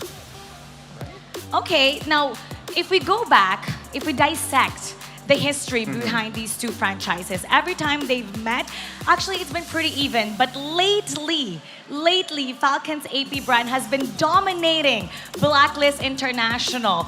And this is why people are saying that Edward has been really, really eager to get back at them. I mean, looking at their playoff appearances, right? This is undoubtedly a world-class matchup because these are the teams that consistently represented the Philippines in international tournaments, and not only that, they got to win and get those victories for themselves by getting world championships for their respective teams. Now, Gideon, seeing Blacklist International's performance against Minana Evos yesterday and also Fnatic Onyx PH, how do you think the Falcons APBREN should approach Blacklist International today? Well, I think they're going to approach it like another day in the office. I think, Falcons brand, this team, they're on top of the world for a reason, right? And I think for them, they have nothing to prove in this game. Maybe if, Blacklist can corner them, push it to like a 2-0 in their favor, and that's when you're going to expect to see, Brent lean forward into their gamer stance to really take it seriously. But for the most part, I think they've got nothing to worry about. Now, this is where my question will come in. Gideon, how do you think this series will go? Will Blacklist International continue to ride on their momentum and win this series, or will it be Falcons APBREN putting a stop to that and getting into the upper bracket final? Hans, these loaded questions. I swear, you came fully loaded today. Ooh. All right. Here's how I expect it to go down. I think that for the very beginning, it's a bit of a field test. I think, APBREN will take it 1-0, and then afterwards, Blacklist replies back with a 1-1. I think they might be able to get underneath their skin. So I'm going to say 1-2 for Blacklist, and then finally, that's when we see APBREN go for the 3-2. Oh, so wow. detailed. So detailed. I love it. It's great that you get to watch MPL Philippines Season 13 Playoffs, but everyone here in the Philippines can actually get to watch the action live here at SM South Mall. I'm sure that you can get those MPL Philippines tickets by just around 100 pesos. That's the lowest. And you can get to visit those right away. Gideon, thank you so much for joining us. Do you have any final messages to the Filipino fans who are watching you? Yep, follow me on social media if you feel like it, at Gideon Q on all social media platforms. Good luck to all the competitors here at MPL PH. You guys are putting on an amazing show. Thank you so much for having me. Thank you so much. Apa kabar? We'll see you soon. Bye, Gideon. Bye. Oh, hey, 100 pesos. Oh, wow. Gideon, it's always a joy to have Gideon on the show. Pero alam ko, excited na lahat. Simulan ang susunod na laban. Champions Arena, I believe it is now time to start this series. This is going to be Falcons APBREN contra sa Blacklist International. Here we go. Casters, pasok. This upcoming matchup is indeed a wish granted. Good evening from the Philippines. Umi here. With me is Reptar and Midnight to bring you the best of 5 series between Falcons APBREN and Blacklist International. After that sweep in the first series, how you guys feeling? I feel like I don't know what to expect anymore. I was really thinking RSG PH Liquid Echo would go at least 4, maybe even max series. Now I don't even want to predict. I mean, I want to predict because I want this to be true. I want a 5-game series because we have the best of the best here currently in the match between Falcon APBREN and Blacklist International. I mean, if we're talking about endurance, Blacklist International played 9 games yesterday, played from 4 p.m. all the way to 11 p.m. Philippine Standard Time.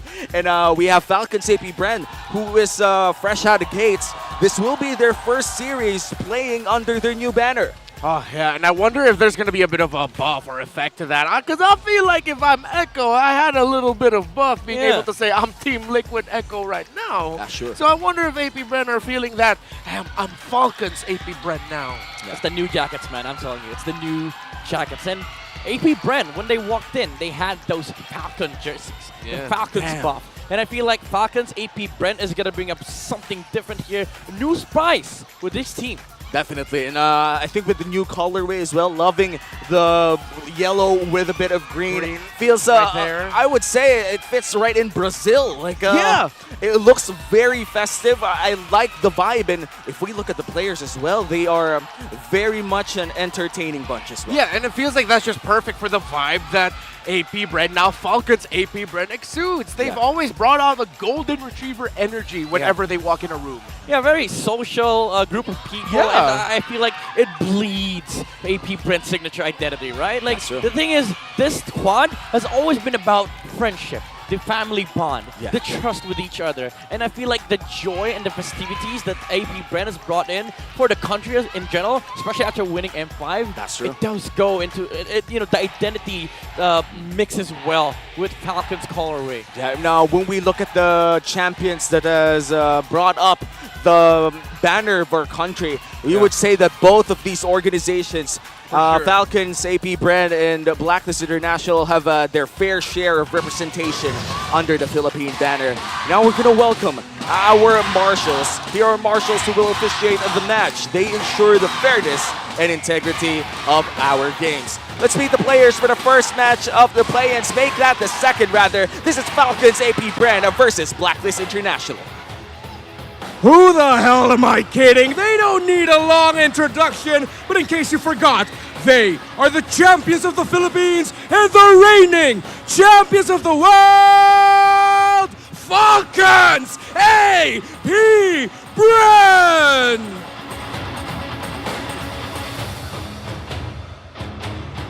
9 games is what it took to break through the play-ins.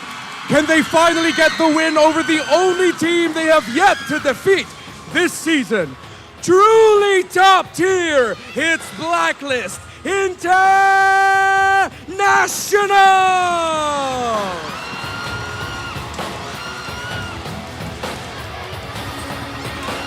This rematch of our Season 12 Grand Finals will be coached by the legendary Coach Ducky for Falcons APBREN.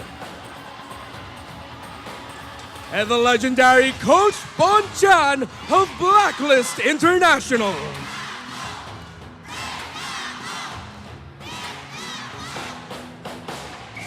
Two world-class teams, 2 series wins away from MSC 2024 Champions Arena. Whose wish will be granted? Who will soar? Who will get broken? It's a clash of the champions in the Champions Arena. Let's welcome Blacklist International and Falcons APBREN. We have Super Marco, Kyle TZ, Few, Flap, and Ogren. These 5 have been down since day 1-ish.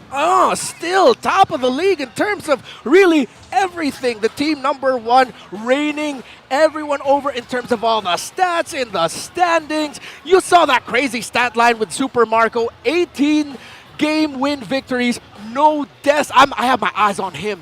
Well, speaking about records, Blacklist International for the past 6 seasons, they keep on making it, slowly making it towards the playoffs, and now vying for an MSC contention spot. Here comes the Blacklist squad. We saw them yesterday play 9 games, and I think they want to play at least 5 more games today. If we're talking about the longest games or longest average game times, they are surely the kings of that. They've played the long game for the regular season, and their endurance is nothing to question about. Blacklist International, they talked about playoffs mode, and we're seeing it right in the flesh. Day #2, let's see if momentum keeps stride with them.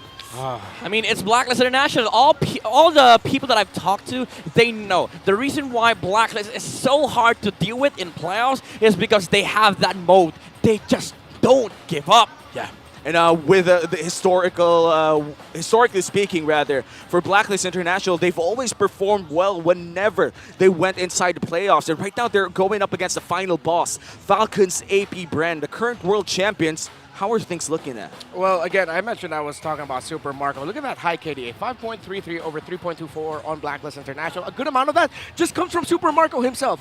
Not dying in APBREN victories, but equally so, you have to look at the jungle picks because Sensui, Kyle TZ both have very similar jungle hero pools. Yeah, now the biggest thing about this matchup is Blacklist International's ability to turn late games into very, very good openings for them to start their momentum. But against Falcons APBREN, we've seen them play in the regular season. These guys don't let anybody play their MLBB. That's true, and with the gameplay that Falcons APBREN has shown us throughout the regular season, we honestly expect them to just go around in the early game and make sure that the tempo is controlled by them. And we're going to look at the player head-to-head here by junglers who dictate the tempo of the game. I mean, looking at the stats here, Kyle TZ is looking to be the leader of the pack here, leading all the stats in the jungle role. KDA, average total kills, damage still share. This guy is everywhere. And I think this is the biggest reason why Falcons APBREN moved the way they do. It's because they have this strong pillar in the mid. The jungler, the jungle role of Kyle TZ has always been fulfilled phenomenally by this player. Oh, but Falcons APBREN has to watch out for the fact Sensui really good with those objective steals. He was hot with that in the first few weeks. They have to be careful. And now for the Infinix keys to victory. Can you run this down through us? Falcons APBREN, they have to be aware of Haji and Edwards' flex picks. Look at that Edith coming out from Blacklist International. Now for Blacklist, channel the urge to get back to them again. Use the momentum. Use the drive of that this is the only team that we haven't beaten yet in the regular season and even in the playoffs for both sides. This is the thing that took everybody by storm yesterday, the contention with the Fredrin. Yeah, no Fred, strictly no Fred. If any of these two give up the Fred, that means they've prepared for it hella. Yeah, that's true. The Fredrin has been the best picks out there, especially in the jungle role. In fact, only in the jungle role, but kind of miss Fredrin in the XP, honestly. I mean, we do miss a lot of different heroes and like different roles, but the thing is, in the regular season, we've been introduced to like Barat, Baksha, even some assassin junglers, some weird flex as well, like the Julian from Liquid Echo. But come the playoffs, this is all serious games. No fun whatsoever. We all want to win. That's why there is a high priority on the Fredrin pick. But now, in this current situation, you have two excellent Fredrin players on both sides. You have Sensui and you have Kyle TZ. The truth of the matter is, whoever gets first pick, they have Fredrin Prio, and right now it is looking like it's Falcons APBREN. Yeah, Falcons APBREN. Kyle TZ on potentially that Fredrin might just be a big boost here for the side of Falcons APBREN. I do remember though, for the side of Blacklist International, Sensui yesterday rather, the last time that we did see him play Fredrin, those were some game-changing Appraiser rats. Yep. And that's something these two teams are very well familiar of. But when the Fredrin doesn't get through, there's a lot more in the tank. Barrett, Baksha, come on. And let's be honest, like these two, again, they have fantastic Fredrin players, but also you have Sensui rocking the Carmilla yesterday, but also do keep in mind, Kyle TZ has won from Sensui's book. They love the Akai. Yeah, and the Akai has been a surprising pick for a lot of the teams that we've seen so far, but not healthy in terms of the win rate. Here we go. First pick here, would it be the Fredrin? Would you see the value in him? Let's see. Let's see if he's always on the case, right? If he's always going to be on the case. But there's a lot of things that Falcons APBREN can consider here. They can get the Minotaur, something that they really loved in the regular season. They've always first picked that for the first 3 weeks of the regular season. But again, it's playoffs. It's very different. Yeah, and Coach Bonjan taking away the Harith. That's respect, but at the same time, the value. It's Blacklist International saying, we should be ready. We are ready to face the Fredrin of Kyle TZ. Yep, and add to that, do take note, first 3 bans of Falcons APBREN. Look who's out. Edith is out of the option. No flex for both Edward and Haji. Both Ogren and Haji love to play this Edith, and you could say the same for Edward. No big flex picks here in the early parts, but the Arlet's still open to take if ever they do want to take that big XP lane pickup. Yeah, there's the Arlet. Vexana is also banned from the side of Falcons APBREN. They really do target these key players that have played yesterday. And the thing about Blacklist is that, again, there's a lot of things to consider here. Even though the Arlet is now going to be picked up. But a rush on the Carmilla. I think this is Blacklist International saying, yeah, we have a pick that we love and we will prioritize it. Yeah, and Carmilla has been the pick for Blacklist International so far. What will be the reply coming in from FCAP? For me, it has to be heroes that survive burst. Val is one of the biggest counter against Carmilla because you have a Carmilla, we have one too. Oh yeah, take away the Curse of Blood. And I don't have to suffer the consequence of losing out on something like I copy Like with other heroes, you might lose out on stats. You might lose out on key skills. Like if you're against a Fredin as Val, you don't take the Precious Strat. You only take the Energy Eruption. That's true. With Carmilla, you take the ult. You get the 100% of the ult. And think about this: when you get the Valentina, you also get the access towards that final slash, but looks like they're not going to go for the Val just yet, but they will with the Roger too. Looks like Roger is back in the mix. Yesterday, we have not seen a lot of Rogers. Yeah, big question. Is the Moscow going to be popping up? It's third pick. It can be banned by Falcons APBREN. Crucial choice here for Blacklist International, but also getting that mage. That's one thing that they have to worry about. Don't get Yue here. He's going to get banned out. Let's see what route they're gonna go. Moskov route, Nathan route, even still. What if they swerve with a Novaria or a Vixana? Wait, Vixana's banned. The Vixana's banned. Novaria might be banned though, second phase, so it is a big choice here for Blacklist International. But again, going back to that Fredrin, look at these stats from Counties, 92% win rate. That's exactly 12 wins, 1 loss this season. Oh, it's Jord. The Jord. It's Jord. Damn. We know it's nice too. We have not seen Gord Carmilla in a long time. I'd like to think that this is something new in the playoffs. All right, Blacklist International, Yuzong ban for sure. You don't want to be playing up against Yuzong. You have 3 heroes that suffer against that hero, so I feel like that is really, really important. But for Flapteezy, he has a variety of options here. You have the Paquito, you even have the Khalid. You can also go with the Tamus. There's a lot of different heroes that can be played here for the side of Falcons APBREN. I got a question though, Midnight. I didn't hear you mention the Borg. Is X-Borg an option? Oh yeah, maybe. But the thing about X-Borg is that the Arlet could be flexed onto the roam, right? So they might just be, they might just be picking a losing matchup because Blacklist International, they have the last pick. So now Blacklist International, they removed the Grok, specifically target banning Ogwen. Well, we all know Ogwen. He has a lot of heroes in his arsenal. The minnow is still up, by the way, for Falcons APBREN. And now they Blacklist International, they're suffering the consequences. They picked up the mage on third. Now they're about to lose on all the better gold lane matchups against the Roger. Yeah, and the Moskov still open unless they do ban it for the side of Falcons APBREN. But I'd like to mention as well, in terms of that Arlet rather, are we seeing a big chance here that this might just go to the roam and this might be Jungle Carmilla? Yeah, I think it's Jungle Carmilla. This Arlet should be flexed towards the last pick. So now they did ban the Yuzong. There's no point in getting the Yuzong 4th pick because you're losing out on the trade either way because you're showing both your XP and roam. So you have to remove that from the side of Blacklist International. But that also meant that whatever Blacklist picks on 4th is going to be heavily countered by Falcons APBREN. Yeah, that's true. Statistically, Blacklist International, their last pick on the red side is the flex between EXP and Roam.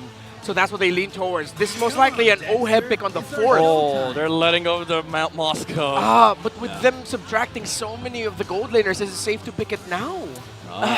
The thing is, if you want to flex the Arlet, you have to wait for the last pick to show EXP, right? So I think this is the Moscow slot, which does it helps Falcons APBREN in terms of EXP heroes. Like you think about like viable options against the Moscow. You have the Glue, the Tamus. Those stuff still exist. And with the Faramis and the Vexana ban, there's not much options to burst down the Glue even when the split is used. So in terms of options, it really is up there. But as you said, this might just be the Moskov slot if ever we do see it locked in by Blacklist International. Or Natan, maybe. Oh, they stole the minnow. Yeah, they show it. I mean, and they showed the matchup. They showed the matchup though. Yeah. It's X-Borg. I think it's X-Borg time. Right? Yeah, X-Borg. Easy. Would be so good here. Easy X-Borg game, honestly. X-Borg and maybe even a Ruby.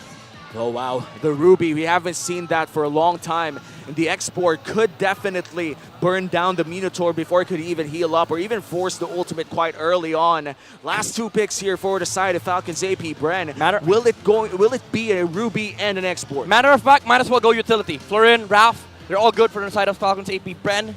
Something that can actually counter the Carmilla as well with the Rafaela. You get the movement speed, you're able to get out of the ultimate of the Carmilla. So that is a big problem for Blacklist International, the mobility. And it's also a good answer against Gord. I'm a big fan of the Florian, might just be the pick here. What about Hood?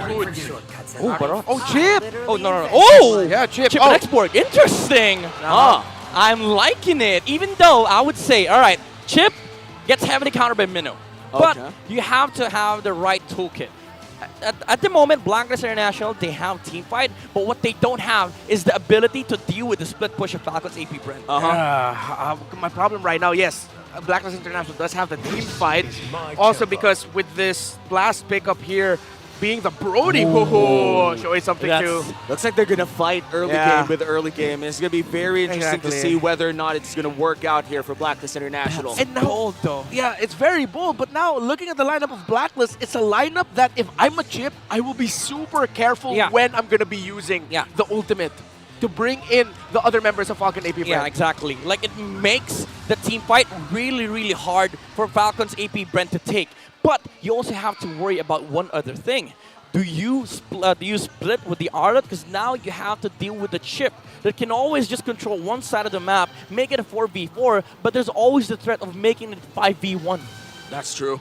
The Chip definitely brings in something new to the mix, and I'm really excited to see whether or not it's going to work out for APBREN.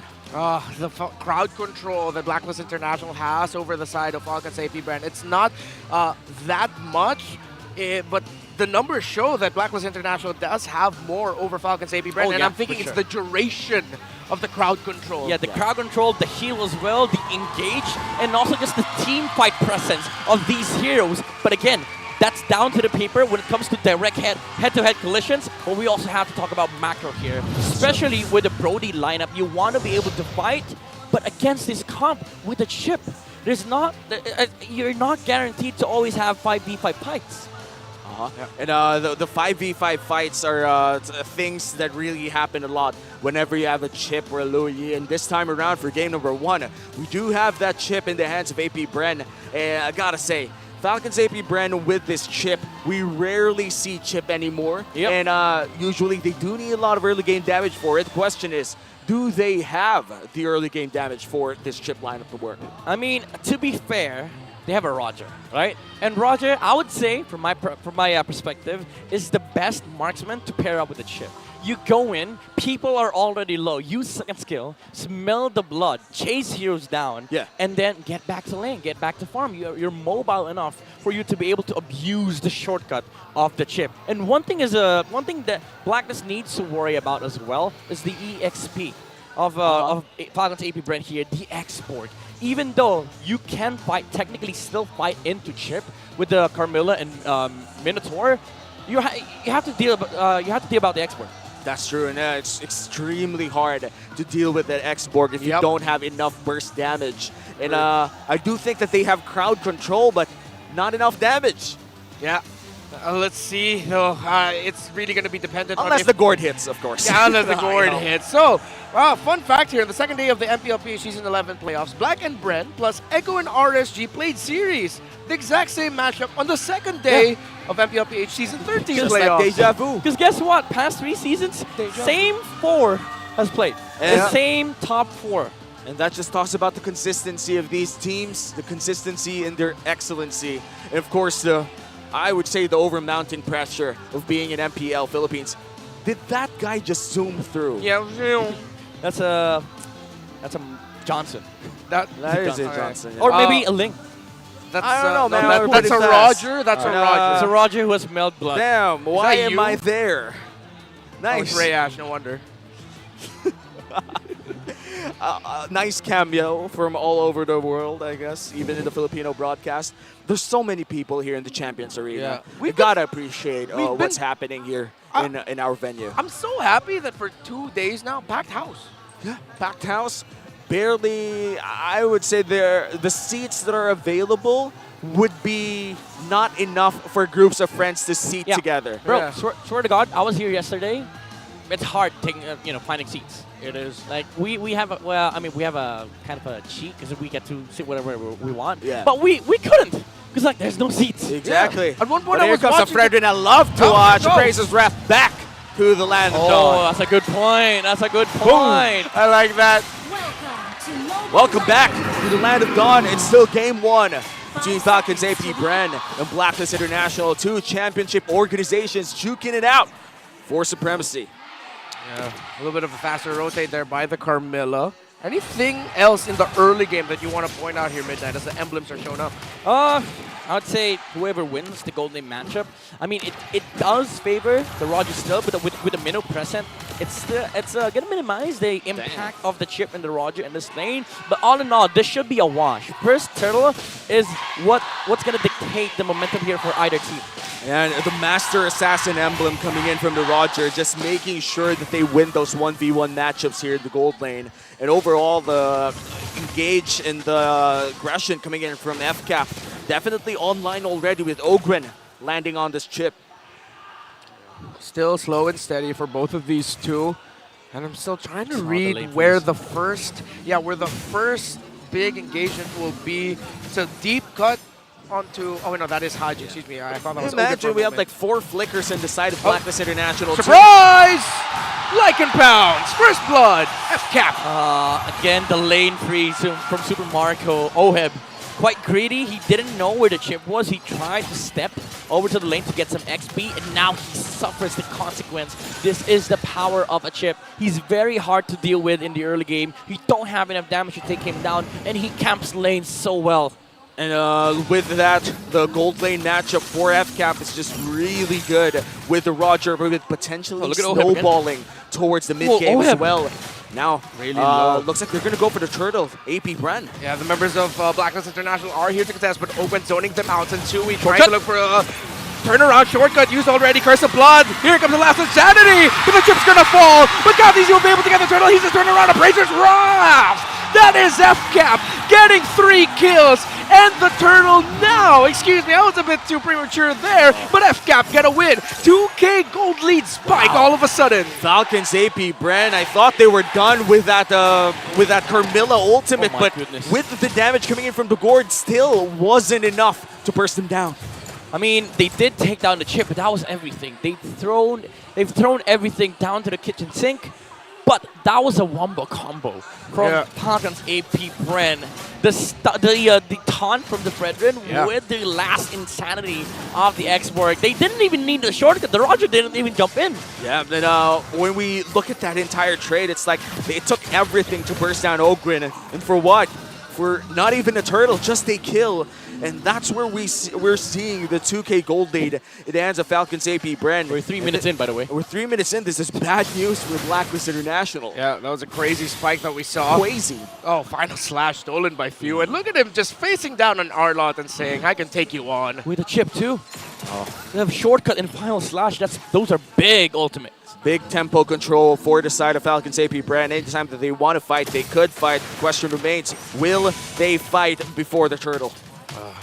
Here's the thing. I've always considered like Chip a bad hero on the hands of like brawl-based teams. Turn around. 3 versus 1. Edward trying to survive it. Here comes the shortcut. And suddenly, it's 5 members of APBREN out of Falcons before that. And just like that. You got 5 people in your lane. Trying to take your stuff.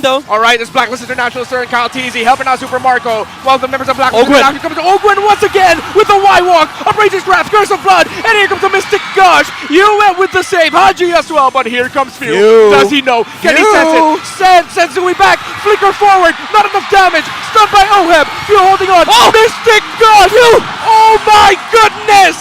The Capitan! What a play! A godly play from Few. El Capitan in the house! See you later, he says with a Mystic Gush. Now 2v2 down bot lane here. Might just be another conversion for FCAP, but looks like they're going to go for the turtle instead. What fingers are getting frozen? What getting old? Kyle Teasy going forward. Appraiser's Wrath sends you back. Highlight that, folks. Few. What a play on that Gord. He gets taken out, but he took down the jungler. That's a W trade for FCAP, who got the turtle. Dude, there's always going to be a score in trades, but if you're able to take a role that is above you, like if you're a support, all core kill, they do matter. And that was the jungler. That was like the highest priority in the game. And still, a 3K gold lead for the hands of Falcons APBREN. Blacklist International still trailing. Couldn't really find the team fights that they want. If you're Blacklist International, I just want to know, what do you have to do? What is the win condition here when team fights occur? I mean, as of the moment, you have to find ways to punish the chip. Because again, I was talking about it earlier, like, chip on the hands of broad-based teams, it's bad because you don't get to utilize fully the effect of the shortcut. But on the hands of like a macro-based team like Falcons APBREN, they're really able to control the map like this. We're 5 minutes in, and it feels like Blacklist International is scouring for resources. That's why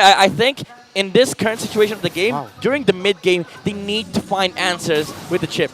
I love what Falcons APBREN just did just now. They changed up the lanes for the two side laners. They're going to be able to take down up top. And because they have protection here in the bottom lane, they can hold on to this. Blacklist International, they tried to adjust. They made the right adjustments to answer it, but they walk away with nothing. Yeah, slowly the goal difference in the XP lane is starting to look bleak here for Edward. Already 1,600 ahead. Flap DC is having a hell of a game. Here comes the pendulum.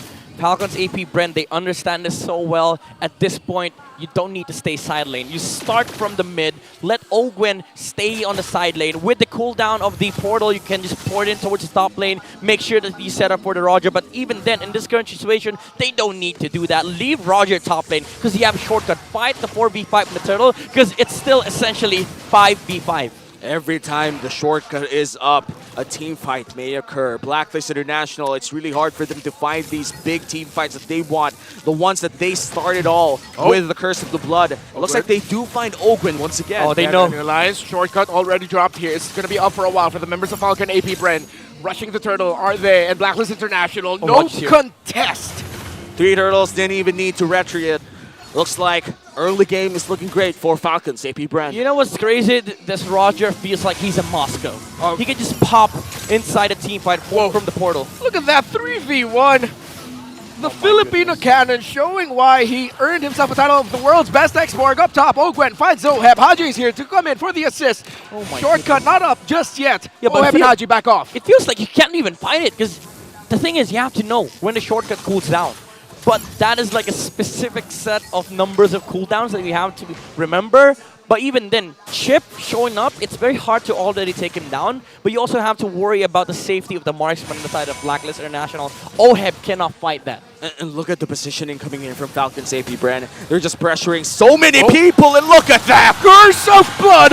Last insanity! Edward with the big final slash, you were able to free him, but Ogwen from out of nowhere! He stops the Mystic Gush! Oheb able to get away! It looks like Edward's stuck in a bad position! Edward trying to hold on against the Arlot! Who will survive the taunt? Edward falls! A 6K gold lead in the hands of Falcons APBREN, and Blacklist International is looking like they can't find the fights that they want.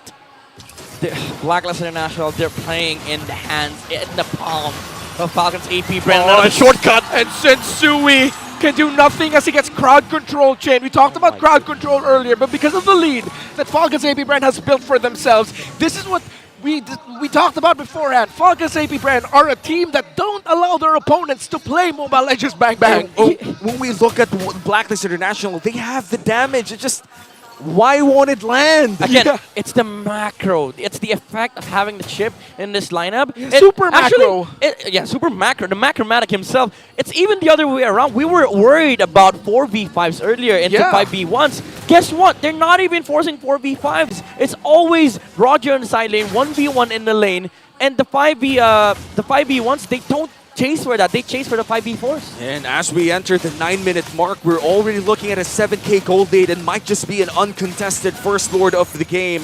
Things are looking worse and worse for Blacklist International as Falcons APBREN secures the first lord of the game. And here's the fun part about Chip. You don't even have to have the best hands in the world. You just press alt, that's it. Hey, you gotta need the best brain in the world, though. Exactly. That's why I love Chip. Falcons APBREN, they understand the map movement so much that there was no space for Blacklist International to literally pressure a lane. The only lane that they've touched is the bottom lane, and even then, there's a slither of damage on that tower. All right. They're pushing in at mid lane. Looks like Falcons APBREN decides to take away the buffs first. Blacklist International already trapped inside their base. It's like a 2x2 square foot house. They really need some galvanized steel squares right now. I thought it was beams. Squares? Steel squares. Yeah, steel squares. With eco-friendly wood veneers. All right, I'll get it right next time. But maybe Blacklist International, they need a permit from Falcons APBREN. Because as of the moment, Falcons APBREN, they're not letting Blacklist extend this game further. Yeah, I mean, late game, yeah, sure, you have damage, but you also are fighting into an export. Yeah, Falcons APBREN feels like the Bureau of Galvanized Steel Squares. Denied. That's true. I definitely agree with Auntie's, I don't know, screws. And what else can we say? Right now, Blacklist International is just trapped inside their base. Yeah, this is just vintage Falcons APBREN, folks. If this is the first time you're seeing a Falcons APBREN and you're wondering, hey, are these guys the world champions or the champions of the Philippines? Yes, they are. They are. Why? Yeah. Because of this. And also because of the fact that Falcons APBREN has had the highest number of 10K gold leads in the regular season. Oh, that's and true. now they just added one more to that count. And to be in this level of excellent gameplay for the longest time, ever since their world tour in Cebol, it's just insane to me, I mean, honestly. to be fair, they haven't stopped yet. They haven't stopped. Yeah, this is part 2. It's season 2. It's like season 1 was great, season 2 was also great, and I'm not excited for the cursed season 7s, the you know? champions, I'm thinking, though, I have a title for it. The What? World Tour. The World Tour. It's season 2. Electric Boogaloo. Nice. Nice. I like it. I like Exactly. it. You got a proper billing for that too. Thank you 30 for that. seconds from now, though, the first Luminous Lord of the game will be spawning. right. Looks like Blacklist cannot go out of their base. Yep, Let's they're look stuck. at both junglers here.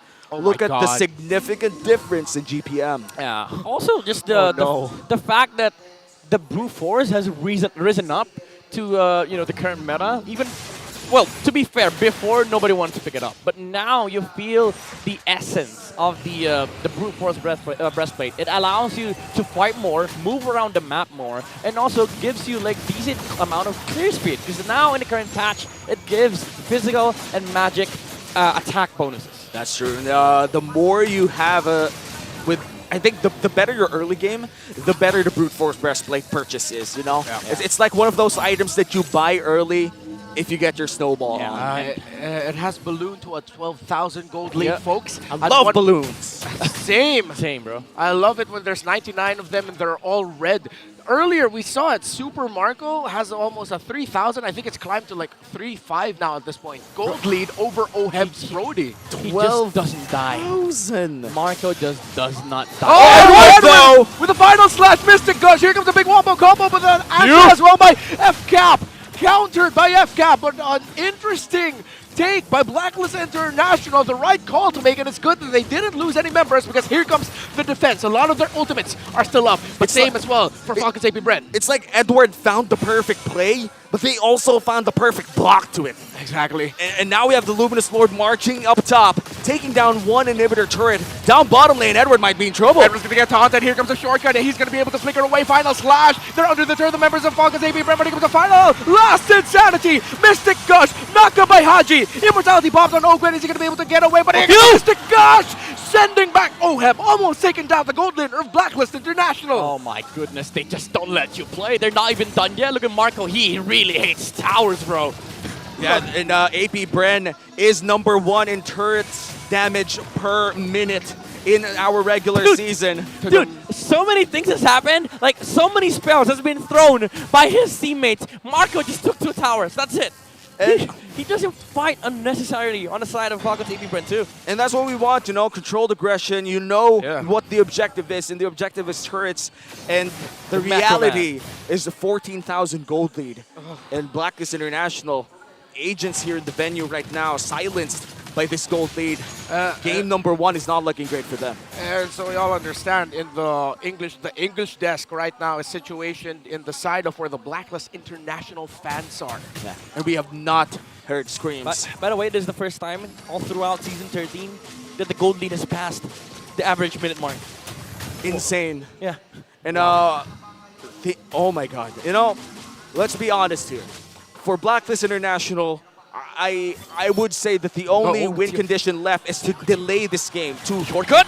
make this game longer. Are they actually going to enter the portal? Super Marco goes in, but they send the members of Blacklist International back. FCAP though, Ogwen's really low. Bro, what? Marco was like, all right, no towers. All right, goodbye. Yeah. You know, I'll be fair. For a team behind 15,000, they're playing really well. Yeah. Ogwen got shredded there, man. 0 copium, they're actually playing well for 14,000 gold lead behind. I mean, like they're doing their plays. To be fair, Falcons APBREN, they do need to wait for the Lord. They don't have the best end game breaking capabilities in the world. Like, yeah, sure, they have a last insanity, but they don't have the set. They don't have the repositioning spells, like a final slash, I would say. But even then, he could just copy that. But for a while now, he's been copying the Mystic Gush of the Gord. Looks like they're gonna find Edward. And Edward, Haji Ogwen goes in through the beacon. Shortcut committed, but they're all here. They don't need to use a taunt onto Edward. Is he going to be able to get away from this? Haji already used a flicker, so did Edward. Edward not going to be able to get away. Stuck. Oh, the curse of blood. Final last insanity. Double kill for the Roger. Unstoppable is Flapteasy. 3 down on the side of Blacklist. And Oh Heavy's trying to hold on here to try and deal damage. There goes the torn apart memory, but there goes the members of Blacklist International as Falcons APBREN 16,000 gold lead to dominate game 1. 16K in 16 minutes. That is a world champion team game up there. This is a statement game from Falcons APBREN. We want that MSC. We want to be able to dominate. We want to win. Whatever it is, they don't care, and they don't even let their enemies play their game. Yo, I'll be honest, they're not Falcons around right now, man. That's they true. are laser focused in winning. Yeah. 16,000 gold lead. I've never seen that in my career as a Same. caster. That is, I can't believe my eyes. Bro, 16:30, they were already up by 16.7. That's the highest per minute. How do you even begin to do that, especially against Blacklist International? Let me reel you back in day 1 of playoffs. Blacklist International played 9 games yesterday, played them really, really well. Yeah. And in terms of statistics as well, in the regular season, they were top in the longest average game duration, could really play these long games, but man, it's 16,000 gold lead. How do you even deal that? Man, TDG, that damn good. They're the world champs for a reason. And they're still proving it. Why? Or too damn good. Too damn good too. Too damn good. I mean, if you're asking me that, I don't even know, because I don't even want to be Blacklist right now, because like drafting that game, it was already so hard. But you also have to play the game. It was hard to deal with the chip. They didn't have the macro answers against it. But even execution-wise, the Minotaur did not matter at all. Oh man, things are not looking great, but hopefully our analysts could explain what happened in game number 1. So Butters and Coach Dap, it's your time to shine. Maraming salamat, casters. And to fully analyze this game, may kailangan natin balikan yung unang araw ng ating playoffs para malaman kung ano nga bang nangyari sa side ng Blacklist International. Ako nga pala si Butters at ito ang ating analystan. At unahin muna natin ang ating MVP. It's none other than the Chip. Ogwen, siya nag-dictate ng mga laban na nagpapanalo sa side ng Falcons APBREN nung early game. And truth be told, without him, ay talagang makapag-set up sana ng maayos ang side ng Blacklist International.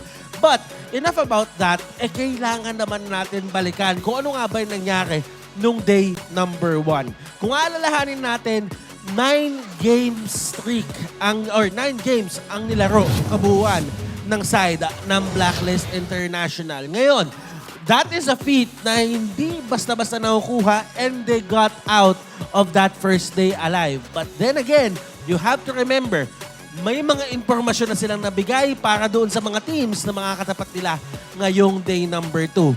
Now, looking at it, kapag pinili mo yung Fredrin sa side dito ng FCAP, ay talagang automatic makukuha ni Sensui yung kanyang Carmilla.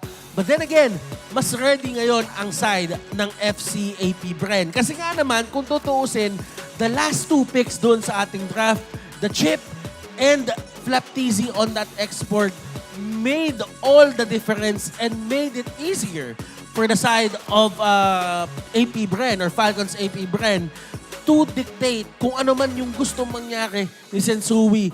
Usually, ang mga Carmilla, ang gusto talaga nila is extended teamfight. Pero paano ka nga mag-extend ng teamfight kung ang bibilis ng pagpatak ng buhay nyo dito? Ngayon, kung titignan naman natin kung paano sinet up ni Ogwen, nakikita yung screen nyo ngayon, yung mga laban, may mga times doon na gusto mo na sanang makipaglaro or makipaglakaran ng side ng Blacklist International, but with the chip available, hindi nila alam kung kailan darating yung laban sa nila eh. Looking at the emblems, ay mapapansin naman natin dito na mostly onto the side of FCAP Bren, they knew na kinakailangan nila dito yung tank emblems at kung papansinin, Few and Flaptizi, naka-impure rage sila. Ngayon, bakit nga ba sila naka-impure rage? It's because of the innate tankiness na meron dito yung mga members ng side ng Blacklist International. And they knew na kinakailangan nila yung extra damage, yung extra oomph para talagang ma-take down ng mabilis yung mga members dito ng Blacklist International. In terms of the items, Kyle TZ, alam niya na siya talaga yung primary target dito. Kaya kung titignan nyo, yung kanyang items, may winter truncheon na sa dulo and he really knows na siya yung primary target. Kaya naman kailangan niya protektahan yung kanyang sarili and go the extra mile. Rich Guy, Super Marco with a GPM of 892. Ito talaga yung yung jeans, yung alamat jeans na tinatawag nila na si Super Marco, I feel like kaya niyang maglaro doon sa idea ng tempo na marksman. Pag sinabi mo tempo na marksman, pwede ka mag-scale or pwede ka din sumama onto the early fights na tinatawag. And yun yung pinakita ng kanyang Roger kanina. Don't get me wrong, maganda na maganda yung ginawang lineup din dito ng side ng Blacklist International. It just so happened that yung pinakapuso na kanilang draft was countered heavily. At kung titignan naman talaga si Yue dito, ay yung damage dealt niya ay mataas rin naman. Kaso ang pinaka-problema, yung mga heroes na makakapag-setup sa kanya ay hindi rin tumatagal. Kaya naman napipilitan siyang i-cancel yung Mystic Gush. At sabihin na natin hindi niya nakukuha yung maximum damage potential nung Mystic Gush.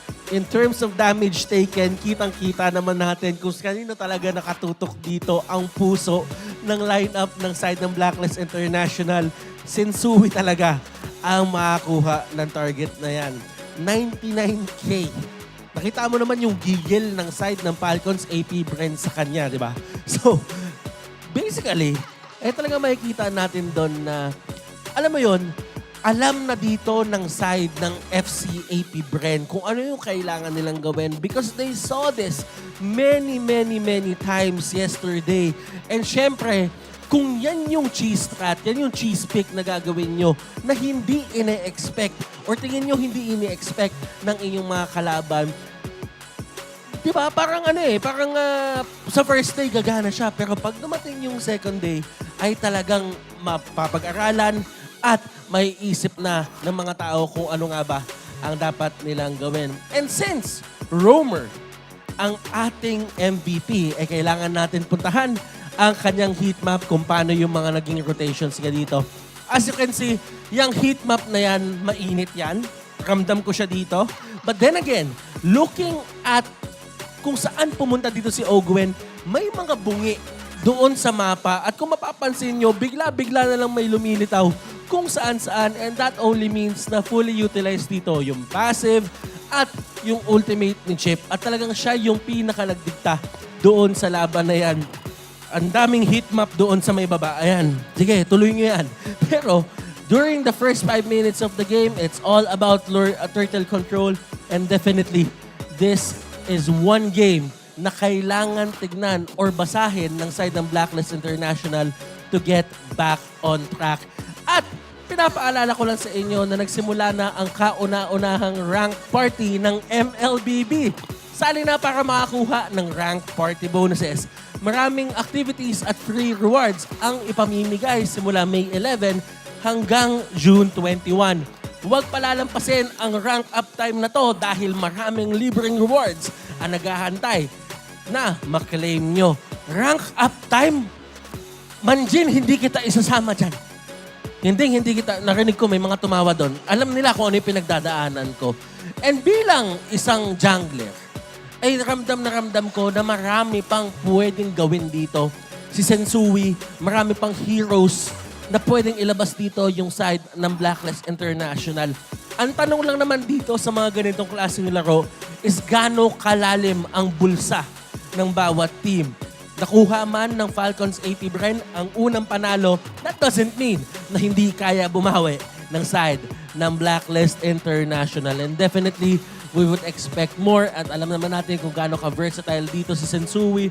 And knowing them, probably lalabas si Carmela anytime soon. Or pwede rin naman na maban na rin yung mga heroes katulad ni X-Borg na todo nagpahirap talaga dun sa Carmela pick na ginagawa nila. They really, really like that pick. And to be perfectly honest with you, is nakita natin kung paano talaga ng balagbag ng mga Predrin, mga balagbag ng mga Baksha, etong Carmela na to. And it's perfect para dun sa current meta na meron tayo.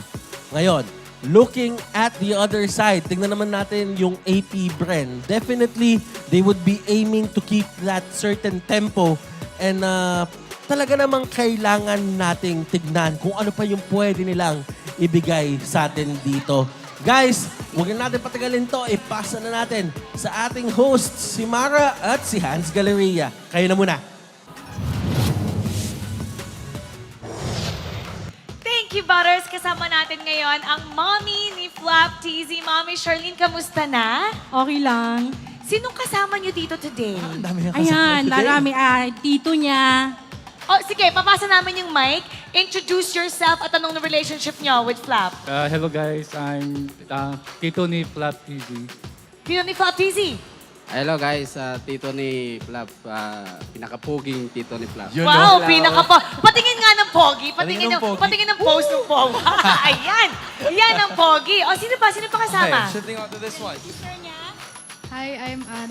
Kapatid ako ni Flap. Kapatid ni Flap, younger sister, older sister? Older. Older, ikaw si ate. Okay. Ate, okay.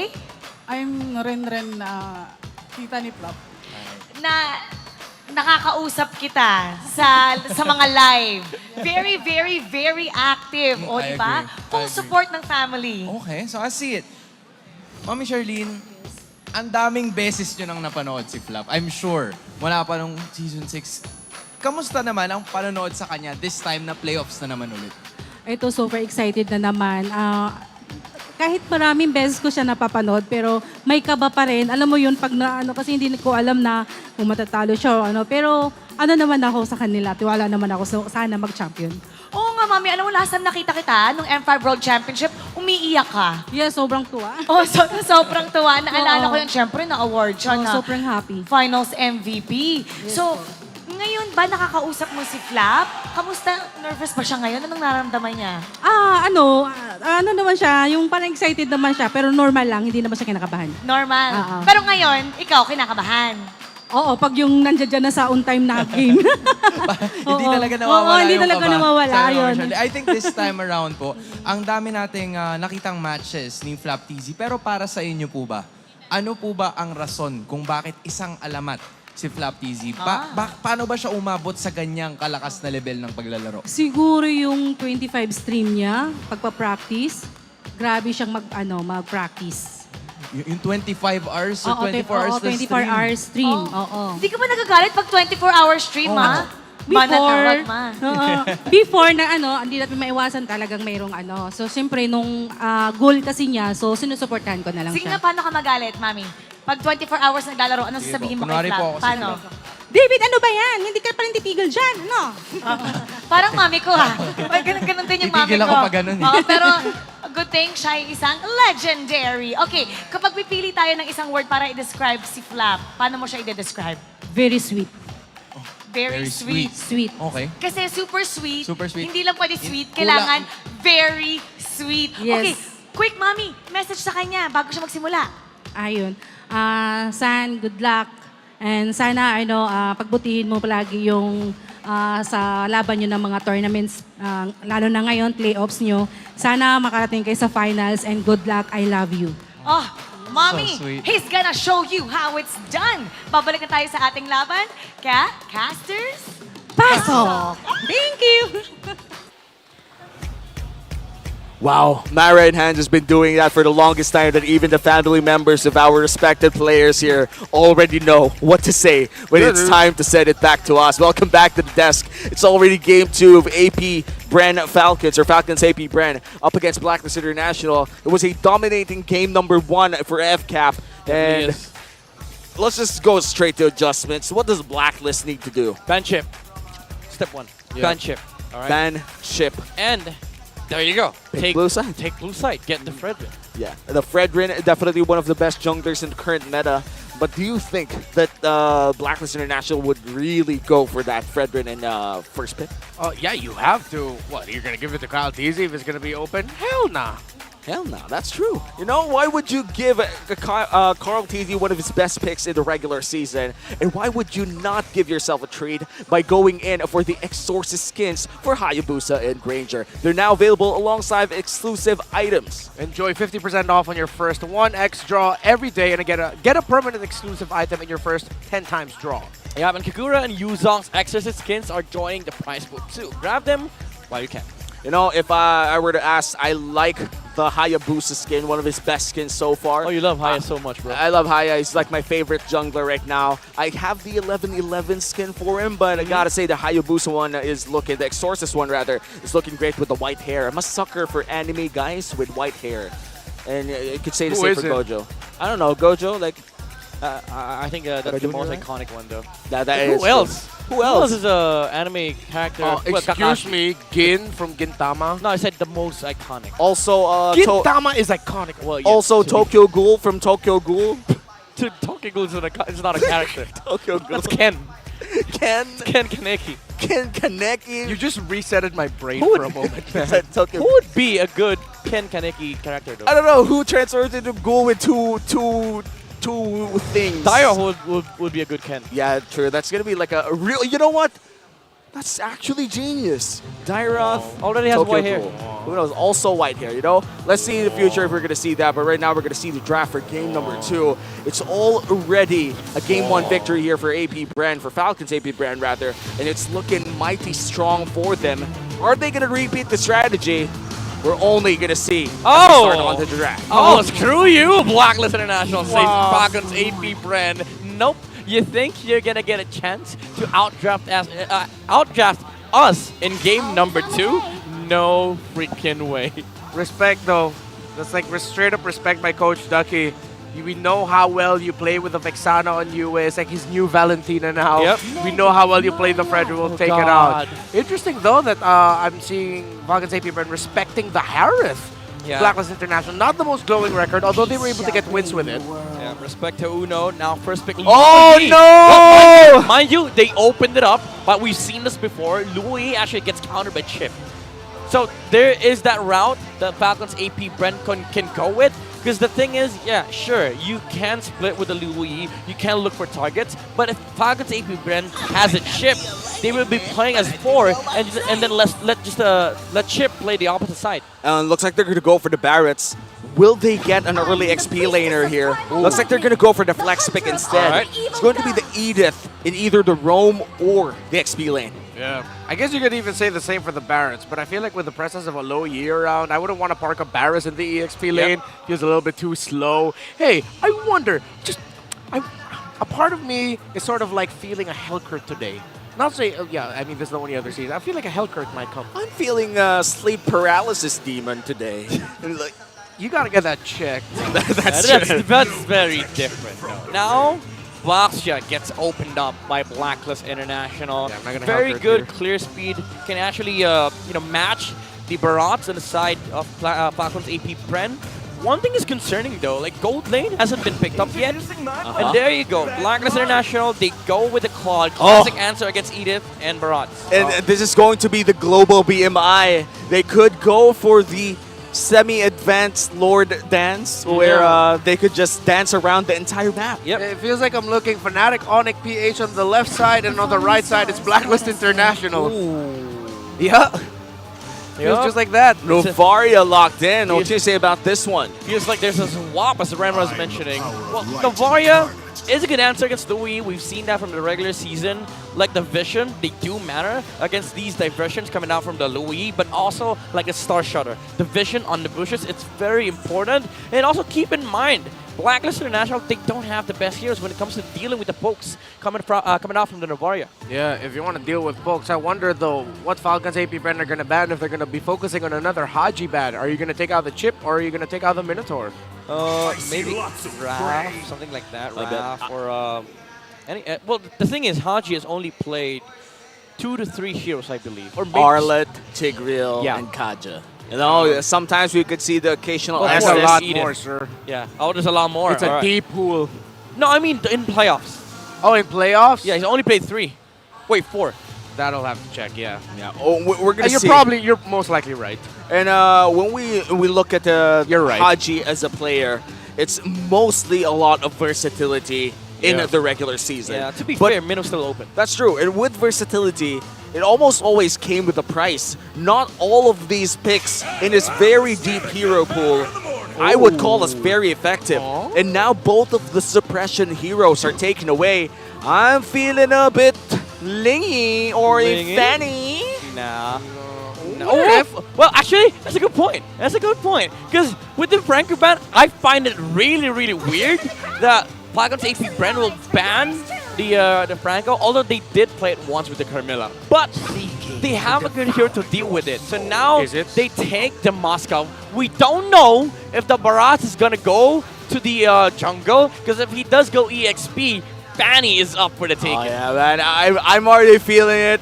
I do feel like this is a Fanny game for Kyle TZ, though we have not seen a lot of success in the Assassin. I would say Kyle TZ in the World Champs. Gotta put my bets there if you want to see a good Assassin game. I think last time he won with Fanny was last season. So it's a risk for him to do that. Now Blacklist International, they go with the Arlet Luoyi, Fanny, and Bene. But again, it's a good setup for a Fanny. Fanny. Nah. Oh, no. Okay, I'm not disappointed. This still looks good. It's going to be Flapito? Flaquito.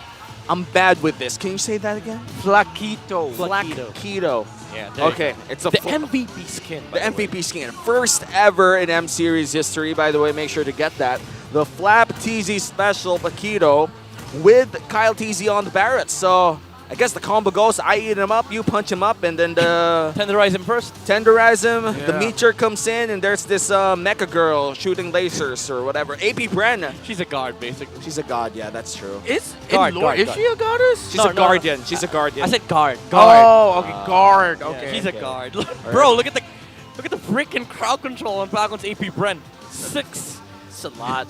You know, when we look at the compositions here for both squads, would you say that for Blacklist International, what are the things rather that they have to secure in the early games to make sure that this Luoyi pick is worth it? Level 4s, baby. Level 4s. That's the time you utilize the Arlet and the Luoyi. Welcome to Mobile Legends! Did against you 5 seconds till the end. Let's see if they're gonna be able to replicate the success of Falcons APBREN in Game 1 as we enter Game number 2. It's Blacklist International versus the World Champs Falcons APBREN and Ogwin. Oh, already in Ogwin. What? Oh my god. Flicker. Fade away Flicker escape with an Earth Shatter just in case. Jesus. These plays, man. I love the tenacity kicking in, man. I don't even know where these plays are coming from. That was hella smart. There's no tenacity. It's the heel came in from the Festival of Blood after he punched the guy. And the Quantum Charge. And also the damage reduction under the tower. Saved the Edith there. Although it did come with a flicker cost for Ogwin. Yeah. Forgot both XP laners here. Gotta mention on their signature picks. Gotta love this micro-intensive matchup. Oh, yeah. Good. Oh, it got stolen. Yeah, he's going to hit level 4 eventually, but it just kind of sucks and it hurts as a jungler to have your Crammer stolen like that. Not the best. Oh, in the mid lane, Haji brought down really low. Able to use the Vengeance, but no. First blood by Few with the burn. Bro, the captain of Falcons APBREN is so mad right now. He just wants to go home. Yeah. And now OHEB forced back. Yeah, so far, Falcons APBREN replicating the success that they had in the early parts. Everything just tore apart for Blacklist International in the first turtle of game number 1. Let's see if it's going to be the same story here. Falcons APBREN already setting up their first turtle take. What does Blacklist have to do in order to not replicate what happened in game 1? I mean, maybe do the same thing that they were doing against Minana Evos, but Sensui already on top lane. Okay. They're dueling it out. Actually, I'm surprised with how scrappy this fight is. Edward is trying to hit level 4. No one can be committing any big ultimates because the turtle is up, contestable for both. There's no ult on Sensui. No ult on Sensui. Oh yeah, that's going to be a big one. Haji, not level 4 just yet.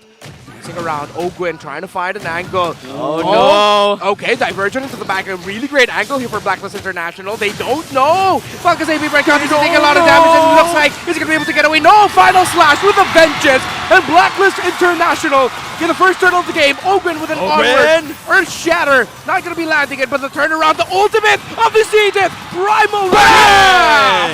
And the Star Shatter from Few. But that's... Ogwin! Ogwin flickering forward, but Haji able to get away. Super Marco! Wait. From out of nowhere with a Spear of Destruction. That was a prediction play as well. That came out like 3 seconds earlier, way earlier before the flicker. You know, POV, the skill shots land, but looks like Sensui might just get a free one here. Yeah, Ogwin's going to go down. Kaltizi finds it out, no, but Sensui able to take down Ogwin. Blacklist International, despite getting dominated in that first game, they are taking it to Falcons APB. All right. They're taking this game by storm here, Blacklist International. And they're also doing, again, what we mentioned earlier. Like, the thing that they did against Minana Evos yesterday was that they focused heavily on taking down the jungler instead of forcing the objectives. And the kill, the attempt on Kaltizi earlier was on point. They need to replicate that for the next turtle. But Falcons APBREN, now that they have the Moskov, they are able to sort of like utilize the gold lane as well with the presence of the Moscow with a Spear of Destruction. Yeah. Oh, and wow, the global presence coming in from the side of Falcons APBREN, matching the Luyi as well. But that was a nice final slash coming in from Haji as well. Yeah, and a half-level lead actually for OHEB squad over the Moskov. So right now you can say OHEB is winning lane. Yeah, I mean, to be fair, it's a turtle experience difference. That's true. And so far, I would say Falcons APBREN here is still looking for that same snowball that they were looking for in game 1, but really haven't found it yet. Never mind. Cloud is winning lane, actually. Yeah. 300 gold, by the way. Yeah, 300 not that bad, you know, that's actually 1 kill. Yeah, and we've seen this yesterday too. Like, OHEB getting ahead of a Moskov is a really, really big factor.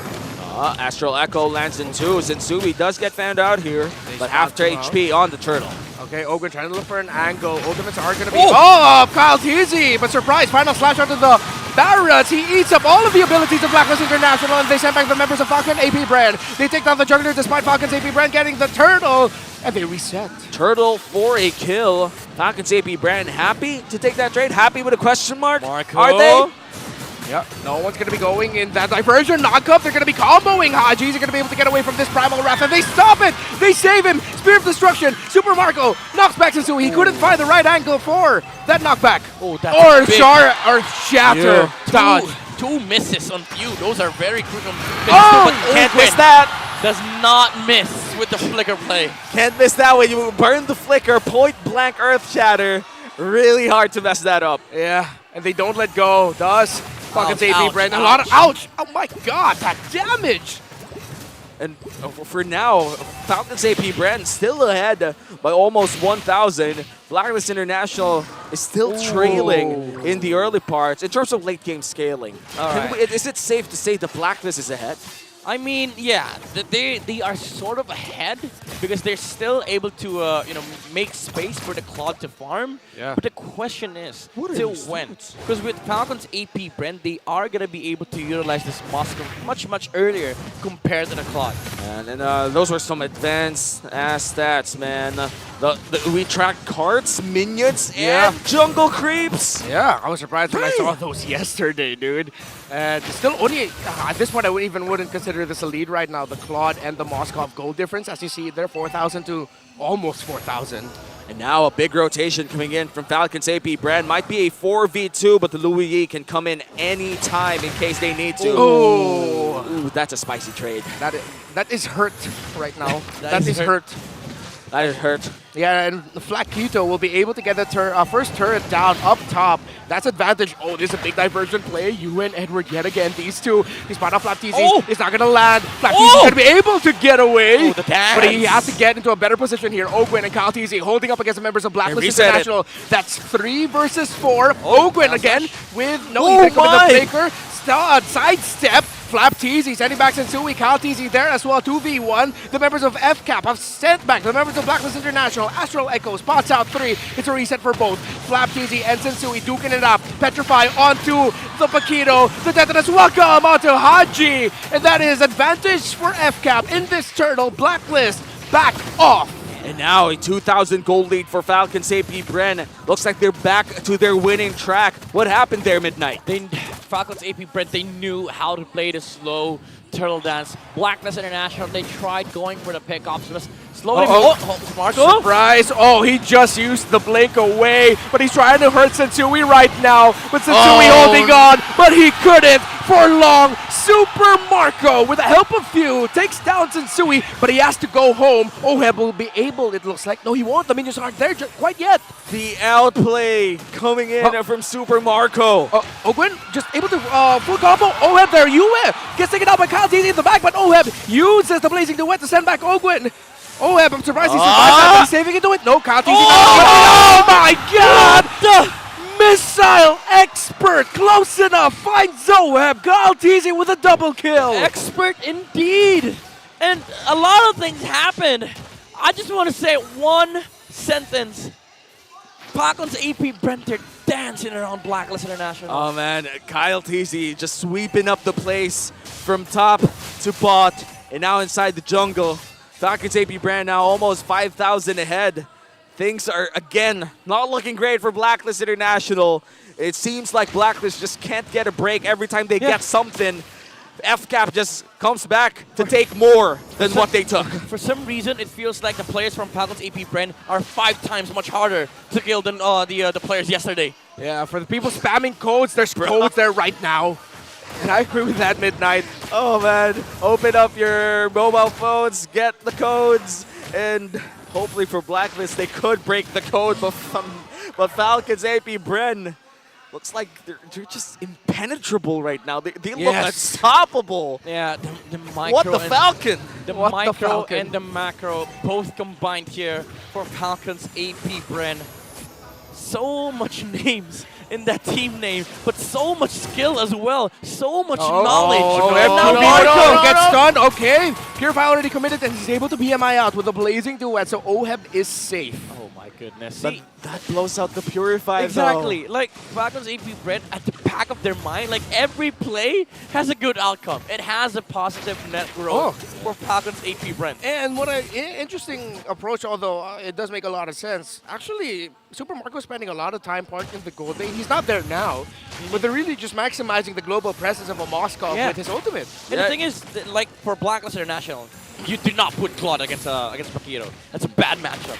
But Moskov staying on the opposite side ensures that the Claude is not able to split. No way! Flap TZ able to knock them back. Haji with the final slash, a big one. Flap TZ goes down. This could be a big win for Blacklist International. Cap TZ starting to hold on, but he falls down as well. A shutdown, double kill. Haji has found the turnaround for Blacklist International, but FCAP still have a spot here. Oh wow, crucial pickoff coming in from Blacklist International as the Lord has started as well. And as you said, no jungler here for FCAP. This might just be a free Lord. Full vision, Few and Ogwin and Super Marco. They're sending back and holding the members of Blacklist International to be able to get that Lord. Haji is going to get taken out there. Ogwin with the Primal Wrath. This doesn't look good for Blacklist International, but Ogwin is still alive. He gets away. He finds the damage. No freaking way! Falls down. Double kill. Super Marco. Will it be 3? One more for Sensui. He gets away. How is this man alive? What is this? Again, it feels like the players are just 5 times much harder to kill. 3 than the times other in players. this game, man! Oh my goodness, they won that Lord Dance without their freaking jungler. MPL Philippines is insane, man! And just like that, Falcons APBREN get the Lord! Alright, Haji tried pulling off the exact same play that he did yesterday against Fnatic Onyx. But unfortunately, it did not work. Falcons APBREN already left the push. The thing is, when you're trying to control the Lord, you need to get control of that push. That's why Blacklist International sort of knew that there were players there. But again, Falcons APBREN, they're a step ahead. Yeah, no, surely that one big flicker play, what could have been a great play for Blacklist International, spelled disaster. Here comes the diversion. Where will it send them? Towards the back. Oh my goodness! Here comes the entry by Falcon APBREN. Edward is not going to be able to survive. Death is welcome by Kaltizi onto Haji. This could be 2 for Falcons APBREN, and yes, it is! Another double kill for Super Marco! And look at that! The Star Shatter lands as well. Here comes the Missile Expert. It's just a lot of Oh my hurt. goodness, Marco! And he's able to get away, and they even land another kill. UF falls. 3 members down on the side of Black. They want to end it! They want to end it! They're going to be focusing here. They have the minion way to the bottom right now. Kaltizi able to survive this. That's and Dewey it. falls. That's it. FCAP is at match point. 12-minute game for Falcons APBREN. They smelled blood and they went for the throat. Alright, guess what? Falcons APBREN won game 1 through macro. How about we win game number 2 with micro? Woo! World champions for a reason. Falcons APBREN still dominating in game number 2. Blacklist International now facing a match point, a possible sweep in the hands of Falcons APBREN. It wasn't a stomp compared to the first game. Blacklist International fought back. They were fighting this.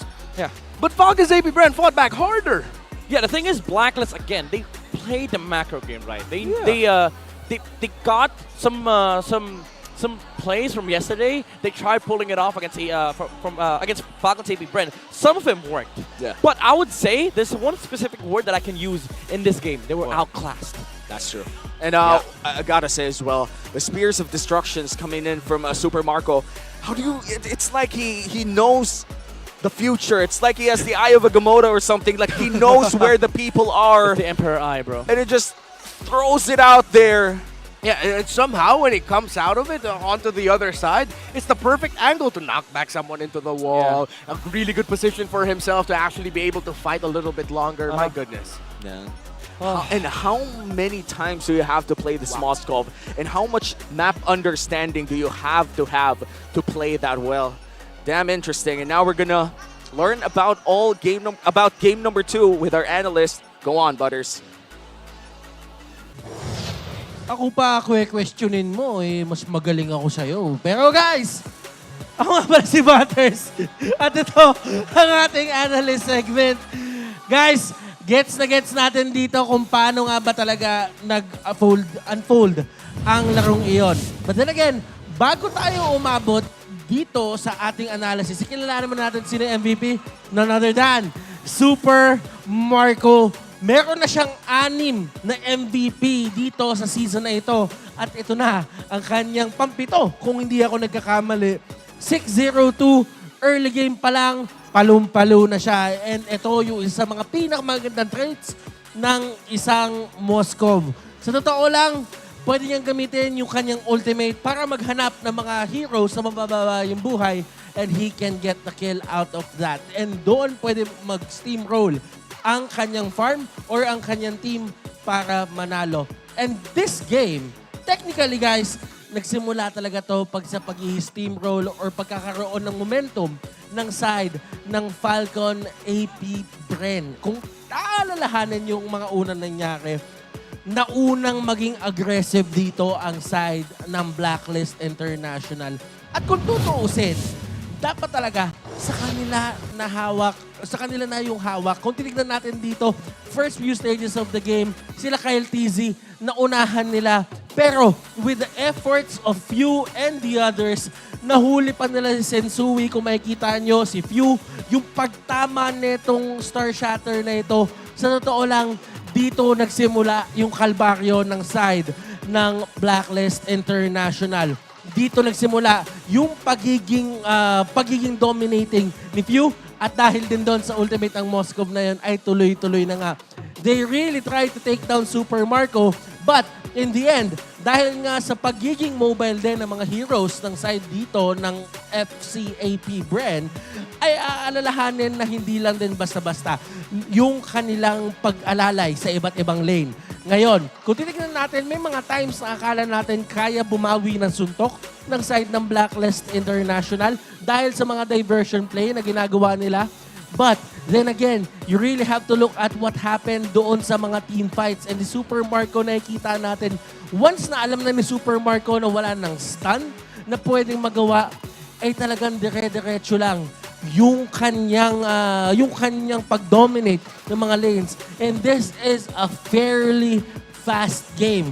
Dahil nga naman, yung mga snowball na mga instances na to, hindi to masyadong nangyayari or hindi ito usual nangyayari sa isang laban na katulad nito, sa isang playoffs game.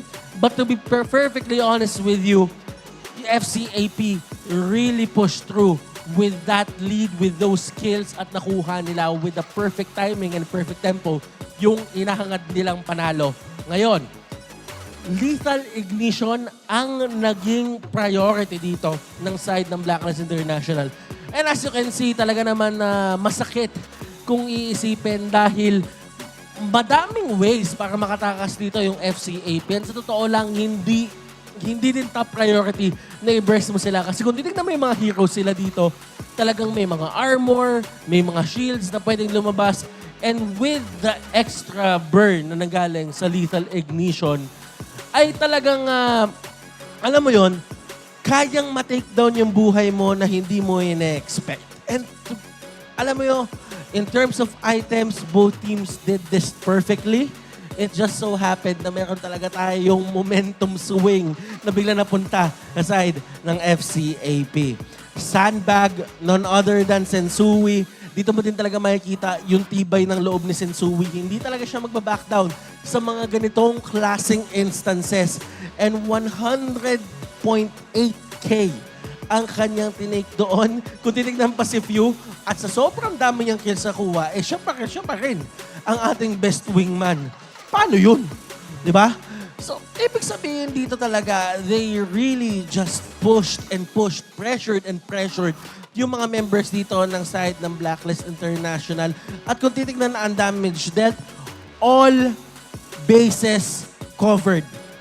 Papuntang gold lane, pababa ng roam sa kanila yon. Damage taken on the other hand, malamang, alangan namang damage dealt pinakamataas, yung side ng FCAP. Sila din yung mataas in terms of damage taken. Sensui really did his best para talagang bigyan ng espasyo sila Oheb, sila Edward para makuha yung mga kills sila. Pero it really wasn't enough kasi kinakailangan niya pa ng tulong. And maybe that is one of the downsides sa pagkakaroon din ng isang R-lot na roam. Ngayon, in terms of GPM, it's all about FCAP. And that's going to be something na kailangan i-consider ulit ng side ng Blacklist International. Kailangan hindi mawala sa kamay nila yung lamang. Ang galing ng side ng FCAP in terms of turning things around, yung humanap ng mga little opening para palakihin at para papuntahin yung momentum sa side nila. Guys, one hell of a performance galing dito sa side ng Falcons APBREN. And sa totoo lang, kung ako yung gagalaw para sa kanila, talaga namang wala na akong, alam mo yun, wala na akong papangarapin pa doon sa game number 2 nila.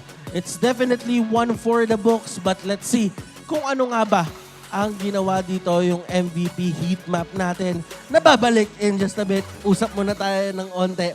It's definitely going to be one hell of a game number 3. Kailangan dito hanapin ng side ng Blacklist International yung kanilang movement sa mapa para kaya nilang baliktarin ang mga pangyayari. Let's check the heat map na meron dito si Few.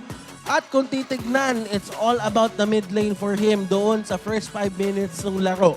Kailangan niya lang talaga i-set up ang kanyang sarili doon. Try to get the artillery na kahit malayo siya, may presensya siya. And he did not overextend in any way para mahuli din siya. Alam niya na merong back siya doon sa kabila. Alam niya na merong Benedetta doon sa may kabila. So hindi rin talaga siya mag-overextend. And kung tutuusin, isa talaga ang si Few sa mga masasabi natin na kalabaw lang ang tumatanda. Kasi mukhang hindi naman tumatanda si Few eh. Ganun naman talaga eh. Nakikita natin na talagang batak na batak pa rin, laban na laban pa rin. And may stat line tayo papakita dito. This is behind the stats. And I'm actually interested kung ano nga ba ang papakita natin ngayon. Definitely, it's one for Falcons APBREN and what happened nung kanilang regular season. Ngayon, bakit ito importante? Kung papansinin natin dito, for every week, may top teams per stat tayong nakikita. And guys, kung titignan, FCAP, Falcons APBREN, meron silang entry almost every week dito sa ating regular season. Sila ang totoong constant, sila ang hindi nawawala. As you can see, may mga teams that they come and go, katulad netong side ng RSG. Week 3, Week 4, present sila ng todo. Pero pagdating ng Week 5, Week 6, and Week 7, nakikita natin nawawala sila. TLPH, Team Liquid Echo, Week 5 to Week 6, at ramdam-ramdam yung presensya nila. But for the side of Blacklist International, Week 7 onwards, Week 2, Week 3, makikita natin sila dyan. And ito yung isa sa mga magandang traits ng side ng Blacklist International. Blacklist International, they know how to win when it matters the most. And guys, kailangan nila yun ngayon. Kaya naman, huwag na natin patagalin to. Let's throw it back sa ating mga casters. English desk ready. Tagalog desk ready. Guys, let's get it on. Yes, Butters, we are in fact very ready for this game number 3. And after that, 2 games of domination coming in from Falcons APBREN, you could say that the arena's heated up with all of the tension in the air. Yeah, that's a perfect way to describe it. There's just a lot of tension. I feel like there's even tension on the side of Falcons APBREN because I feel like even their side didn't expect their team to be this dominating. Yeah, we talked about the tension in the arena. Now we want to see their faces because we're looking for the smart game face of the day. MPL Arena, be the next smart game face of the day winner. Just flash the hashtag the power of smart on your devices in the green background. Put your game face on to win a redeemable in-game code. And a lot of familiar faces who watched. Oh, that's a game face. That's a game face. That's a game face. Like, how do you beat that? That's a game face. All right, I like this. A lot of grit into it. Man, this guy with the Cyclops shades, I like him. And looks like he's gonna go all green with our it's that Mike Wazowski shirt. Yeah, that's Mike. That's a Mike Wazowski shirt. Mike. You know, congratulations for winning the smart game face of the day, and that she will win a redeemable in-game code because she's always watching. I want that shirt. I need to ask that woman where she got Where'd that you get shirt. the Mike Wazowski shirt? Yeah, I love Mike Wazowski, dude. Yeah, all right, same, potentially there is a collab for Monsters Inc. Cyclops, and right? Cyclops, right? Wait, seriously? No. Mike Wazowski? Oh no, I thought you said that was potentially. It's over the first time ever we're gonna get Yeah. for some reason Monsters Inc. Who's gonna be Sully? Masha. Thamus, bro. Masha, Thamus, you know, there's a lot of options. Yeah. Well, how about the lizard dude? What's the name of the lizard dude? Randall. Randall. Who's gonna be Randall? Do we have a lizard dude, like a sneaky lizard Nah, dude? nah. Hellkurt. No, you Oh, Oh, Hellkurt. Oh, okay, yeah, Hellkurt. Who knows? Oh yeah, I'm not Hellkurt. Hellkurt's perfect. Hey Hellkurt's man, perfect. don't bust my my disguise. Everybody knows I'm reptilian with a human skin. You are. But right now, of course, we're gonna talk to our hosts because they're gonna be connecting with our friends in Indonesia. Mara Aquino and Ants Galleria, your time to shine. Sambal. Hans Grabe, Falcons APBREN came in prepared. They're They were not ready. joking around today. Yup, they were ready because of a 2-0 sweep in dominating fashion as well. Kontra sa Blacklist International. And we want to talk to other people all around the region. And one of them, we actually have our Bahasa Indonesia broadcast. They're watching all of us right now. So how about let's talk to them? All right, OG, Wawa, where are you guys at? I think they're there now. Hi, guys. Hi. Hi. How are you doing? I'm fine, I'm good. Thank you, Mara and Hans. And magandang gabi, Philippines! Oh, nice. Magandang gabi. OG and Wawa, I don't know if you could hear them cheer. I think they're saying magandang gabi also with their cheer. Magandang gabi rin sa inyo, OG and Wawa. I just want to ask you guys, what do you think so far about the series of Falcons, APBREN, and Blacklist International? I don't know how to say in the game 1 and the game 2, but I have advice. Turn off the internet from APBREN. What's the advice? Unplug the internet from APBREN. Unplug the internet. Oh my goodness. Unplug it. Now, earlier we were talking about the anatomy of a legend for Kyle Teasy and Super Marco. Other than these two, who do you think anyone else in this series that's deserving to be a legend? To be honest, we discussed before, and we are agree. The one name in our mind is Flap2Z, right, Mama? Yeah, we choose Flap2Z because he can do his role really well. As the EXP lane can zone out the opponent, can do the 1v1, the laning phase is very good. Especially when he's winning, the teams always win the game. Flap2Z, he is legendary. Final words before we say goodbye, because all the Filipinos are watching you guys. Okay. What? Okay. So, thank you. Just give us a very good entertainment. Okay, Filipina, thank you so much for the entertaining match. So, let's make it 3-2 or 3-0. Let me see it together. Thank you, Filipina. Love you guys. Thank you. Wait, we're gonna see which one of them has the correct prediction. Exactly. Bye. Bye, guys. Tingnan nga natin kung sino yung tama sa kanila. Kasi kanina, yung prediction, ano yung prediction kanina? Sabi ni OG, 3-2 daw. 3-2. Sabi ni Wawa, 3-0. So, we're about to find out. Malalaman na natin yan. Pupunta tayo sa ating mga casters. Pasok. Thanks, Mara and Hans. We're back here in the desk, and we were just talking about how cool OG and Wawa is. They're just, they feel like cool uncles, right? OG's the uncle who wants to be young. Wawa's the uncle who's taking care of the uncle trying to be cool and young. Dude, I want to be friends. No, but they are both cool. I want to be friends with him. If you're hearing this, we hope to be friends one day. And it looks like Falcons APBREN will be picking blue side, and this means Kyle Teasy might get the Fredrin. Yeah, might get the value. That's true. That's always on the case. Blacklist International better take it out, y'all. Yeah, copy what Falcons APBREN did in game 2. Ban the Fredrin. Yeah, maybe force the Baksha versus Barrett's matchup once again. Yeah. And one jungler I miss a lot. What? Martis. We have not seen Martis for the longest time. He's still searching for planets, bro. You know what? Yeah, 3,000 worlds. He's now not a single worthy planet. He's on 3001 right now. Yeah. I mean, still no planet where he is within top 3. Because statistically speaking, he is top 4 or 5 in our jungler so far. To be fair, he might have found Philippines and gave up. That's true. You see all the Baksha mains, all the Barrett's mains, and even the Fanny mains waiting for their time to shine once again. Yeah. You know the funny part about our best junglers in the Philippines? What? Almost all of them are Fanny gods in their days in the amateur scene. And first letter K. And then suddenly they debut in the professional scene and they become Fredrin gods. All right. It is what it is, you know? There you go. Good respect. Good respect. for Respect Blacklist to International. Uno for Blacklist International. But my next big question, though, is the first pick of Falcons APBREN. There's Mathilda, there's Barats, there's Arlott, and also they might just steal the Moscow. And they're going to take away the Louis. The chip is still open.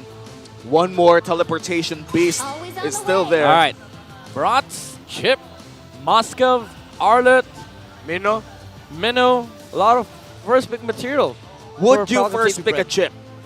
Not against Val though. Not against Valentina. There's a Valentina on the other side, so might not be good. So they go for the Barats. Now Blacklist International. If they play Chip, they should take Valentina, and Chip. But knowing them, they would likely go with the Moscow. Moscow Yuzo maybe, or Moscow Arlet. Let's see if they're going to go for that route, but I do believe that the Valentina plus the chip would be the smartest approach here. How about you, Remar? Chip this early on, I'm not really the biggest fan of, especially that the Loui isn't there. Valentina, I do agree with you, though, would be great.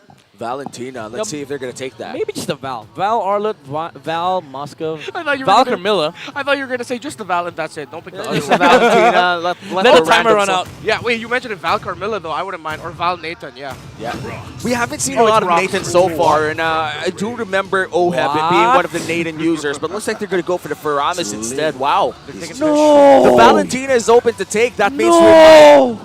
That's a... Oh my god, this is the best Val game I've seen in a long while. You have the Tortoise Poissons that the Valentina could use. He's a god with that ult. And also the Netherrealm for Capitan Few. But also you set up for a very good Claude game for Super Marco. Oh, man. yeah. And surely Coach Trebor and Coach Ducky already sniffing out this possible Valentina game. Yeah, they're sniffing it. You just go Claude Val here, right? The falling stars. Well, looks like they're going to go for the Nuvaria route. Oh, wow. Screw the Val, right? Yeah, screw the Val. Let's talk about why the Nuvaria is there. Is this going to be more so of a safety pick? Said there are no shortcuts. All right, Chip. No wonder. Yeah. That's why, yeah, that's why. Yeah, they're going Chip. I was Nova. like, Navaria does not make sense against Paramis, but with Chip, because you get that vision, you get that, your ult provides a lot of vision for your team, and then you have Chip. Yeah. So, what is it going to be, an Arlo or a Minnow? Florin? We have seen Florin Faramis do a lot of damage in the regular season, especially in the hands of Minana Evos, but yeah, they looks like they're going to go for the Minotaurs. Yeah, the last time I saw a Florin Chip matchup, it was in MPL Indonesia in the last week, and the Florin did not have a good time, man. Damn. All right. That's tough. It was very tough. So for Blacklist International, their first pick, second phase, Claude is still up for the taking. I think it's going to come down to Claude Moscow or Claude Roger for both sides. Yeah. But Blacklist International, they get dips. I see lots of And it looks like, as you mentioned, Roger's the Roger, they will take it out. In terms of the Gold Lane matchup, we haven't seen both marksmen yet. But are we going to see marksmen? I think we haven't seen mages so far. Like the Harith is always banned. The Lunox is very particular, you know? Yeah, it's only TNT that played it, I think, in the Gold Lane. Yeah. Now, both teams, they understand. It'll come down to those two, Claude and the Moscow. Maybe some Natan there for Blacklist International. But I do feel like Falcons APBREN, whatever marksman they get, they're gonna be happy with that because they are playing into a Chip and Navaria. What concerns me is the XP. Oh, all right, they're forcing the Claude and Natan. Yeah. I don't know. I feel like this is Blacklist International trying to force a Nathan ban. And then they'll be left with a Moskov. But if I'm Falcons APBREN, just take out an EXP lane hero. Take away a hero from Edward so that you face less surprises in the last pick for Blacklist. Yuzong, maybe? Yuzong, Bene, those two. Yeah, because even though Blacklist International are not, historically not a Yuzhong team, that's why I was surprised yesterday. Edward picked it up. Oh, they closed out the marksman. All right. Nathan's still up, though. Will this be the Nathan lock-in? Here's the thing. Nathan, Brody, whatever Blacklist picks here, Falcons APBREN takes Yuzong. Oh, it's the... Oh, my goodness. What an approach. And look at this. And that forces out the Bene too. Yeah. Coach Bonchan in a pinch right now, discussing things with Haji. I think you take Yuzong here because you don't have any option, I think. Yeah. All right, they go the Natan route. Paquito, Yuzong, they're open for Falcons APBREN alongside potentially the Bruno or the Brody. And this is a choose your poison type of bit for the side of Blacklist International. Will it be the Yuzong here for Falcons APBREN? You talked about the Bruno and the Brody. Which one do you prefer? I'd say Brody just for the Netherrealm, or maybe they're gonna go for the Nova Trix combo too. We haven't seen for the longest time. And looking at the Novaria win, is this real? Yeah, I think so. That's it should be. That's 2 games. Oh yeah, okay. This series only. All right. All right, but still 100,000. 100,000. I mean, Did 100%. they play Nova twice already? Or just Doesn't once? feel like it. No, in This game, just once, right? Just Yeah, once. All right, yeah. so 2 games in total. Yeah, 2 games in total. So still a very high win rate regardless. Paquito, Khalid. Oh, they did go for the Nova tricks. And the Paquito. Oh my goodness. Oh man. Nice predictions, Midnight. Damn. Oh god. Super Bene? Marco Bene? Phobius? with the $1 million shotgun. But if they go, oh my goodness, if they go Phobius, it's all magic. They need a physical. They need Bene. It's either Bene or Yuzong. Yuzong probably with the Agent Zero, what will you choose? It's the Arlet for Agent Zero. I don't understand it that much. Yuzong would have been a far better pick, I feel like. A Yuzong would have been a far better pick. Remember last year when Arlet was very, very popular in the XP? Yeah, what no happened? marksman wanted to fight into the Arlet except the Beatrix. Yeah. And in terms of burst damage as well, gotta say, Super Marco with the switch up from the rocket launcher all the way to the Nibiru just gives a lot of AoE damage as well, clearing out potentially an entire bar of Netherrealm with just 2 abilities. Yeah. All right, to be fair, it does come down to whoever's playing the Arlet, right? It's still Edward. This is still a Hall of Legends inductee. But looking at their lineup rating, Falcons APBREN, they have so much potential in the late game. They have so much damage. But, all right, here's the thing.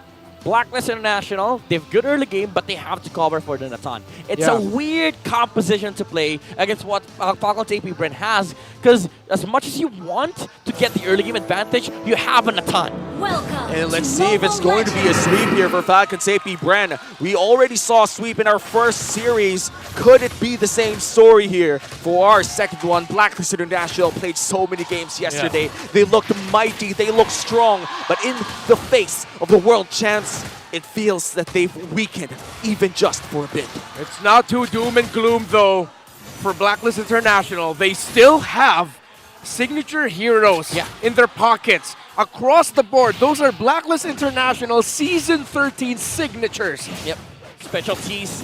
And when all else fails, remember Blacklist International, when they were in a very tight spot, about to lose the playoffs contention, they pulled off the Natan. This guy has been able to mount so many comeback games for the agent, and I think that is where that's the thing that you want to be able to break the momentum of what Falcon APBREN has right now. And for Blacklist International, the goal is to get a reverse sweep. Oh, and no. how do you start a reverse sweep? No!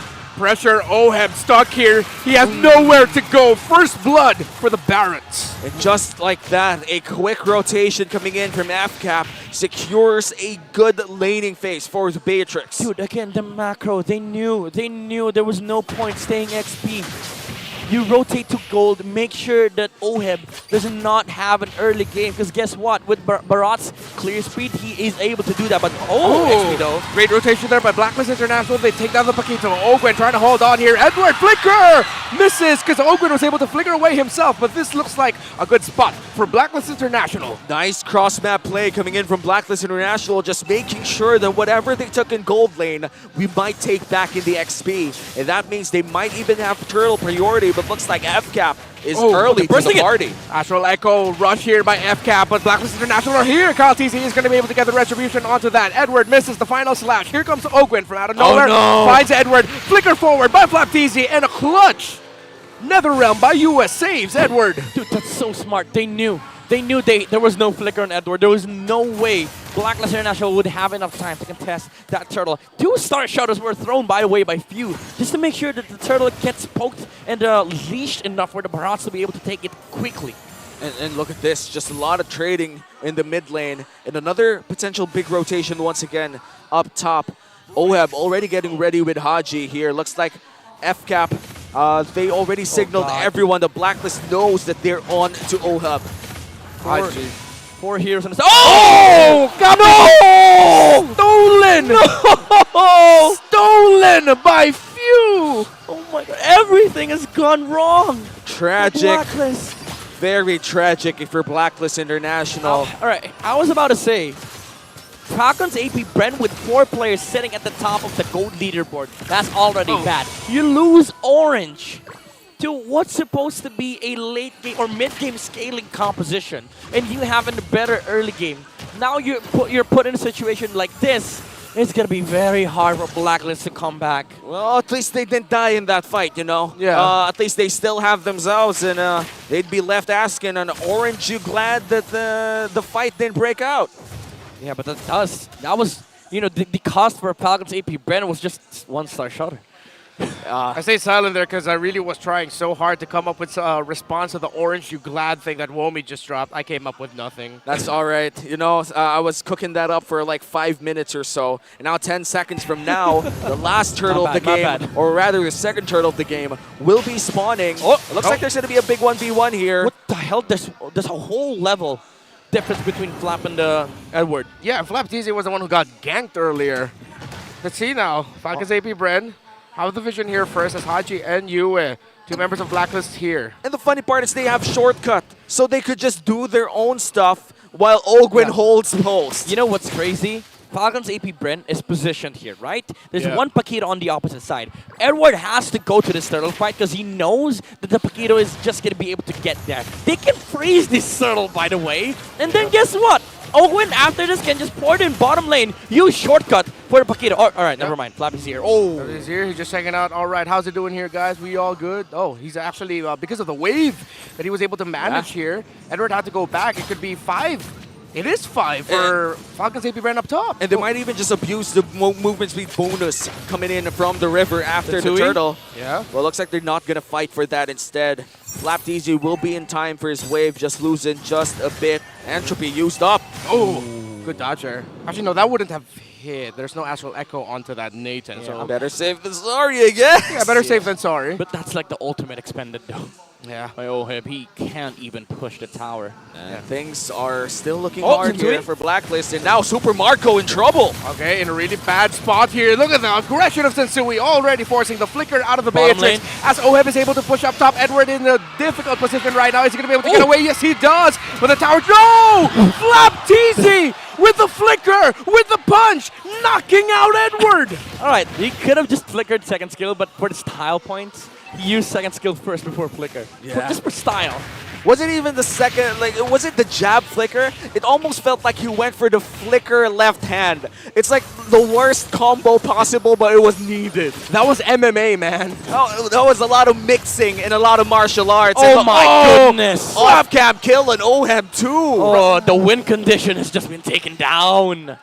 Not great for Blacklist International as Falcons APBREN. If earlier we mentioned Game 1 was macro, Game 2 was micro, this is both now. Because now you have the chip. And you have heroes like Novatrix that requires micro abilities to hit their shots. Okay. Oh, Ogun saw Sensui, so they're not going to be committing it. Ouch. That's a lot of skill shots. And IG, now, flicker forward. What a play there by the captain of Blacklist International, but Super Marco able to get taken out there by Blacklist. A little bit of a bad positioning there by Super Marco as Blacklist has found reprieve, taking down the gold laner of FCAP. That's pretty huge. It Super is. Marco rarely dies, and this is one of his first deaths ever. Oh, Flap TZ finds Oheb though yet again. Flaquito showing why he has the finals MVP skin for M5. Oh my Just like that, Marco is back in the map. Yeah, 0-3-0 on Natan. And you're right, this is the first time Marco has died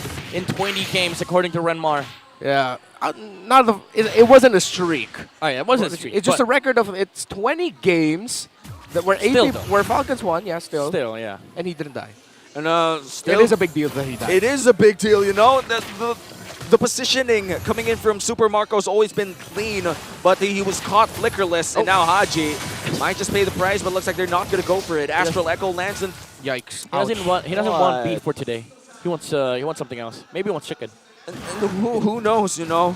For FCAP, they're just taking what they want.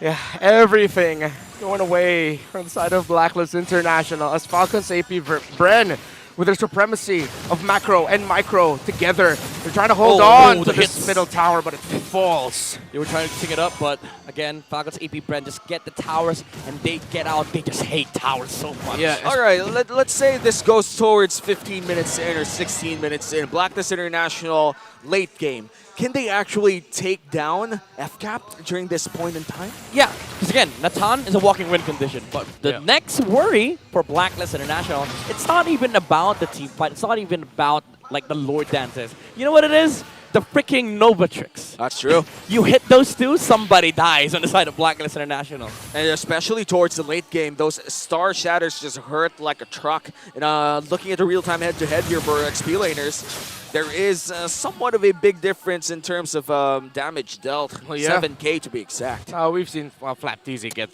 those 3 kills already. So, and it is the nature of the Paquito. They just really out-damage a lot of the EXP lane heroes. Chip is looking at bottom lane. There's 5 heroes here from the side of Blacklist International, but that is sort of like a free lord for Falcons APBREN, I would say. So now they move towards the opposite side of the map. They have to cover that for Ogwen, and while Ogwen charges up the cooldown and maybe walks towards top or just ports in. Yeah, there you go. They're going to reset to the Lord. And Ogwen is already providing vision. Astral Echo not yet used here for the side of Falcons APBREN. And Flapteasy is not forced to respond to whatever's happening towards that Lord because, like, again, he has shortcuts.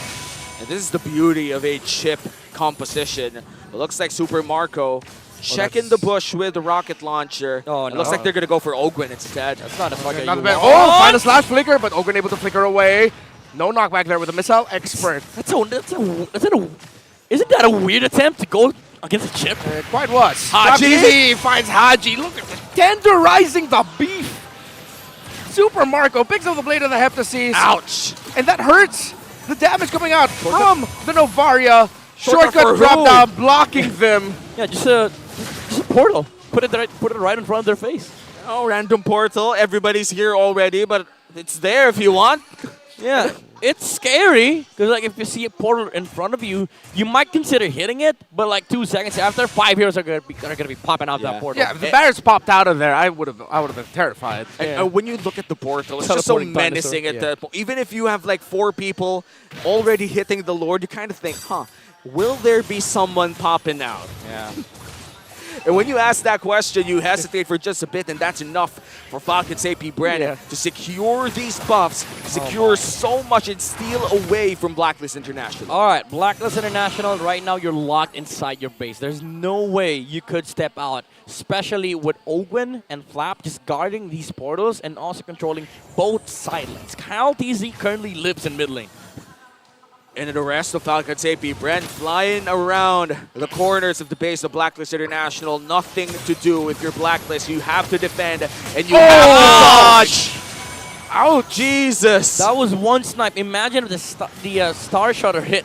Yeah. Edward with the final slash. Ogwen in a really bad spot. He doesn't have the flicker available for him. 20 seconds. That's a good pick off there for Blacklist International. Edward finding another good play. Edward has been, I would say, the hope of Blacklist International since last game. All right, that was quite funny because like you saw the despair from Ogwen. He was trying his best to walk out. It was like, wait, where's my exit? Yeah, it's like, all right. Where I go? I can't flicker. Right. I'll just die. Yeah, I guess I'm gone. Yeah, but still, just a 7K gold Oheb? here on this. Oheb. Oh, no! Flapteasy the damage. Here comes the Nova combo. Nothing's going to land. Flapteasy gets taken down. Falcons APBREN getting a little bit sloppy as Blacklist International are surprising FCAP. Yeah, that's 2 crucial pickoffs for the last minute or so. And that essentially trims the gold lead from 8 to 5. Yeah, that was NetherRealm though. Burned by Yue. Imagine just the sheer presence of the Paquito. One hero is able to force out the NetherRealm on the side of Blacklist International. I mean, man, look at him. Hunter Strike, Sea Halberd, Malefic Roar. Yeah, that is going to force out the NetherRealm. Yeah, you're worthy. Those are items to bring opponents to the Exactly. NetherRealm. But the point is, like, next time they're fighting, it's around Lord. It's 5v5. Yeah.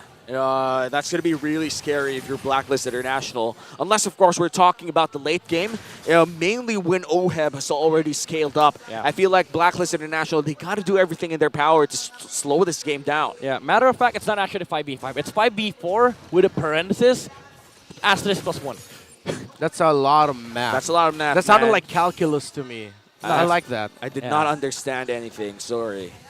I'm a literature major if you're asking. Really didn't study a lot of math. So hopefully, I'll do the math for you, don't worry. We're going to That's why you're see the analyst. a lot of numbers, not a lot of numbers rather here in our next Lord fight, mainly because this is going to be a Luminous Lord and everything is seen by that Astral Echo. 4 members or 3 to be exact. Bang! Oh my goodness! takes Edward down to 40% health. Dude, at this point, Falcons APBREN is just playing firing range. Yeah, look at Paquito. Flapped easy, forcing the bottom lane. Showing himself there. 4v4 here, but this can quickly become a 5v4. Ogwin sees out Sensui. We're waiting for the shortcut from the side of Falcons APBREN. Here comes the portal. Falcons International. Here comes the portal. They push back, forces Falcons APBREN to reset. To be fair, bad portal. Like it was in front of five people. Easily bursted down as well, which means Flaquito has to find his way manually, or maybe just jab his way back to the Lord area, in which case he is already doing. For Marco, hits you not the damage that he wants to deal, but Paquito just continuing to force it. And that's one inhibitor turret down. Oh, Blacklist International though. Still, they can't get their Arlot here quick enough. They're going to be going forward. Sensui finds Galtizi, but the Astral Echo stops the members of Blacklist International from committing because Oakwood is getting behind. Haji going in, trying to go after Super Marco, but Super Marco is able to flicker away, already using the Nether Realm by the Faramis. Galtizi, though, gets forced down. This could be massive for Blacklist International. Flaptizi trying to find the angle. Here comes the snipe coming in from that Beatrix. It's not going to be able to land. Flaptizi in a bad position there. Flaptizi brought low, but Oheb gets taken out by the man. Edward brought really low as well. Ogwen going forward, moving forward. Edward is down. What looked like a turnaround turns into a double kill for the chip. It's like a turnaround after a turnaround after a turnaround, but FCAP finds the better turnaround out of all those turnarounds. Oh, is this it?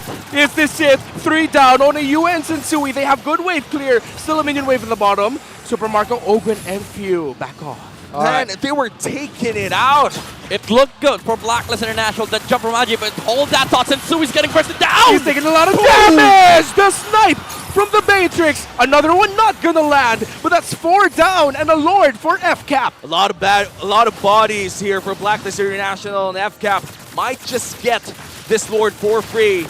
Yes, that is confirmed. The third Lord of the game goes to the hands of Falcons APBREN. The attempt was decent from Blacklist International. Haji tried forcing a lot of things from the side of Super Marco, but they were also forced to expend the Nether Realm just to save some heroes in the front lines. But Falcons APBREN, they had the chase, they had the damage. Even though Blacklist International has done a ton, it wasn't really enough because at that point, there was no longer the entropy. Yeah, man, look at this. Oheb already completing his items. Gotta say, Blacklist has the chance to defend this against APBREN. Oh! Echo and a snipe as well. You have brought down really low. And the siege of Falcons APBREN has started as the Lord marches down. The Oheb gets bursted down. No more gold lane earned damage for Blacklist International. Things are not looking great. The wave clear is gone for Blacklist International as the Lord marches in and down mid lane. Sensui tries to cut it early. He finds Marco. They're going after the gold laner of Falcons APBREN to stop this. Sensui, Nether Realm, he eats it up so he can survive. Oh! The damage! Super Marco free hitting. Edward going in. Is he going to be able to take out Super Marco? No, it's not. That's 3. That's 4. US back, trying to defend, but with 5 members of Falcons APBREN, plus the Lord, plus the minions, the Falcons will soar into the next round, into the upper bracket finals by sweeping Blacklist International. A dominating performance for Falcons APBREN as their fans celebrate. That's a callback to M5, but it is also one step away from MSC for Falcons APBREN. The macro, this team is built different. The future is bright for Falcons APBREN, but the story is not yet finished for Blacklist International. After their grueling run in the play-ins yesterday, they bought themselves a ticket to survive one defeat. But after this defeat in front of the world champions, they cannot afford one more. Falcons APBREN, they have soared to a new height that I am not sure if anyone else in MPL Philippines has reached that. We'll find out tomorrow. Yeah. Actually, no, not tomorrow even. Yeah, we'll find out 2 days after. They bought themselves one day. Yeah. And these teams, they don't need the extra games to boot up. The moment that they're locked in. They know for a fact that they could play this certain level of MLBB. In which case, if I'm an international viewer, if I'm from another region, I think about Falcons APBREN, I think about the final boss of MLBB. All right, actually, never mind. They do play it tomorrow. Yeah, tomorrow. Second series. I was like, wait, we have 6 days? Now we have 5. Right, All right. That's right. F5, man. Blacklist International, a valiant effort, but there's no shame in losing to a team that's just clearly top of the cream of the crop of the world. That is just a very, very dominating series coming in from Falcons APBREN. And now we're going to send you over to our host, Mara Aquino, Hans Galleria. It's your time to shine. Congratulations to Falcons APBREN! Their first win as the Falcons. Congratulations. Ogwen, I'd like to give the mic to you, Ogwen. Napansin namin na maganda na yung jersey nyo dati, mas gumanda pa ngayon. Okay, talk to us about the partnership with Falcons and paano sila nakatulong in terms of your preparations para sa dumarating na playoffs or your debut today. Patingin ko si Coach Daki po magsasagot dyan. Coach Daki, ikaw daw eh. How did the partnership with the Falcons help in the preparation para dito sa playoffs natin? Gumanda yung kulay nung namin. Ang ganda na nung kulay. I see it. There's a shade of green. And yung kulay parang green light din para sa kanila to get the win. Oo nga, parang sobrang motivated nyo. Ang ganda ng performance nyo. Actually, this one is for Flap TZ. Flap, nung regular season, you said you wanted to face Blacklist International. You wanted them to survive the play-ins and go head-to-head with them in the playoffs. You got what you wish. Now, is this the result you were expecting? Did you, from the very beginning, have in mind that you wanted to sweep them? Gusto lang namin sila makatapat tas mabigyan ng magandang laban. Pero di ko in-expect na maisip namin sila. That was not expected at all. Opo. Great performance. I think kasi Falcons, yung name Falcons talagang na-boost. Na-boost sila doon. There's always something about that. And speaking of which, Few, this is going, or yung susunod nyong laban will be a chance for you to get to MSC 2024 as the first spot and also the grand finals. For APBREN or for Falcons APBREN, yun na lang yung titulo na hindi nyo pa naiuuwi. So, how will we or what will we expect from Falcons APBREN sa darating yung laro kontra sa Liquid Echo? Ayun, focus pa rin kami tulad ng ginawa namin preparation ngayon sa Blacklist. Kasi kita naman na na ang ganda ng performance ng Blacklist ng day 1 eh. So paghahandaan din namin talaga yung Team Liquid kasi nga na 3-0 rin nila yung RSG na malakas din na team. So ayun, focus pa rin kami sa sa goal na makapag-qualify muna ng MSC. And you've been so focused because you know what? You are the MVP for Game 3. Shoutout mo naman yung mga fans kasi I don't know if you guys have heard, they've been screaming, cheering every single game that you guys are winning. So what do you want to say to everybody who's supporting you? Salamat sa lahat ng fans na nanonood dito sa South Mall, yung mga nagpunta pa, lalo na yung mga galing pa ng North, sobrang layo. Tapos sa buong family ko na nanonood nandyan, salamat din sa pagsuporta sa akin palagi. May shoutout ka rin, di ba? Shoutout din sa family kong nanonood dito. Tsaka sa family ni Kyle TZ, tapos sa girlfriend ko. Mahal na mahal ko kayo. Congratulations! It's a great start to the playoffs. You may now take your bow and take your walk of victory. Falcons APBREN showing everybody that they're serious and in playoffs mode. And then they turned out to be unserious when they went back. But the form is still intact. And, you know, what they say, champions still having a heart of a champion, especially in this season.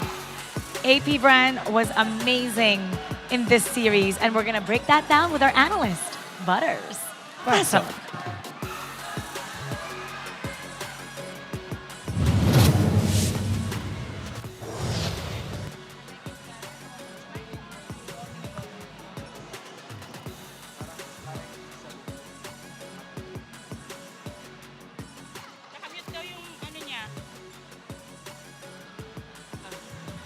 Hello. Ayan! Yun. What a way to end the series para dito sa Falcons APBREN versus Blacklist International. Although it was a 3-0, nakita natin yung effort that it took for Falcons APBREN, kung paano nila inaral yung mga strategies na ginagamit dito ng side ng Blacklist International. Definitely, to end etong streak na ginawa bigla-bigla ng Blacklist International kahapon.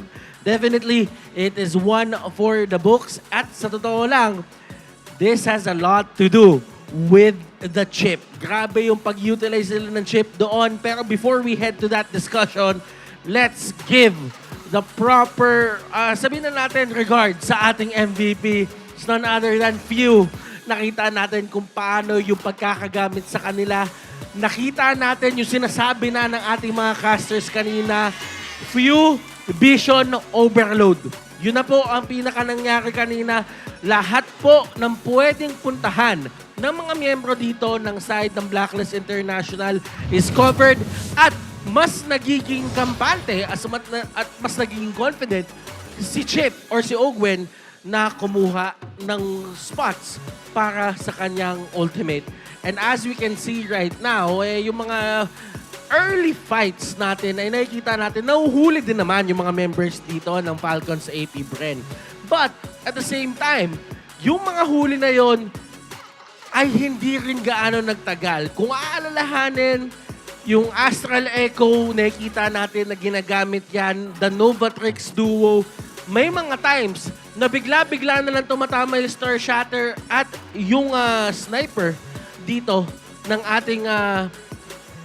ating Beatrix. Tapos bigla-bigla na lang natin nakikita, nawawala na yung mga miyembro dito ng side ng Blacklist International. And definitely, for the draft, ay kailangan din natin bigyan ng pansin to. Kasi kung titignan, meron kang Baksha, meron kang Minotaur, meron kang Faramis, at meron kang Arlot. But then again, you really have to look at it this way. Sino ang main damage dealer para sa side ng Blacklist International? Siyempre, si Oheb yung magiging main damage dealer nila. Kaya naman hindi na nagdalawang isip ang mga miyembro dito ng side ng Falcons APBREN na kumuha ng Pakito. Kasi it only takes a Pakito para mag-take down ng isang Nathan. Sa sobrang mobile ng isang Pakito, kahit yung entropy, kahit meron pa siyang flicker, madaling abutin ang isang Nathan. And looking at the things na pwede natin makita dito, Quantum Charge, meron pa siyang agility dito, talagang movement speed, kung movement speed, Festival of Blood. And there were times na akala natin masasalba, bigla-bigla si Oheb. Pero dahil nga na sobrang bilis ng damage output, merong Sea Halberd, merong Malefic Roar, merong Hunter Strike. It only takes one full combo para talagang makita natin na tumutumba na lang bigla dito si Oheb. Oheb did a perfect job dito sa kanyang itemization. Meron na siyang Wind of Nature. Ito na yung kailangan niya para mag-survive.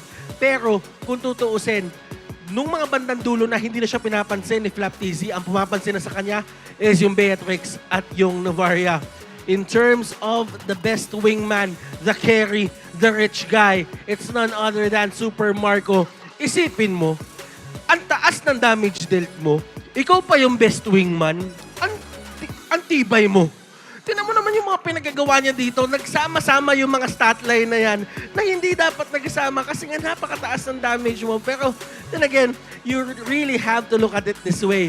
Meron din kayo siyang karelyebo dito, which is if you on that Novaria, at silang dalawa ay naghahati doon sa mga kill. In terms of damage taken, Ogwen, 80k. 80k ang total na nabawas dito kay Ogwen. Pero dahil nga naman sa mabilis na pag-alalay dito at mabilis na panggugulat ng mga members ng FCAP, ay talaga namang masasabi natin na nasasalba siya. Kahit sabihin natin na parami si Yue dito, ay yung mga extended team fights ay pumapabor pa rin sa kanila. Guys, this is a masterclass para side ng FCAP. And definitely, kailangan ng magbantay ng Team Liquid Echo bukas or sa next na laban nila na mangyayari. And sa totoo lang, it definitely has to be, alam mo yon, you really have to look at the strategies na ginamit nila ngayon. And I feel like hindi pa to yung lalim ng pwedeng ilabas ng Falcons APBREN para dito sa laban na ito or sa playoffs na ito. Guys, pinapaalala lang din namin sa inyo na maging parte ng kasaysayan at makiisa sa selebrasyon ng Filipino values, talent at sportsmanship. Tunghayan ang MPL PH Alamat Award sa May 25 at 4 p.m. kung saan papangalan ang mga icon na bumubuo sa MLBB PH esports scene. Grabe, ang dami talaga natin nakita. Nakita naman natin yung mga graphics natin kanina, yung mga alamat, anatomy ng mga alamat. Kaya naman, ang dami ng mga taong nagtaguyod talaga ng MLBB dito. And we're not stopping there. Tuloy-tuloy pa rin tayo dito. Guys, kailangan natin ipasa to sa ating mga hosts, si Mara at si Hans Galleria. Guys, kayo na muna.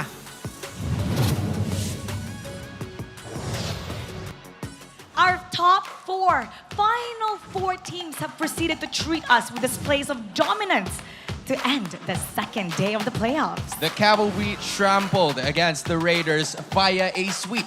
It is also the same fate that the Bees applied to the Codebreakers. Now tomorrow, we'll finally get to determine who will represent the Philippines in the upcoming MSC 2024. Will it be Falcons APBREN or will it be Liquid Echo? Mara, yan ang ating aalamin. Kaya sama-sama tayo ulit bukas dito lang sa Champions Arena. Muli, ako po si Mara Aquino. My name is Hans Galleria. Nagpapaalalang, magkakaiba man ang ating pinagdadaanan, sama-sama pa rin tayo sa laban.